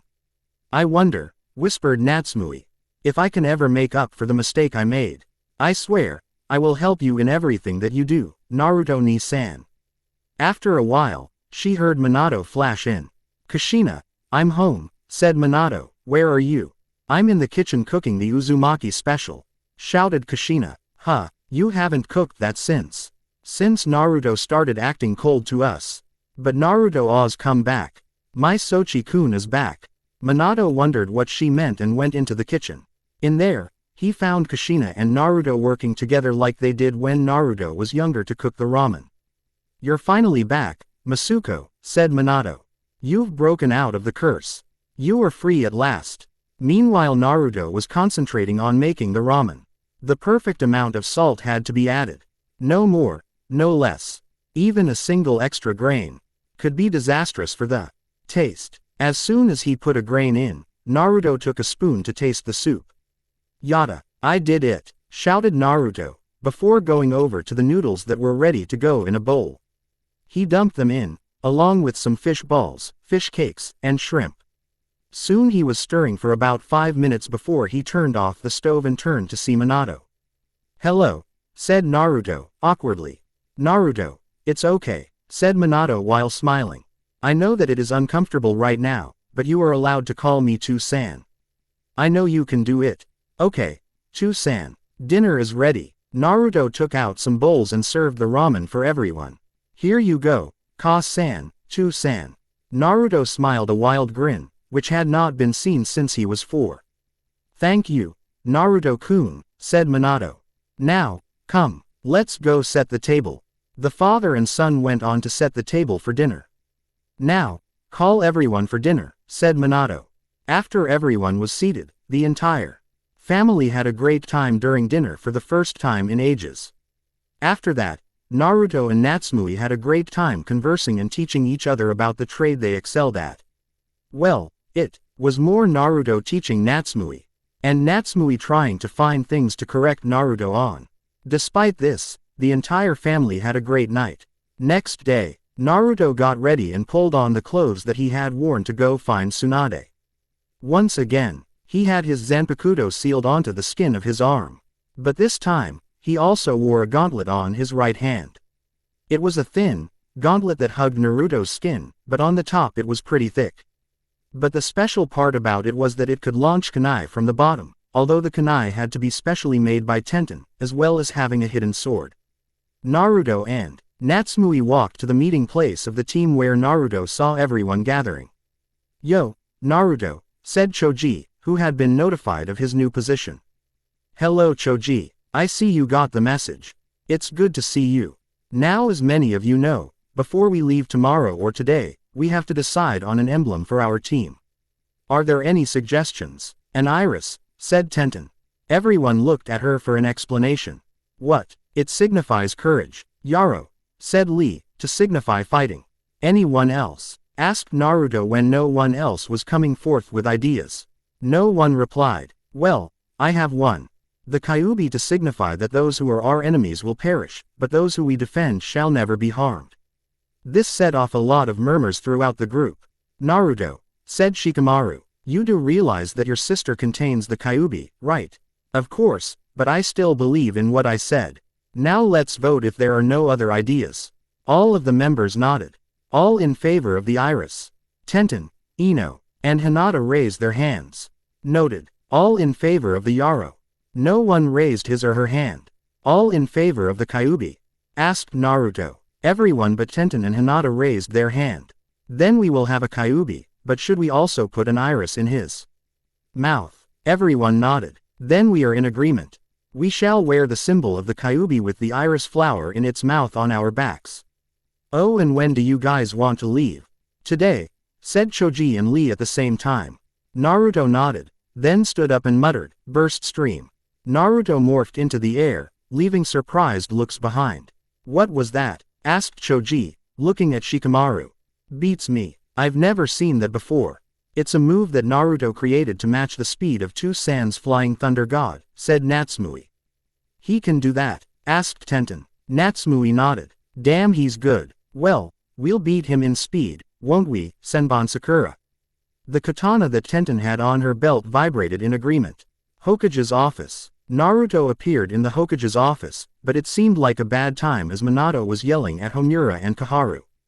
I will not let my daughter or our son be inducted into Root, yelled Minato. Oh, hello Naruto. What did you want? Just wanted to let you know that we came up with the final symbol of our squad, said Naruto. And what is it? Sneered Kaharu. Kyuubi with an iris flower in its mouth. This image would also be imprinted onto a happy. Very well. When do you guys leave? Asked Minato. We would like to leave within the hour, said Naruto. Very well. I'll have it to you then, said Minato. Naruto left the room. Now, whispered Minato, what was that about Naruto and Natsumui going into Root?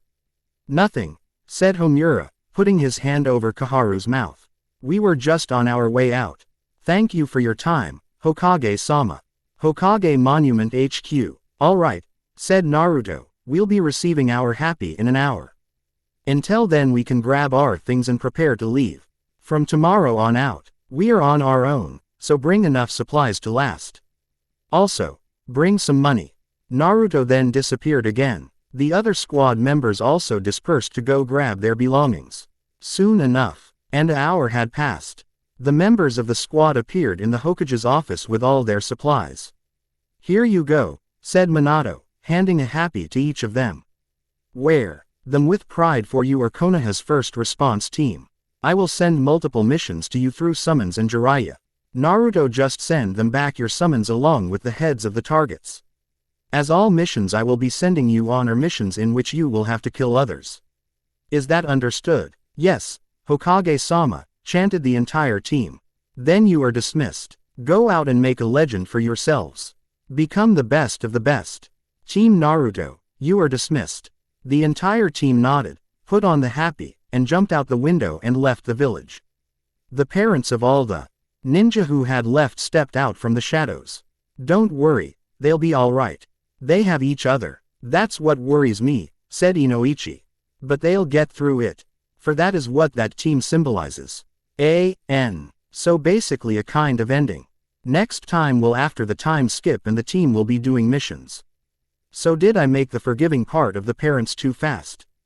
Tell me. Return of the team. Ch. 9 Return of the team. I don't own Naruto or Bleach.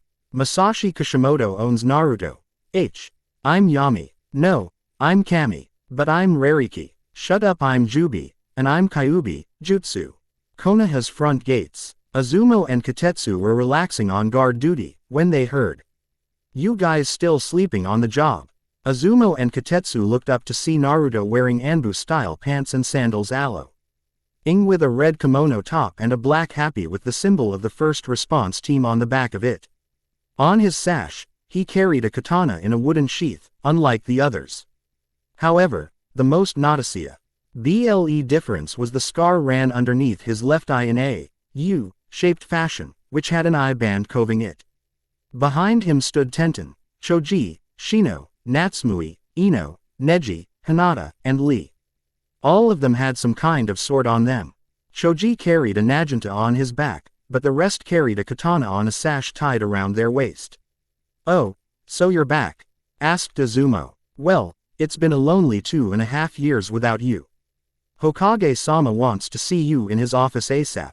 Got it, said Naruto. The team started walking towards the Hokage's tower. As they walked, people pointed and said, look, there's the first response team.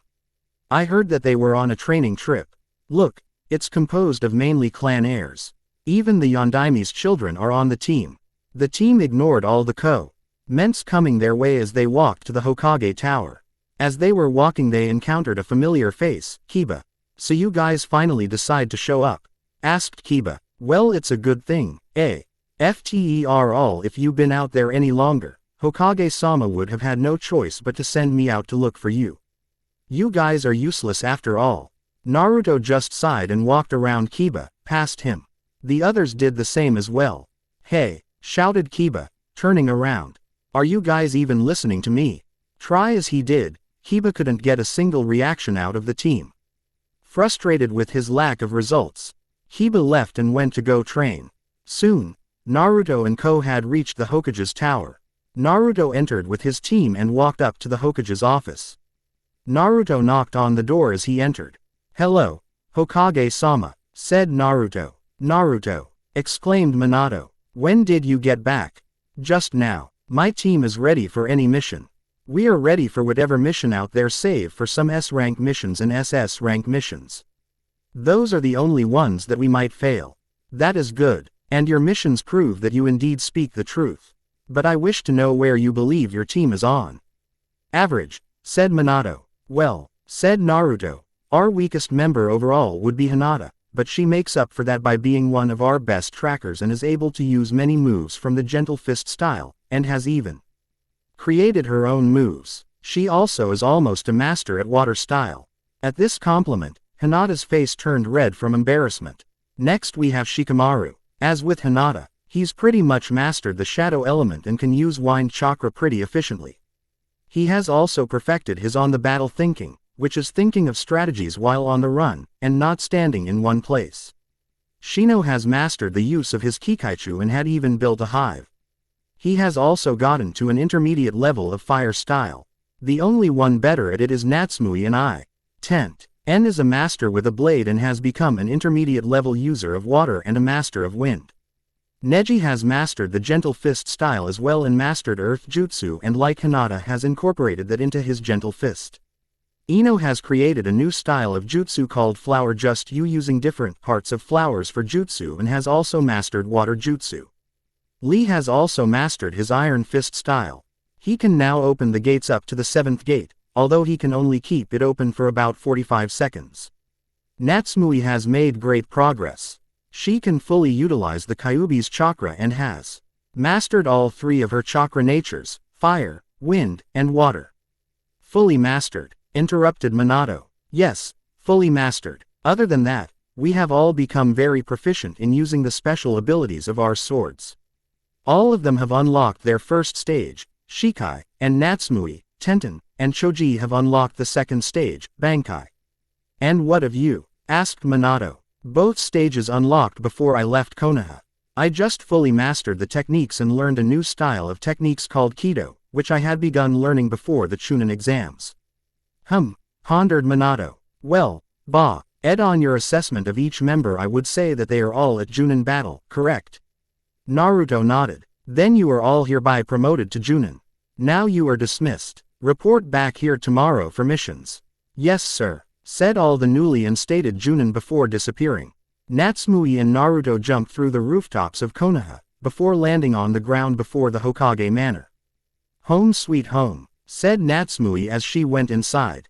Naruto, however, stayed outside waiting for the familiar chakra that was on its way home. Soon Haku landed in the clearing and was surprised to see her little brother waiting for her. Hello, Haku-ne, said Naruto as he hugged her. Ototo, said Haku, it's good to have you back. Next time you go on a training trip, please tell me. I was worried, sick until Tu-san told me where you had gone.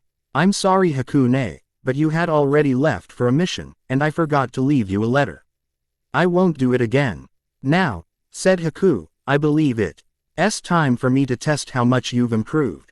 Can you fight right now? You better believe I can, replied Naruto as he put down his traveling bag. Good, then let's go to the training field. Naruto and Haku went to the training field.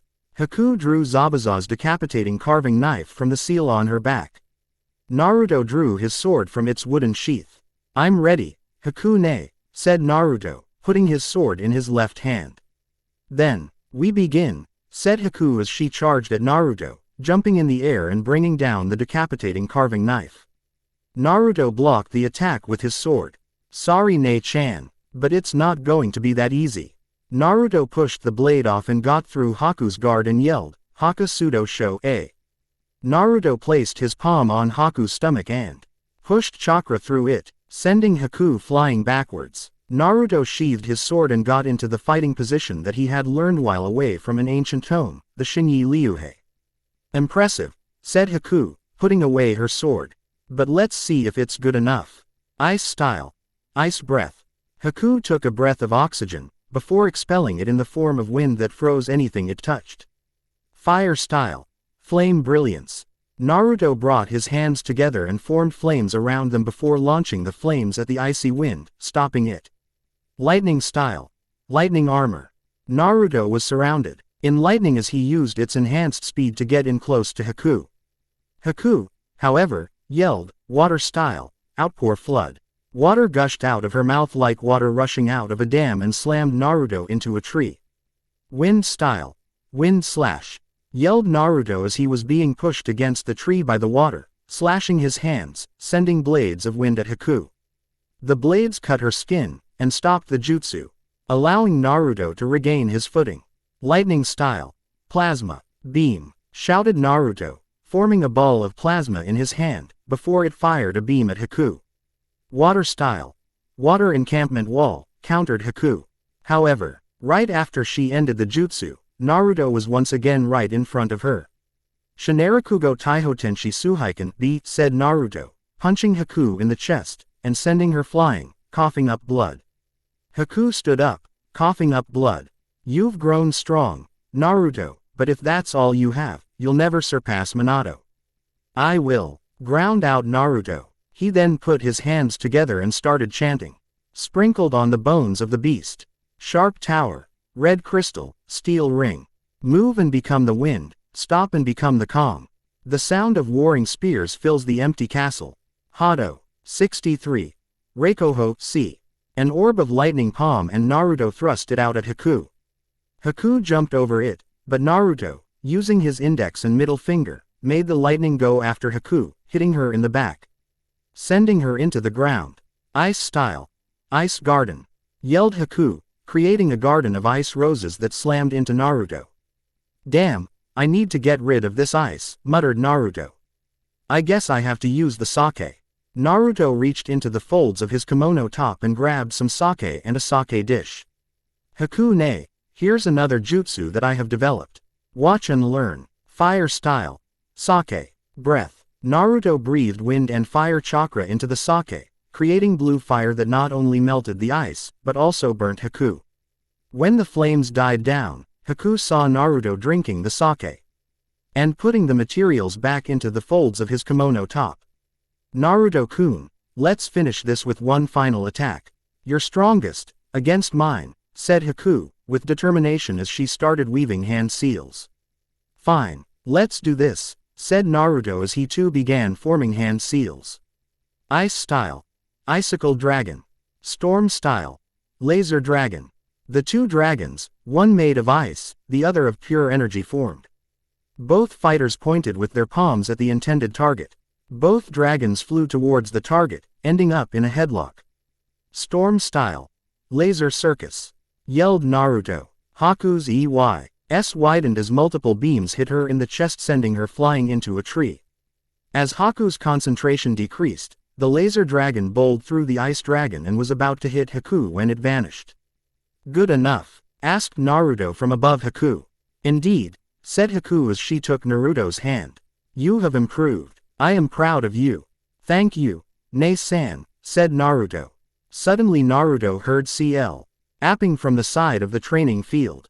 Naruto looked over to see Kushina, Natsumi, and Minato clapping. That was an impressive battle, said Minato. Indeed, said Kushina, but how were you able to do the storm element? Naruto sighed. Yar, I guess it is time to reveal the secrets, which I have kept from all of you for so long. Can we go inside to discuss this? Asked Naruto. And I assume that this will never reach anyone else's ears or be written on paper. Of course. But first, Haku, I want you to go to the hospital. Can you make it there on your own? Of course I can. But Naruto-kun, I'll be expecting an explanation later, understood? Yes, Haku-ne, replied Naruto. The family of four went into the house as Haku took to the trees to get to the hospital. As they entered the house, Naruto picked up his bag. Once all of them were inside, Minato started making hand seals before the walls of the house glowed blue. "All right," said Minato, "now you can talk without fear of being overheard. So let's hear what is going on. What have you been keeping from us?" "Well," said Naruto, "you remember how one day I came downstairs with a katana in my possession?" "Of course," said Minato. "How could I forget that?" "Well, that was a gift from one of my adoptive mothers, Yami," said Naruto, pausing to wait for his family's reaction. "One of your foster mothers is Yami, a goddess?" asked Kushina, incredulous. "Well, yes. The other one was Kami," replied Naruto. "The two major goddesses are your foster mothers?" asked Minato. "Well, yes," said Naruto. "And is the sword that she gave you the one on your belt?" asked Minato. "No, the one that I have on my belt is a gift from Kami.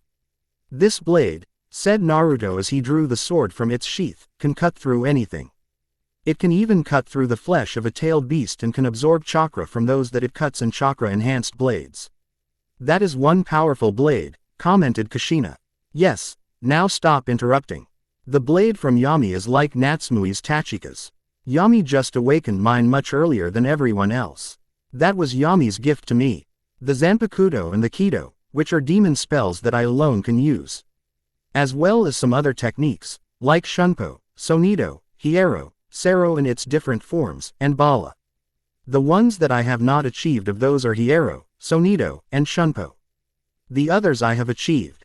Kami has given me godly power over lightning, water, and wind. I could literally create storms if I had enough control over my power. Right now, the best I can do when I use my power is to use the storm and ice element. I also use the lightning to help me in my burst when I use the burst stream. However, Kamikaze-san said that once I gain mastery over it, I could use this power to change the landscape with a swipe of my hand." Once Naruto finished his explanation, he looked at his family to see them dumbfounded. "So that's how you were able to master burst stream so easily? Kami helped you with it?" realized Natsumi, while Naruto nodded his confirmation of that conclusion. "Naruto," said Kushina, processing this information slowly, "is that all the information about yourself that you have withheld?" I guess this would be the best time to say that I am a Jinchuriki, right?" asked Naruto, scratching the back of his head nervously. "You're like me?" asked Natsumi. "You're like Natsumi?" asked Kushina at the same time as Natsumi. "Yes, I hold the Jubi within me." "That's impossible," breathed Kushina. "The Jubi was the predecessor of the nine-tailed beasts that we know today. The Rakuto Sennin was the one who had the Jubi sealed into him before he split it into the nine-tailed beasts. It was said that it was a being of mass destruction. So how do you possess it?" "Jubi told me that he sealed himself into me. Apparently, he learned that if he fought Yami, he would become corrupted and turn into the being of mass destruction. Therefore, he decided to use his powers to rip a wormhole and travel to an alternate timeline. However, this drained him of all his powers and he only reawakened when I was 8. So, basically you have a beast with unlimited knowledge at your disposal who has been guiding you since you were 8. asked Minato. Said Naruto, confirming it. "Now, is there anything else?" asked Minato. "Nope, so I'm going to go get some rest. I'll come down for dinner." Naruto went up to his room and packed away all of the things that he did not consider essential for the trip. He then lay down on his bed. As he fell asleep, he felt himself being pulled into his mindscape. Naruto's mindscape. Naruto wake up to see Kami and Yami looking at him as he sat up. Kami was wearing a Konoha-style Junin uniform, while Yami opted to go with a red kimono with white sakura blossoms on it. "Is something wrong, Ka-san?" asked Naruto, tilting his head in confusion. "We're just worried about you," said Kami. Why?" asked Naruto. "If you're talking about me forgetting about you now that I have my biological family, then forget about that." "I'll never forget about." "All right, no, that is not what we are talking about," said Kami. "We are talking about the Akatsuki." "Why, are they on the move?" asked Naruto. "They are more than on the move. They are now actively hunting the other Jinchuriki." "Already?" asked Naruto. "Is it Itachi and Kisame again?" "No, it's not just them. All the Akatsuki members are on the move right now. It won't be long before they get Gaara and then come after your sister. Gaara, is she okay? Asked Naruto. For now. But there's no telling how long until they make a move. Jubi is looking into why they are trying to take the tailed beasts, said Yami. Now, I believe someone is about to come into your room. Remember to do your best. Of course, Kamikaze-san, Yamikaze-san, said Naruto as he disappeared from his mindscape. Real world. Naruto woke up to see Haku entering his room. He sat up as Haku pulled up a chair. Hello, Haku-ne, I suppose you're here for the explanation, correct? No need, said Haku. I got the explanation. I was wondering why you kept it a secret.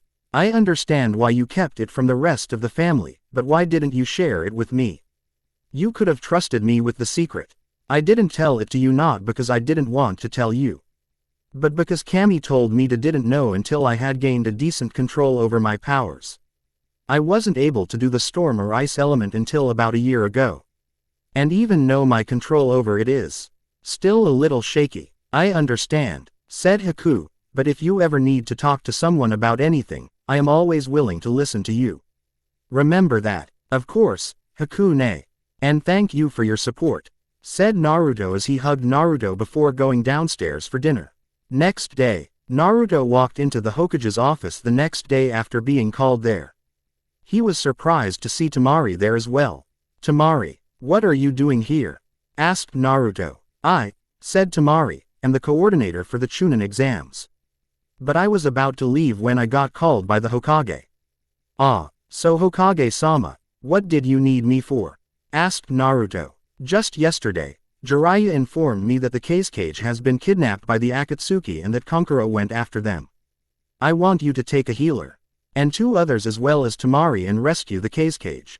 Is that understood? Yes, Hokage-sama, it will be done, said Naruto. Naruto turned to Temari and said, meet me at the village gates in 5 minutes. Naruto then jumped out of the window and onto the Hokage monument. He reached the secret trapdoor that lead to the HQ. When he got there, he saw the people that he planned to take on the mission. Natsumoi, Shino, Ino. You 3 are coming with Temari and Idasuna to rescue the Cage. We will also be in need of your medical skills, Ino. Understood. How long do we have to prepare? 2 minutes, said Naruto. Before grabbing a prepared scroll for A-rank missions, and going home to grab his gauntlet and the sword he received from Kami. Naruto then shunsigned to the gate. When he got there, he saw Natsumoi, Ino, Temari, and Shino waiting. Alright, let's go. The 4 took to the trees, jumping from branch to branch, at their top speed. For 3 days without rest they traveled until they made it to Suna. Once they got there, Temari was immediately told by a dust ninja, which was Suna's version of Konoha's Anbu, that Kankuro was in the hospital. All 4 of them rushed to the hospital. There the medics told Temari that Kankuro was going to die if they couldn't remove the poison. Step aside, said Ino, I'll get rid of the poison. When the ninja guards tried to stop her, Temari waved them off. She's been sent to help. Besides, if we can't do it, then at least let her try. Besides, do you not recognize her? She's Ino, one of the ninjas that stayed with us for at least 2 or 3 months. Yes, Temari, said the ninja. Meanwhile, Ino worked her magic, using a jutsu that she had developed to look inside Kankuro's body, and found the poison. Carefully, she made her hand intangible and scooped out the poison, by making the poison intangible as well. Before making her hand tangible after the poison was out, dropping it into a vial that she produced from her person. Thank you, said one of the ninja. We're not in the clear yet. There are still traces of the poison in his bloodstream. Is there any herbs here that I can use? Asked Ino. Of course, said one of the ninja as he led her away. About a minute after Ino had left, Kankuro awoke. When he saw Naruto conversing with Shino, he started coughing.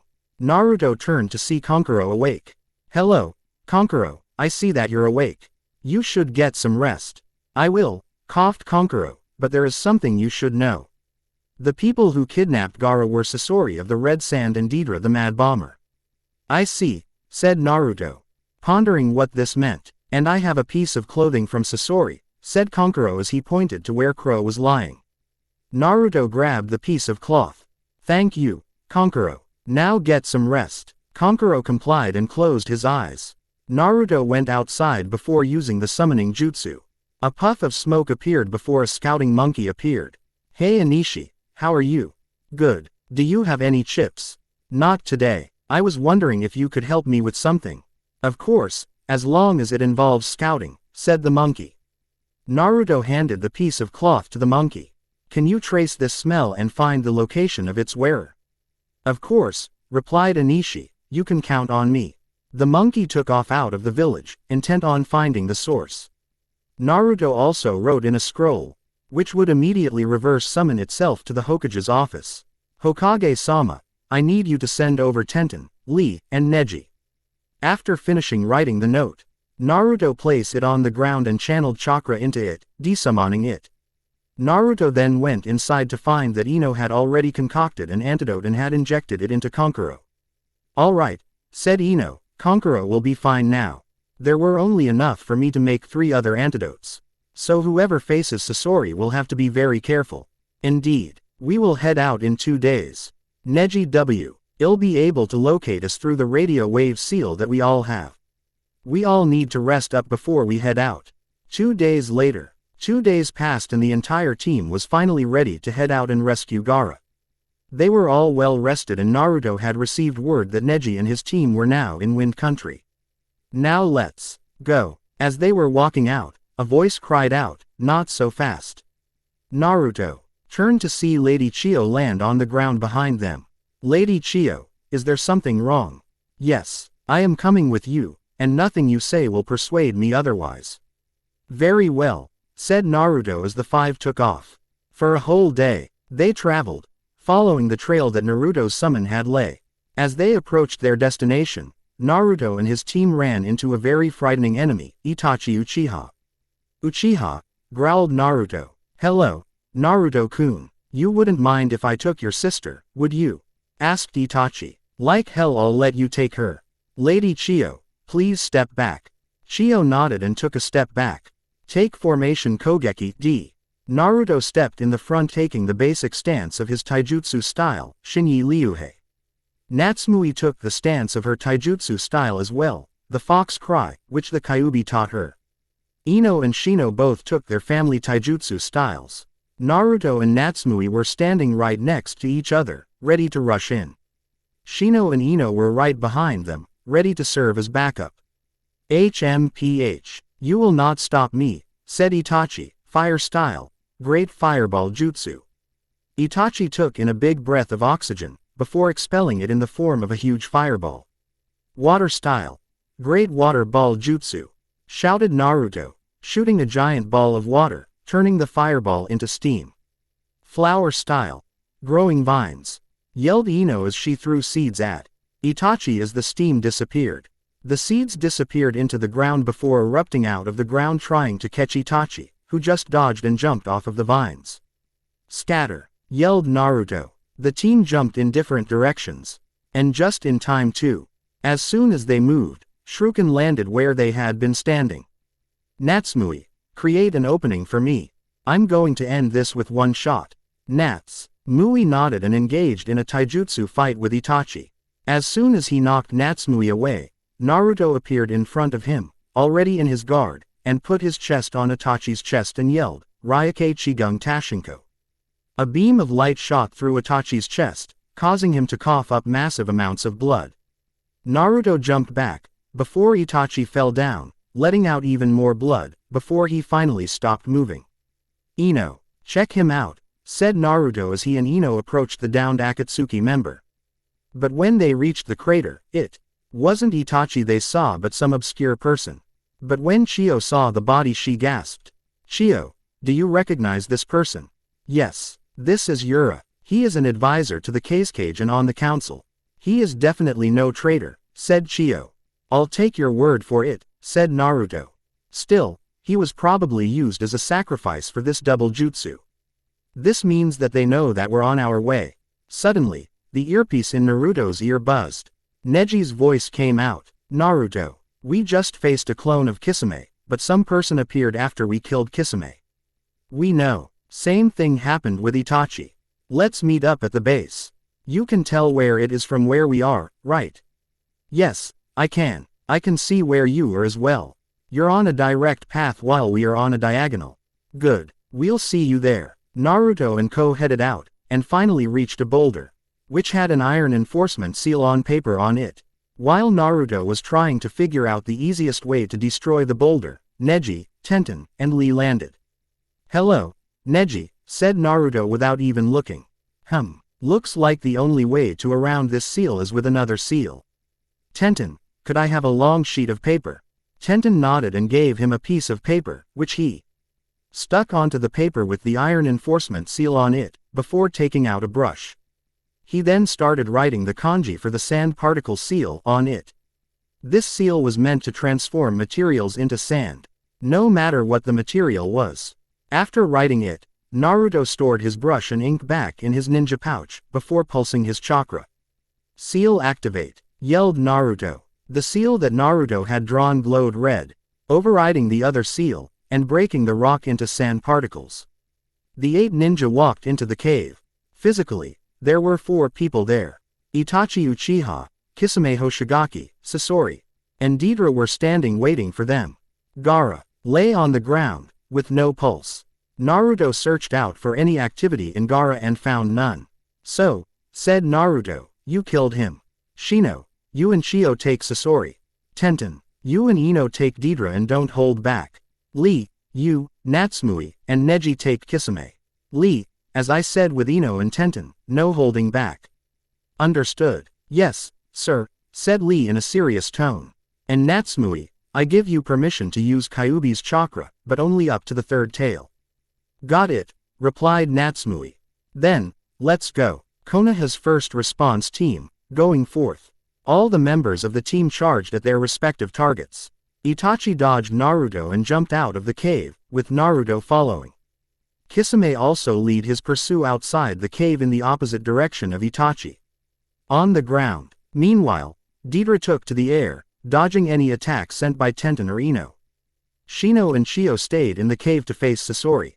So, said Naruto, I will get to face the real Itachi now. Indeed, Naruto-kun, do you have any new information for me? Asked Naruto, walking up to Itachi, pouring a dish of sake for the both of them. Yes, said Itachi, a smirk spreading across his face. Pain, leader of Akatsuki, is finally moving out into the open. I found out that his real name is Nagato and was apparently a student of Jiraiya. Ask Jiraiya about him. He also has the Rinnegan, the dojutsu of the Rakudo. Sennin, I see. And who is the real mastermind behind this? Asked Naruto. You caught onto that, did you? Asked Itachi. Well, it's pretty obvious. When we last talked, you told me that Pain is the one who brought Akatsuki together, not that he was the leader. Therefore, I can assume that it was someone else who was the mastermind. You truly are a genius, Naruto. But you're right. It's not Pain who is the mastermind. It's a masked man who calls himself Toby. But Naruto, when I got a closer look at him with my Sharingan, I saw a Sharingan in his eyes. Either he's a rogue Uchiha, or he's someone much more dangerous. Who? Asked Naruto, intrigued. Well, as you know, Madara Uchiha had the eternal Mangekyo Sharingan. Well, among the Uchiha, this made us believe that he was an immortal. So, it could be him. If it's not him, then I have no idea, because all rogue Uchiha, I killed when I was still in Anbu, and I killed all other Uchiha the night I was ordered to quell the upcoming coup d'etat. I know. So now we have a mystery Uchiha among the Akatsuki, possibly stronger than you, said Naruto. Yes. Do you still have his eye? Naruto smiled and lifted up the eye band, showing the red eye of a Sharingan, but more specifically, the last eye of Shunsui, before he covered it again. Well, said Itachi, I hope that this plan is successful. Hokage-sama is playing a dangerous game here. We are shinobi. We have to play a dangerous game if we ever want to survive in this world. It's the way of life that we live, replied Naruto. Now I believe that we should at least spar to convince others that we didn't just attack. Fine. Fire style. Fireball jutsu, said Itachi from where they were sitting, sending Naruto flying into a tree, with 3rd-degree burns. Hey, I didn't mean just now. And you didn't have to be so rough. You're a shinobi, You should be able to detect these things, even if you are among friends, said Itachi as he sipped his sake. So mean, said Naruto, picking up his sake dish. Fire style. Sake breath. Fires engulfed Itachi, who emerged with his own burns. There, now we're even. Indeed, I believe it is time that I got going. Yeah, said Naruto, taking the sake dish from Itachi, and putting them back in the folds of his kimono top. Naruto left and went to meet with the others who had gotten Gaara back. So you all survived your encounters? Asked Naruto as he dropped down. Of course, said Natsumi, before seeing Naruto's condition. What happened to you, Amaterasu? I managed to put it out. But it left some pretty bad burns, lied Naruto. Oh, well, Gaara is dead and we have no way to bring him back, said Natsumi before Deidara, who was a few yards away, yelled, Clay Bomb Jutsu. Before growing in size, everyone backed away. He's going to blow, yelled Natsumi. Katsu, yelled Deidara, an explosion heading towards the Konoha shinobi and Suna Kunoichi. Space-time barrier, yelled Naruto. Seals expanding into the air, absorbing the blast. Naruto directed his hand into the air, the explosion appearing high enough in the air that it doesn't affect them. There, said Naruto. Now we don't have to worry about that. Though I suspect that wasn't the real Deidara, but merely a clone made of exploding clay. Whoa, I didn't know you could do that, said Ino. Yeah, well, that was the first time I did it. It had a 50-50 chance of working, said Naruto. Wait, said Ino, are you saying you bet R lives on the off chance that it worked? Yep, said Naruto, not caring that Ino was getting mad. You bloody bastard, we could have died, said Ino. And then you would be here to complain. Yet you are, so be happy, said Naruto. Now what are we going to do about Gaara? Ino moved away from her. Chio closed her eyes before speaking. I will revive him, said Chio. Lady Chio, are you sure? Asked Naruto. I thought you didn't believe in the next generation. I've changed my mind. The next generation has shown promise. You will lead this world to a better future, I am sure of it. If that is your choice, said Naruto, then I won't argue against it. Thank you, but I will need your chakra. I don't have enough chakra from killing Sasori. I will need your help. Very well. Ninja art. Reanimation jutsu, whispered Chio as a blue glow covered her hands and placed it on Gaara's heart. Naruto put his hands on Chio's and channeled mass amounts of chakra through it. Take as much chakra as you need, said Naruto, smiling. After about a minute, Chio collapsed into Ino's waiting arms. While Gaara's heart restarted, Naruto picked up Gaara, and they made the trek back to Suna. As they were approaching Suna, Gaara awoke. Naruto, asked Gaara, as she saw Naruto's face, and the black happy of Naruto flying in the wind. Hey sleepy head, we're almost back to Suna, so get on your feet. Can't have the cage looking weak, now can we? Of course not, said Gaara, as she got onto his feet. But how? Asked Gaara before she saw Lady Chio. Oh, we'll have to hold a ceremony in her honor. And as much as I would love to stay, I have to get back to Konoha, said Naruto. As he slipped a piece of paper into Gaara's hand. New info, whispered Naruto. Akatsuki is on the move. This is the info supplied by Ida about the leader from Jiraiya. Apparently, Jiraiya trained the supposed leader of Akatsuki. Understood. Contact me when you have the info. Got it, said Naruto. Gaara, yelled Tamari when she saw Gaara walking back. All of Suna rushed forwards to see their cage back on his feet.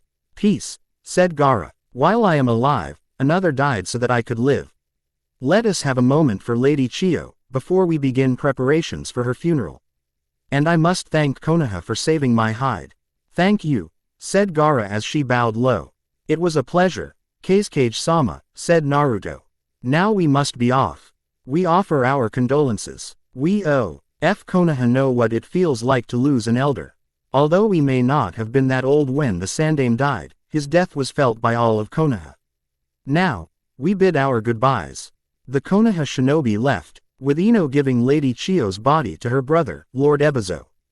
3 days later, after arriving in Konoha, Naruto dismissed his team while he went to give his report to his father. When Naruto entered the office, he found Koharu and Homura in the office. What are you two doing here? Asked Naruto. We are the advisors. We are entitled to hear what you have to say, replied Koharu. Very well, conceded Naruto. And so Naruto told them about their mission. From encountering the fake Kisame and Itachi, to breaking the Iron Enforcement Seal, to his battle with the real Itachi, to the revival of Gaara. That is very good, said Minato. Now, I have something to discuss with Naruto in private. Koharu, Homura, if you would. Both advisors left the room. So, Naruto, what did Itachi have to say? And so Naruto told him. Hokage-sama, can you bring Jiraiya here soon? I need to speak with him about one of his students that he taught before you, said Naruto. He taught students before me? Asked Minato, surprised. Yes, and one of them is the leader of Akatsuki. I need to speak with him soon. I'll see what I can do, replied Minato. Naruto nodded his thanks before leaving. As he walked, Naruto thought, this is going to get ugly. Yay, Itachi isn't a traitor. Next time. Answers from Jiraiya. Emissary to Suna. A. 8 trigrams double pulsating palms. B. Heart and mind. 6 harmonies, trampling horse fist. C. Thunder roar spear. D. Attack. Chapter 11. Konoha. 3 days after the Gaara retrieval mission, Naruto was staring at the information on his desk that was given to him by Itachi. So far, he had been able to identify all the members of the Akatsuki and had information on them. Naruto had identified all but 2, the leader and his partner, whom Naruto had identified as Pain, Nagato, and Konan. And now he was just waiting on Jiraiya to get back to Konoha so that he could get the information. Suddenly, the seal on his arm that alerted the team when there was a Konoha team was in distress flared. Naruto shunsigned to the HQ. All other members were there. Tenten, take Neji and Ino with you to deal with the problem. If you need backup, you know what to do. The 3 nodded and left, not even bothering to tell the guards. The rest of them just waited for the message that everything was all right. After about 5 minutes, the team got the okay message saying that the team Naruto had sent would be able to handle it. Naruto nodded to the team before climbing out of the Hokage monument and jumping off down into the city. While he was falling, Naruto saw a hawk, meaning he had to see the Hokage. Hokage-sama, said Naruto as he entered the office, you wanted to see me. Ah, Naruto, here you are. Jiraiya is back in Konoha. You should be able to find him near the bathhouse. Naruto nodded. Jiraiya always was a pervert. Naruto opened the window behind Minato and said, I'll bring Jiraiya back here so that we can both hear the answers. Naruto Ju, MPED out and using his mastery over wind, floated to Jiraiya. Naruto found Jiraiya in a tree with a telescope, giggling like the pervert he is. Naruto walked up to the tree and punched it, dropping Jiraiya into the hot springs.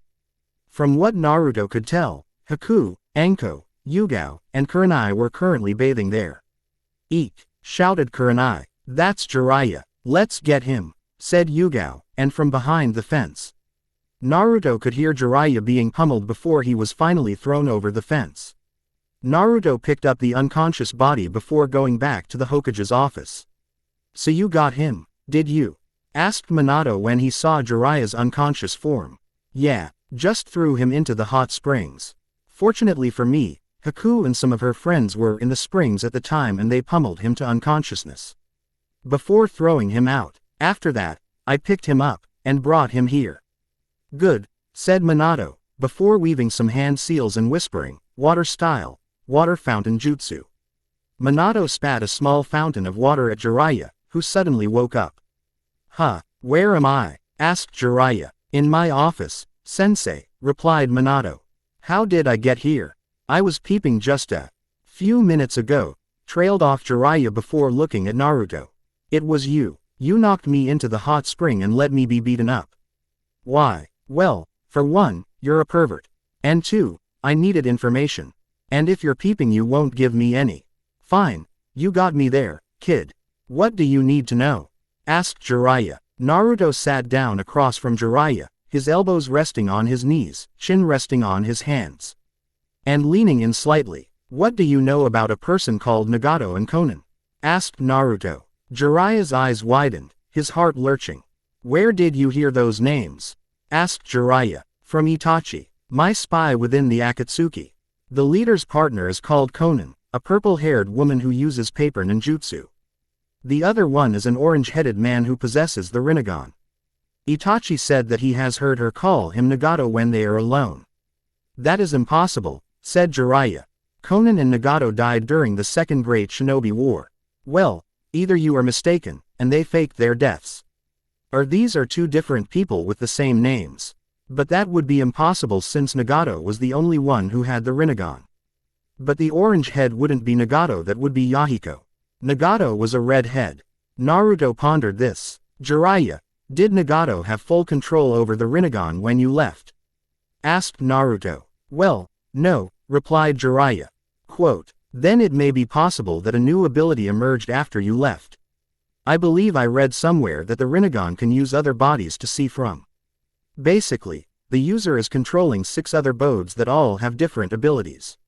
If this Yahiko person was dead, then Nagato could use his body as one of his paths, or bodies to function as him. Then, that might be true, said Jiraiya, thinking. If what you say is true, then the Rinnegan is much more powerful than I thought. And, based on your information, I can accurately surmise the abilities of Pain, or Nagato. But I must know the abilities of his partner, Konan. Well, when I taught her, she uses mainly paper jutsu. She was capable of manipulating paper in any way you could think of, from using the paper as a spear, which could pierce solid steel, to using it to wrap around and strangle the enemy to death, said Jiraiya, surprising Naruto and Minato. Wait a minute, said Minato, are you saying that this girl had a Kekkei Genkei that we have never seen? Well, to be honest, said Jiraiya, I'm not entirely sure what made it possible for her to use the paper ninjutsu as she did. But if that's all the information that you need, I'm going to go get back to my research. Naruto and Minato sighed, but nodded, nonetheless. So, said Minato after Jiraiya had left, now that you have this information, what are you going to do? Well, first I'm going to input this data into the system with all the information on the Akatsuki.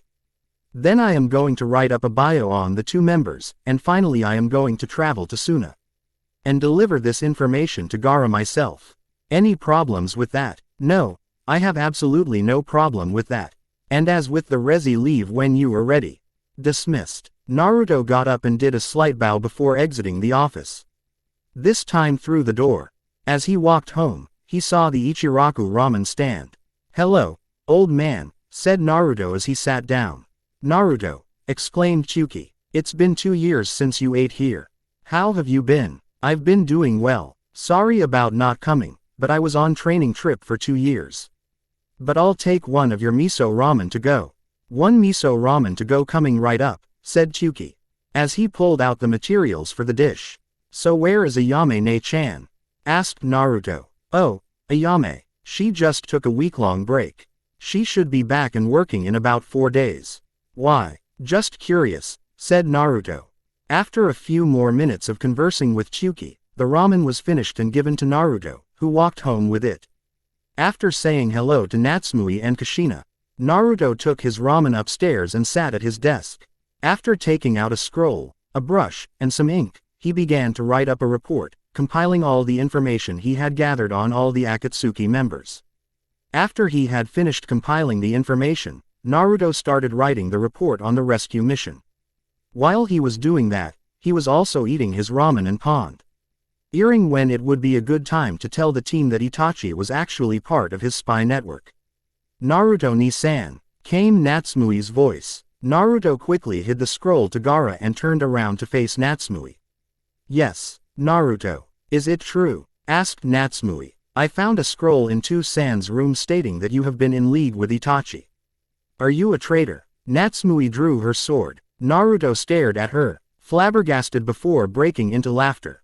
You thought I was in league with Itachi? Asked Naruto. Natsumi nodded. Naruto got up and hugged her. No, Itachi is in league with me. Edik. I is part of the spy network I created during our training trip. He is my informant. Then, why? Asked Natsumi. San probably put it there to make you realize the truth. Damn bastard, said Naruto. Anyways, I'm leaving for Suna soon. Do you want to come? Sure, said Natsumui, with Ino, Tenten, and Neji. After the three had arrived on the site, they had dealt with the missing ninja, who had all been low Chunin level. The only reason they were able to overrun the Konoha Chunin was that they had numbers on their side. After that, Tenten, Neji, and Ino escorted the three Chunin back to Konoha. However, on their way back, a Kumo missing ninja Junin landed right in front of them. So, you were able to defeat my men, said the Junin as he drew his katana from his back. I'll kill all of you.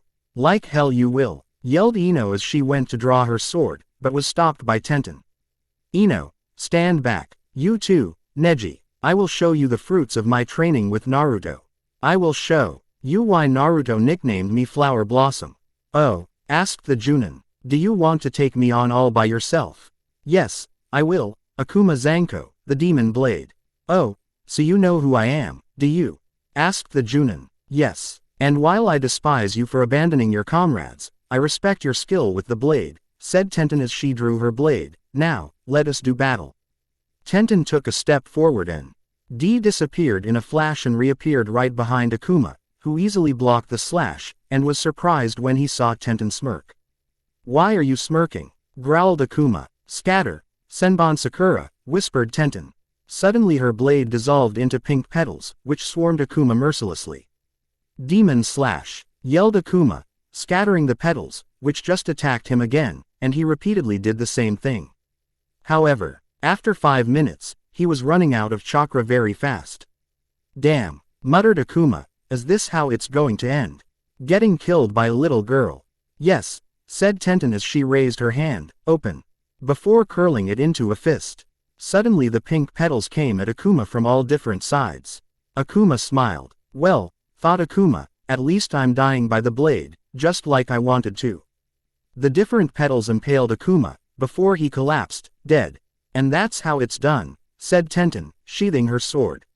Now let's get going. The six then continued on their journey towards Konoha. As they were jumping through the trees, they saw Naruto and Natsumui traveling through the trees. Naruto, shouted Ino. Hey, Ino, said Naruto. Where are you going? Asked Ino. I have to deliver some information to the cage. Natsumui just wants to come because she's bored. I'll see you back in Konoha, replied Naruto before he and Natsumui took off again. With Naruto and Natsumui. So, said Natsumui, things between you and Ino still aren't back to normal. No, said Naruto. After that incident at Kumo, things between us will never be the same. We will never be able to interact in that way again. Although I will cherish those times. Will you ever give her a second chance? Asked Natsumui, defending one of her closest friends. No, I found her sleeping with another man, and in my room no less. How would you feel if the person that you were in love with was found sleeping with another random boy in your room? I would be enraged, said Natsumui, but I would be able to forgive them at some point. You haven't. I have, Natsumui. I just act indifferent to her now. I don't think I'll ever get over what I saw that time. And I know for a fact that she was in the right state of mind, said Naruto. Naruto just shook his head. Let's stop talking about Ino. Now let's get going. Race you there. Naruto used Shunpo, which he had finally mastered a few days ago. With Natsumui following close behind, used Shunpo as well. This way, Naruto and Natsumui arrived at Suna in only 2 days, although they did stop to rest for an hour because they had spent so much chakra. Halt, shouted the village guards. Who goes there? It is I, Naruto. I come with information for your cage with new information on the Akatsuki that we have gathered. Very well, wait here, until Tamari arrives to escort you to the cage's office, said the ninja as he flared his chakra. Tamari appeared a few seconds later. What is wrong? Asked Tamari, before she saw Naruto. Naruto, what are you doing here? I have come to see your sister. I need to give her some information and run through it with her, replied Naruto, not leaving any room up for debate. Got it. Follow me, said Tamari. Naruto, Tamari, and Natsumui proceeded to the cage's office. Gaara, said Tamari, Naruto and Natsumui are here to brief you on some new information. Should I leave? Yes, replied Tamari's sister. That would be for the best. Temari nodded and left the room. So, said Gaara as she placed her hands on the desktop, what new information do you have? As you know, said Naruto. I gave you a basic list of information on all the known Akatsuki members except the leader and his partner, right? Gaara nodded. Well, said Naruto, pulling out a small leather-bound book, this is a detailed book on all the Akatsuki members, detailing their techniques, their history, and even their personality. And as can be inferred, the strongest is Pain. But there is something to worry about him. He has the Rinnegan, the eyes of the Rakuto Sennin. Asked Gaara in surprise. Yes, he has those eyes. We've been able to determine some of his techniques, which you'll find in the books, as the Rinnegan is an Uzumaki blood trait, although it rarely awakens in the Uzumaki. In our history, there have only been 2 other Uzumaki to awaken it, and those 2 were during the Shinobi clan wars. And other than that, there is also the fact that his teacher is of the elite class. Who is his sensei? Asked Gaara. Jiraiya. He trained Pain, or as he was known then by Jiraiya during the Second Great Shinobi War. Wait, what? Asked Gaara, leaning forward in her chair. Jiraiya trained him. What was he thinking? Calm down, Gaara. Remember that it was when he was younger, and from what Jiraiya said about the boy, he was very kind and tried to help in any way possible. Something during must have changed him. Do not be so quick to judge, said Naruto. I'm sorry, Naruto. It's just that this is so frustrating. What could have done this to him? I don't know, and I don't care. He may have been Jiraiya's student once. He may be family, but what he is doing is wrong, and I will put a stop to him. And now that I have briefed you on what is in there, may we be dismissed? Of course, said Gaara. Naruto and Natsumi bowed and left, leaving Gaara to her devices. Naruto walked through Suna, his happy billowing in the wind. Natsumi was at his side, her scarf and happy also flying in the wind. Let's get going, said Naruto, not wanting to be in this desert wasteland for any longer than necessary. The 2 of them started using Shunpo to get through this desert and back to Konoha. Again, it only took 2 days. When they finally got back to Konoha, the first thing they did was lay down and rest for about a whole day. Next day, Naruto was sleeping peacefully, when the seal on his wrist went off. Naruto shot out of bed, threw on all of his equipment, and raced to HQ. Based on the level of this distress signal, he was going to have to personally lead a squad. Shikamaru, Choji, you're with me. Ino, you take Lee and Shino as backup. The rest of you wait for any more distress calls, got it? Ye sir, yelled all the members of the first response squad. Naruto rushed out of the village, ready to help whoever needed it. As they were rushing through the forest, the distress call got even stronger, signaling that a new and more powerful enemy had appeared. Naruto and his team landed in a clearing that had 2 Konoha Junin and 2 Konoha Chunin. Opposite of them were 3 Iwa Junin. Naruto, yelled Katetsu, get out of here. I'm sorry, but I can't do that. You see, I am the leader of the first response team and you have called my team. And these 4 will not be leaving this clearing alive. Hey, you're pretty cocky, kid, said one of the Iwa Junin. No, just confident. Choji, Shika, formation execution. Shikamaru and Choji took up their place behind Naruto. Konoha Junin and Chunin, stand back. What are you talking about? Yelled one of the Junin, you won't stand a chance against him. Ino dropped down from the trees and knocked the Junin out cold. Anyone else have a problem? Asked Ino coldly. No, I am sorry, said the other Junin. Ino grabbed the Junin that she had knocked out cold and retreated back into the trees. HMPH. Well, I guess we'll just have to take this up a step, said one of the Iwa Junin, drawing his war hammer from his belt. The others drew an axe and a mace. HMPH. Choji, take the one with the mace. Shika, you take the one with the axe. I got the one with the war hammer. Naruto sealed the blade that Kami had given him and unsealed Rariki. Go, and no holding back. Naruto rushed at the one with the war hammer and blocked his hammer strike. Do you even know who I am? Growled the one in front of Naruto. Tadanashi, the Sudaraiku o Hanma A. Your buddies are your students, Hazashi and his brother Hayazashi. All 3 of you are masters in Earth Jutsu. You are also able to integrate your Earth Jutsu with your weapons, replied Naruto. But do you know who I am?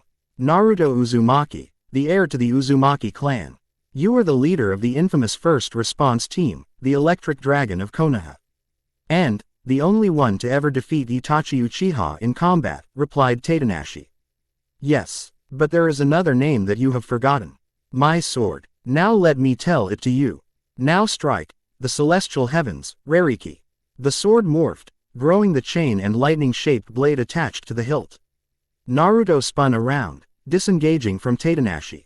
As he turned back to face Tadanashi, he threw the chained blade, which wrapped around the hands of Tadanashi, and pulled, making him drop his war hammer. Earth style. Earth slab. Yelled Tadanashi, as a slab of earth rose from the ground. Naruto quickly disengaged the chain and reeled it back in. Lightning slash. Yelled Naruto, slashing diagonally with his katana. The slab of earth toppled as Tadanashi yelled, Earth style, quake. Jutsu. Tadanashi landed on the ground, causing a massive tremor in the area, knocking Naruto off his feet. Just as Tadanashi was about to bring down his fist into Naruto's stomach, Naruto raised the arm with the gauntlet and launched kunai from it, hitting Tadanashi in the eye as well as in his mouth, causing him to fall backwards onto his knees and cough up blood. Now, lightning shockwave. Naruto slammed the hilt of his katana onto the ground, causing a wave of lightning to shoot towards Tadanashi, pushing him back. And time for the follow-up, wind style, gale storm jutsu. Yelled Naruto, slashing with his free hand, causing multiple blades of wind to slash Tadanashi. Damn you. Ground out a bloody and cut up Tadanashi. I should kill you where you stand. Yeah, said Naruto. But you can't. You are going to die. Kido seal, whispered Naruto as he used the tip of the blade to form a blue circle made of chakra that was made up of two circles, one a little bigger than the other one. And in the space between the two circles, there was the kanji for lightning. Lightning. Naruto slashed vertically down, through the seal, sending a bolt of lightning right through Tadanashi, letting blood spurt out of the wound. I may be dead, but others will follow in my footsteps, whispered Tadanashi, before collapsing. Dead. Naruto walked over to Tadanashi and sealed his body in a scroll. Naruto turned to see Choji using his Zanpakuto to kill Hizashi, the one with the axe, and Shika used the shadows to kill Hizashi. The one with mace. I see you are all finished with your opponents, said Naruto. Indeed. Let's get back to Konoha, replied Choji. Naruto leaps into the tree and helps the injured Katetsu get back to Konoha. So what were you guys doing all the way out here? Asked Naruto as Katetsu leaned on his shoulder. Hokage-sama had heard rumors about enemy ninja being in the land of fire. So he sent us to investigate. Actually, those three were a part of a group of about 10 enemy ninja. Those three were just stronger than all the other enemy ninja and had sat back and watched as we tired ourselves out. Only when we had finished off the other ninja, did they attack. That is when we issued the distress call and hightailed out of there, until they surrounded us, replied Katetsu. Which is where we came in, finished off Naruto. I see. So you were merely on patrol duty, teased Naruto. Yeah, said Katetsu, before he realized what he said. Forget I said that. Oh, no I won't, said a grinning Naruto. So what did you do to get you patrol duty? I lost my Chunin ID, whispered Katetsu. What was that? Asked Naruto, grinning the entire time. I couldn't hear you. Could you repeat what you said? I lost my Chunin ID, okay. Screamed Katetsu. That was all I needed to hear, replied Naruto. You know you're never going to hear the end of this, right? Should have never told you, muttered Katetsu.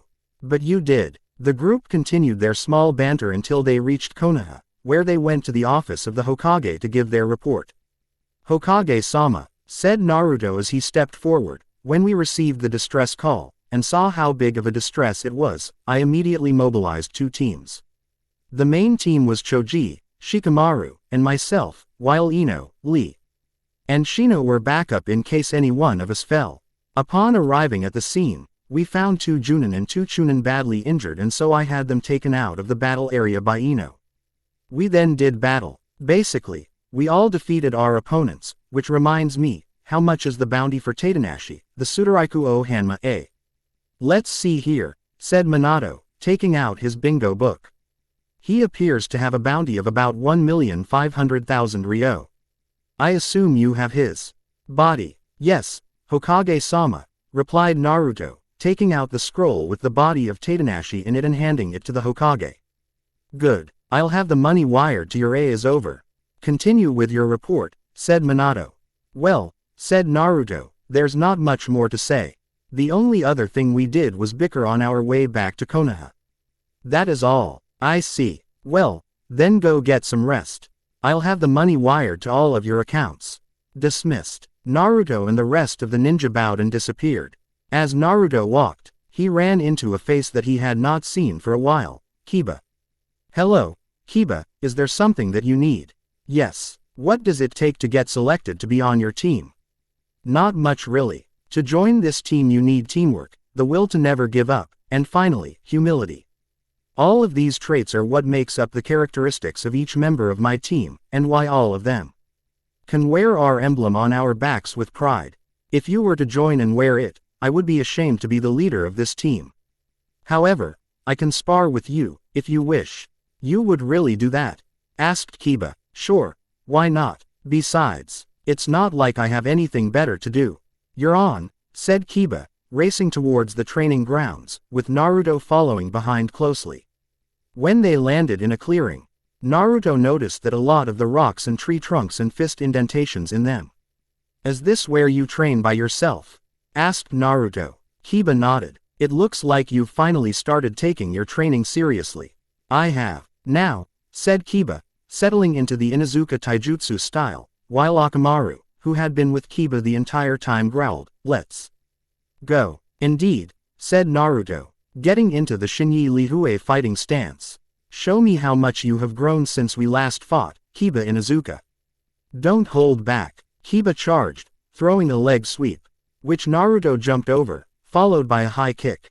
Naruto just used his hand to maneuver around the leg, and did a double kick to Kiba's face.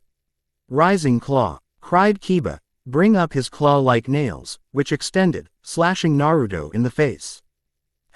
That was good, but try this on, Hakasudo show.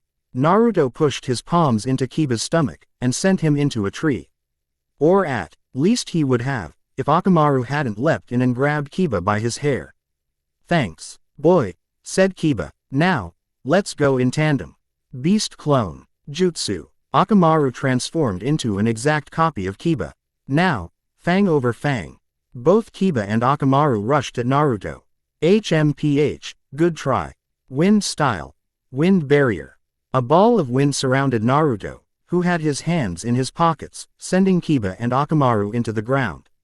Wind expulsion. The wind that surrounded Naruto flew outwards towards Kiba and Akamaru, giving them serious cuts.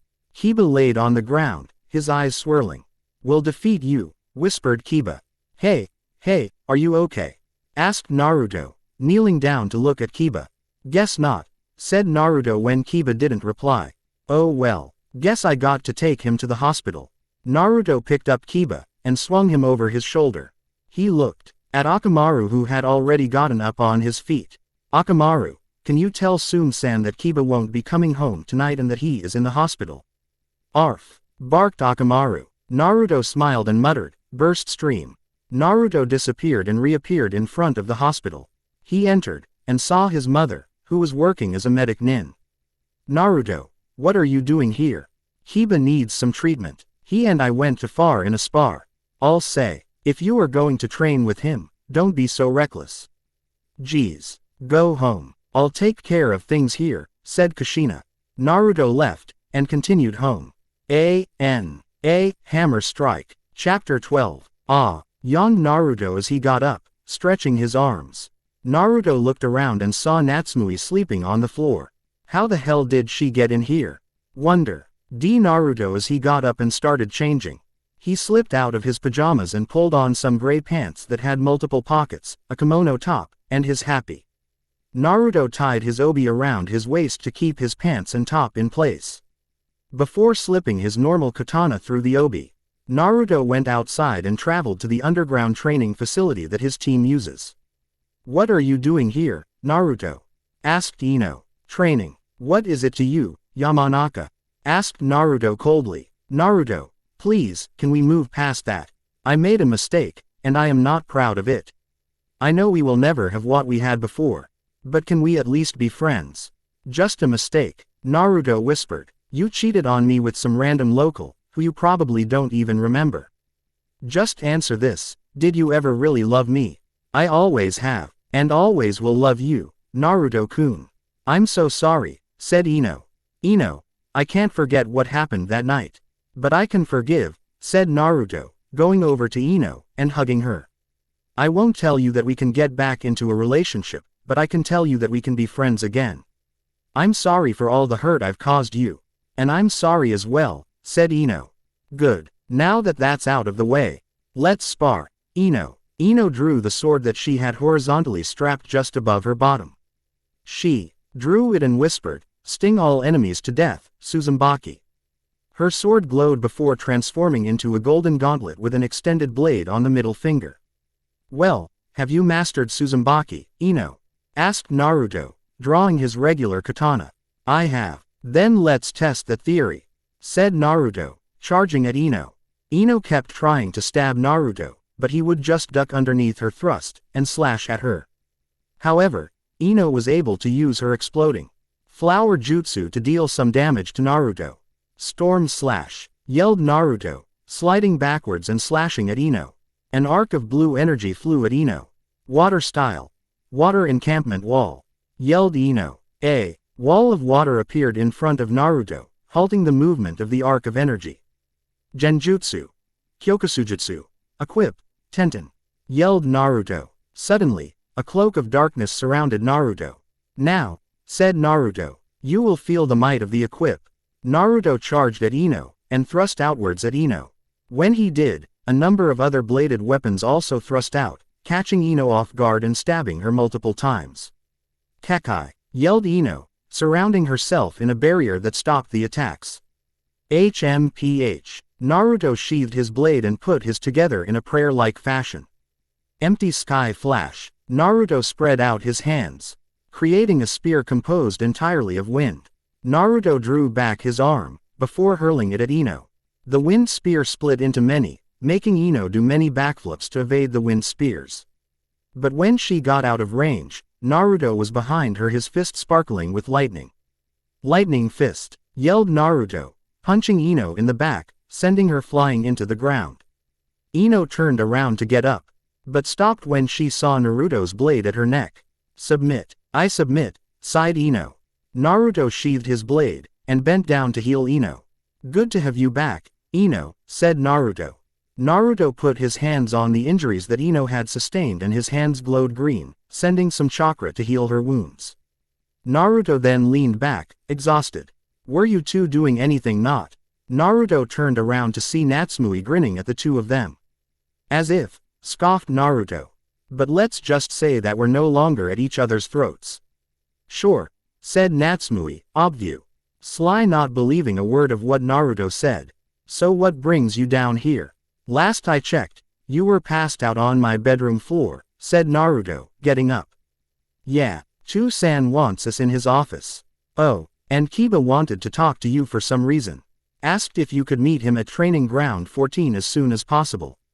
Fine, Ino, you go with Natsumi to Hokage-sama. Natsumi, tell Chu-san that I will be late. Burst stream. Naruto dissipated into air particles, leaving the two girls to leave and go to the Hokage Tower. Training ground 14. Hell, Kiba, said Naruto, landing in front of Kiba. How are you doing after that beating I gave you? Fine, actually. I was wondering if you could help me train when you aren't on missions. I could. Why do you ask now? Well, after you guys left, I kind of mellowed out. But old jealousy resurfaced. And now, I've mellowed out again. I realized how weak I am compared to you. I want to get stronger so that I can protect Konoha. Please train me. Fine, I'll think about it, said Naruto, after eyeing Kiba for a few seconds. We're going to have to talk later, as Hokage-sama has summoned me. But I'm glad that you've mellowed out, Kiba. That is your first step to becoming stronger. Naruto jumped into the air and started floating away towards Hokage Tower using wind manipulation. Naruto landed on the windowsill and knocked. Can't you use the freaking door, Naruto? Asked Minato. I could, but that would be too much work, replied Naruto. So, what's going on? Well, as you know, we received information from Sasori on the location of a spy in Orochimaru's midst. Your mission is to go and recover that spy before Orochimaru arrives. Understood. Ino, I want you to bring me Neji, Shikamaru, and Tenten for the main squad. You, Natsumoi, and Hinata will be backup. Go. Why is Natsumoi backup? Asked Minato, after Natsumoi and Ino left. Because, there is a possibility she could go 4 tails.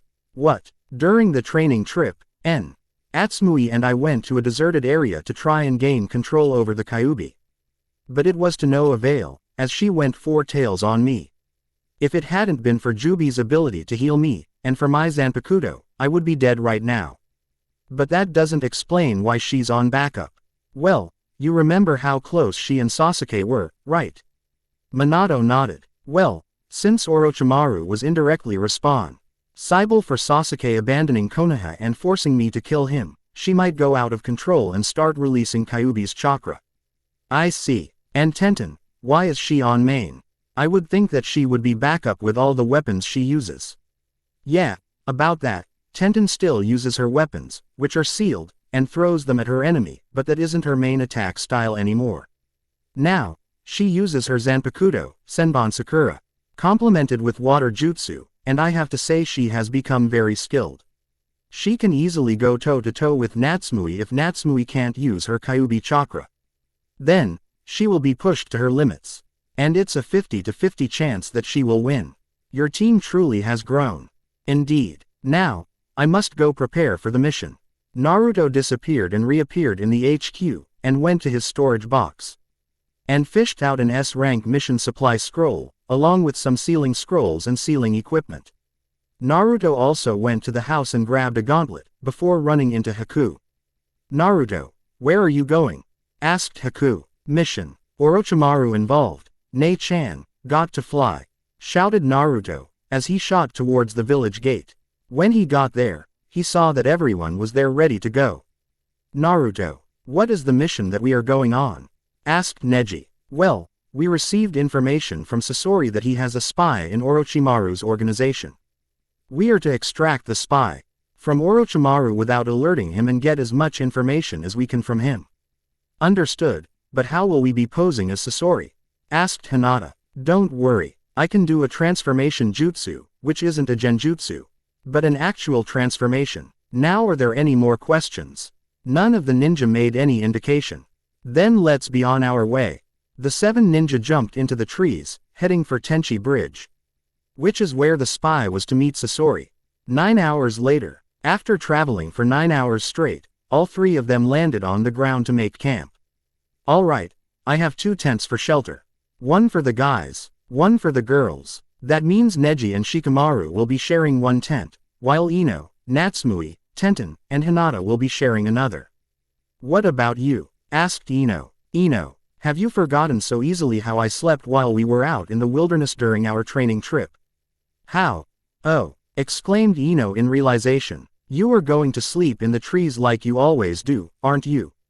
Yep. Now, get to bed. We have a long ways to go tomorrow and we have to move fast if we want to catch the spy. Now get into the tents, said Naruto, jumping into a tree, and RMING sphere of ice around himself as he slept in the tree. 5 o'clock. Next morning. Naruto woke up the next morning and started doing some light chakra exercises, like keeping a kunai balanced on its tip on his head while he prepared breakfast.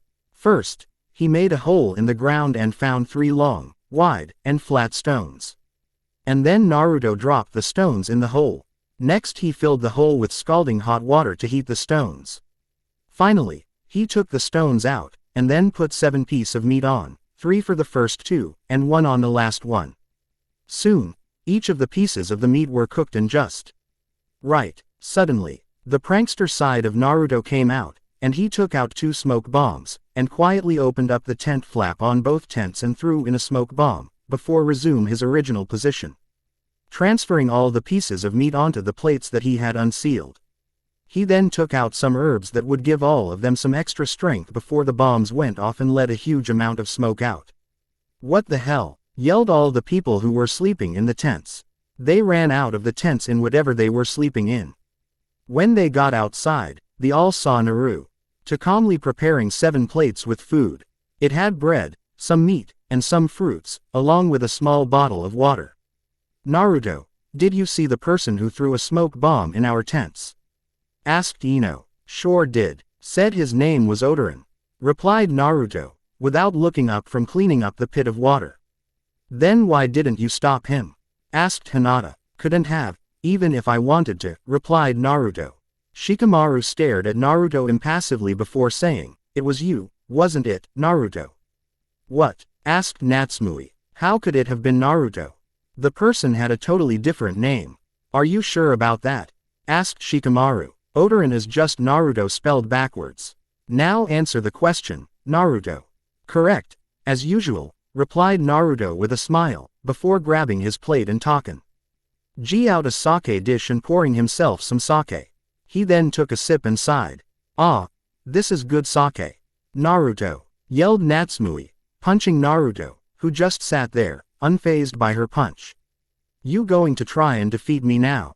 "Hell no," replied Natsumui. "Even I can't beat you with the Kyuubi's help. It is really frustrating. How the hell are you so powerful? And that's without you using the special energy or use Zanpakuto." "I know. Now eat. We have to be at the bridge by 12 o'clock to meet the spy. So quickly eat so we can get to Tenchi Bridge as fast as possible. Also, if I know Orochimaru like I think I do, then we're going to have to deal with Orochimaru as well, since he will more than likely not let anyone who is near him out of his midst, so be prepared for that. Should that happen, Shikamaru will take charge and bring the spy back, whether it's through cooperation or force, I don't care. Also, the backup team will come and help out if I go to take on Orochimaru. We don't know if Orochimaru will have other backup teams of his own on standby." "Understood. Yes, sir." "Good." All 7 of them finished eating their meal, before they packed up what they had and got all their gear on before heading over to Tenchi Bridge. When they got there, it was about 11:50. Naruto formed multiple hand seals, before whispering, "Transform." Naruto was enshrouded in smoke before he took on the form of Sasori while Sasori was still in his Hirako puppet. He then walked out to meet the spy who appeared, while wearing a hooded cloak. "It is good to see you, Master Sasori," said the spy. "And you as well," said Sasori. "Do you have any new information of Orochimaru? Where are his bases?" "Well," said the spy, as he removed his hood to show the face of Kabuto, "we have many bases. At most, we are at a base for only 1 week at a time. If you come with me to our current base, I can show you a map of." Suddenly, Orochimaru appeared behind Kabuto. "Kabuto, are you planning on beat or not, Orochimaru-sama? I was just greeting my old master, Sasori-sama. So you broke the seal that I placed upon Kabuto, did you, Orochimaru?" "Of course, Sasori. It wasn't too hard. Besides, you gave me a loyal soldier when you sent Kabuto to me. I thank you for that." "I see. Now, I believe it is time I left," said Sasori, before Orochimaru launched his head at Sasori, before a wall of water appeared in front of Sasori. When it disappeared, in Sasori's place was Naruto. "Naruto-kun, how nice to see you. By your appearance, can I assume that Sasori is dead?" asked Orochimaru. "You may. First response team, form up. Shika, take lead. Let's go. First response team, going forth." Naruto drew his blade from the plain wooden sheath on his belt, and charged at Orochimaru, forcing Orochimaru back. Orochimaru and Naruto landed in a clearing just north of Tenchi Bridge. "Are you ready to die, Naruto-kun? In your dreams, bastard." Naruto charged at Orochimaru, and started slashing, and stabbing and performing many basic, yet very effective attacks against Orochimaru, who was forced to dodge each time. "Earth style. Great landslide," yelled Orochimaru, slamming his hands down on the ground. A huge amount of boulders shot out of the land in front of Orochimaru right at Naruto. "Sword style. Quick sword," yelled Naruto, flashing his blade at the boulders. As the boulders came at him, the rocks fell into pebbles. Destroyed by Naruto's blade. How did you do that? I can't tell you, but I can show you technique of mine. Only one other person has seen it in battle, and that was my sister. Everyone else has died when they saw this technique, said Naruto. Genjutsu. Kyokusujutsu. Black smoke started rising from Naruto, while Orochimaru grew confused. Wind style. Great breakthrough, yelled Orochimaru. The blades of wind ripped right through Naruto, yet no damage was dealt. Naruto walked straight towards Orochimaru slowly, sheathing his sword. You don't get it, do you? Once I used this jutsu, you lost all hope of winning. With Kyokusujutsu active, you can't touch me. I am like the reflection of a moon on water. You can see me, but you can't reach me. Impossible, yelled Orochimaru. Afraid not. And this is your end, said Naruto, once he got right in front of Orochimaru. Ryuke Chigung Tashinko, yelled Naruto, striking Orochimaru right in the chest, sending a beam right through Orochimaru, making him to start coughing. What did you do to me? I only used the final technique of the Shinyi Lihue Taijutsu style. The Shinyi Lihue style. You were able to find the fabled Masataka clan. Indeed, I found the final one, who taught me all the secrets of his clan. And now, you are dead, said Naruto, impassively, as Orochimaru collapsed on the ground convulsing and coughing up blood. But before you die, whispered Naruto, as he lifted up his eye patch, revealing his Sharingan, tell me everything you know about the Akatsuki. And so Naruto was able to fill out 3 books of information on the Akatsuki before Orochimaru died. Thank you, Orochimaru, said Naruto, leaving for the bridge, until he sensed an increase in Kyuubi's chakra.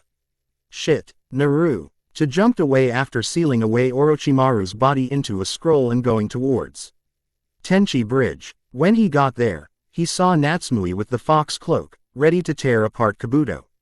Naruto. Sealing tag, now. Naruto nodded and slapped a sealing tag onto Natsumui's forehead, forcing the chakra to recede. What the hell were you thinking? Yelled Naruto, when Natsumui calmed down. He mocked Sasuke. He said that Sasuke was a useless ninja who only relied on his Sharingan. You think I'm going to let him insult Sasuke's memory? Only when he is right, replied Naruto quietly. During the Chunin exams, the only reason he got through is because of the Sharingan. It was his only true strength. Now that is enough. Fall in line, Chunin Namikaze. But nothing. Continue, and it will be insubordination, replied Naruto, glaring at Natsumui. And we need the information from Kabuto. Fine, but I don't like it. You don't have to like my orders, just follow them, replied Naruto. Now, let us be going, said Naruto. Naruto slapped a seal on Kabuto, which knocked him out. This will keep Kabuto asleep for about 2 days. I want to be in Konoha before he wakes up. Any injuries that can't be treated later? No, Naruto. We're all good, said Ino. Good. Then let's go. The 7 took to the trees, with Kabuto slung over the shoulders of Naruto. The group traveled non-stop, not even for a bathroom break towards Konoha. Finally, after 2 days of non-stop traveling, the group of 7 got to Konoha, exhausted, but very much combat-ready. Azumo, Katetsu, we're going to see my father, said Naruto. The entire group rushed to Hokage Tower and entered the Hokage's office. Naruto, who is that on your shoulder? We have apprehended the traitor, Kabuto, who was Sasori's spy. But as it turned out, Orochimaru broke the seal that Sasori placed on Kabuto, which was keeping Kabuto loyal to Sasori. I see, so we are going to use him to get as much information on the Akatsuki as possible.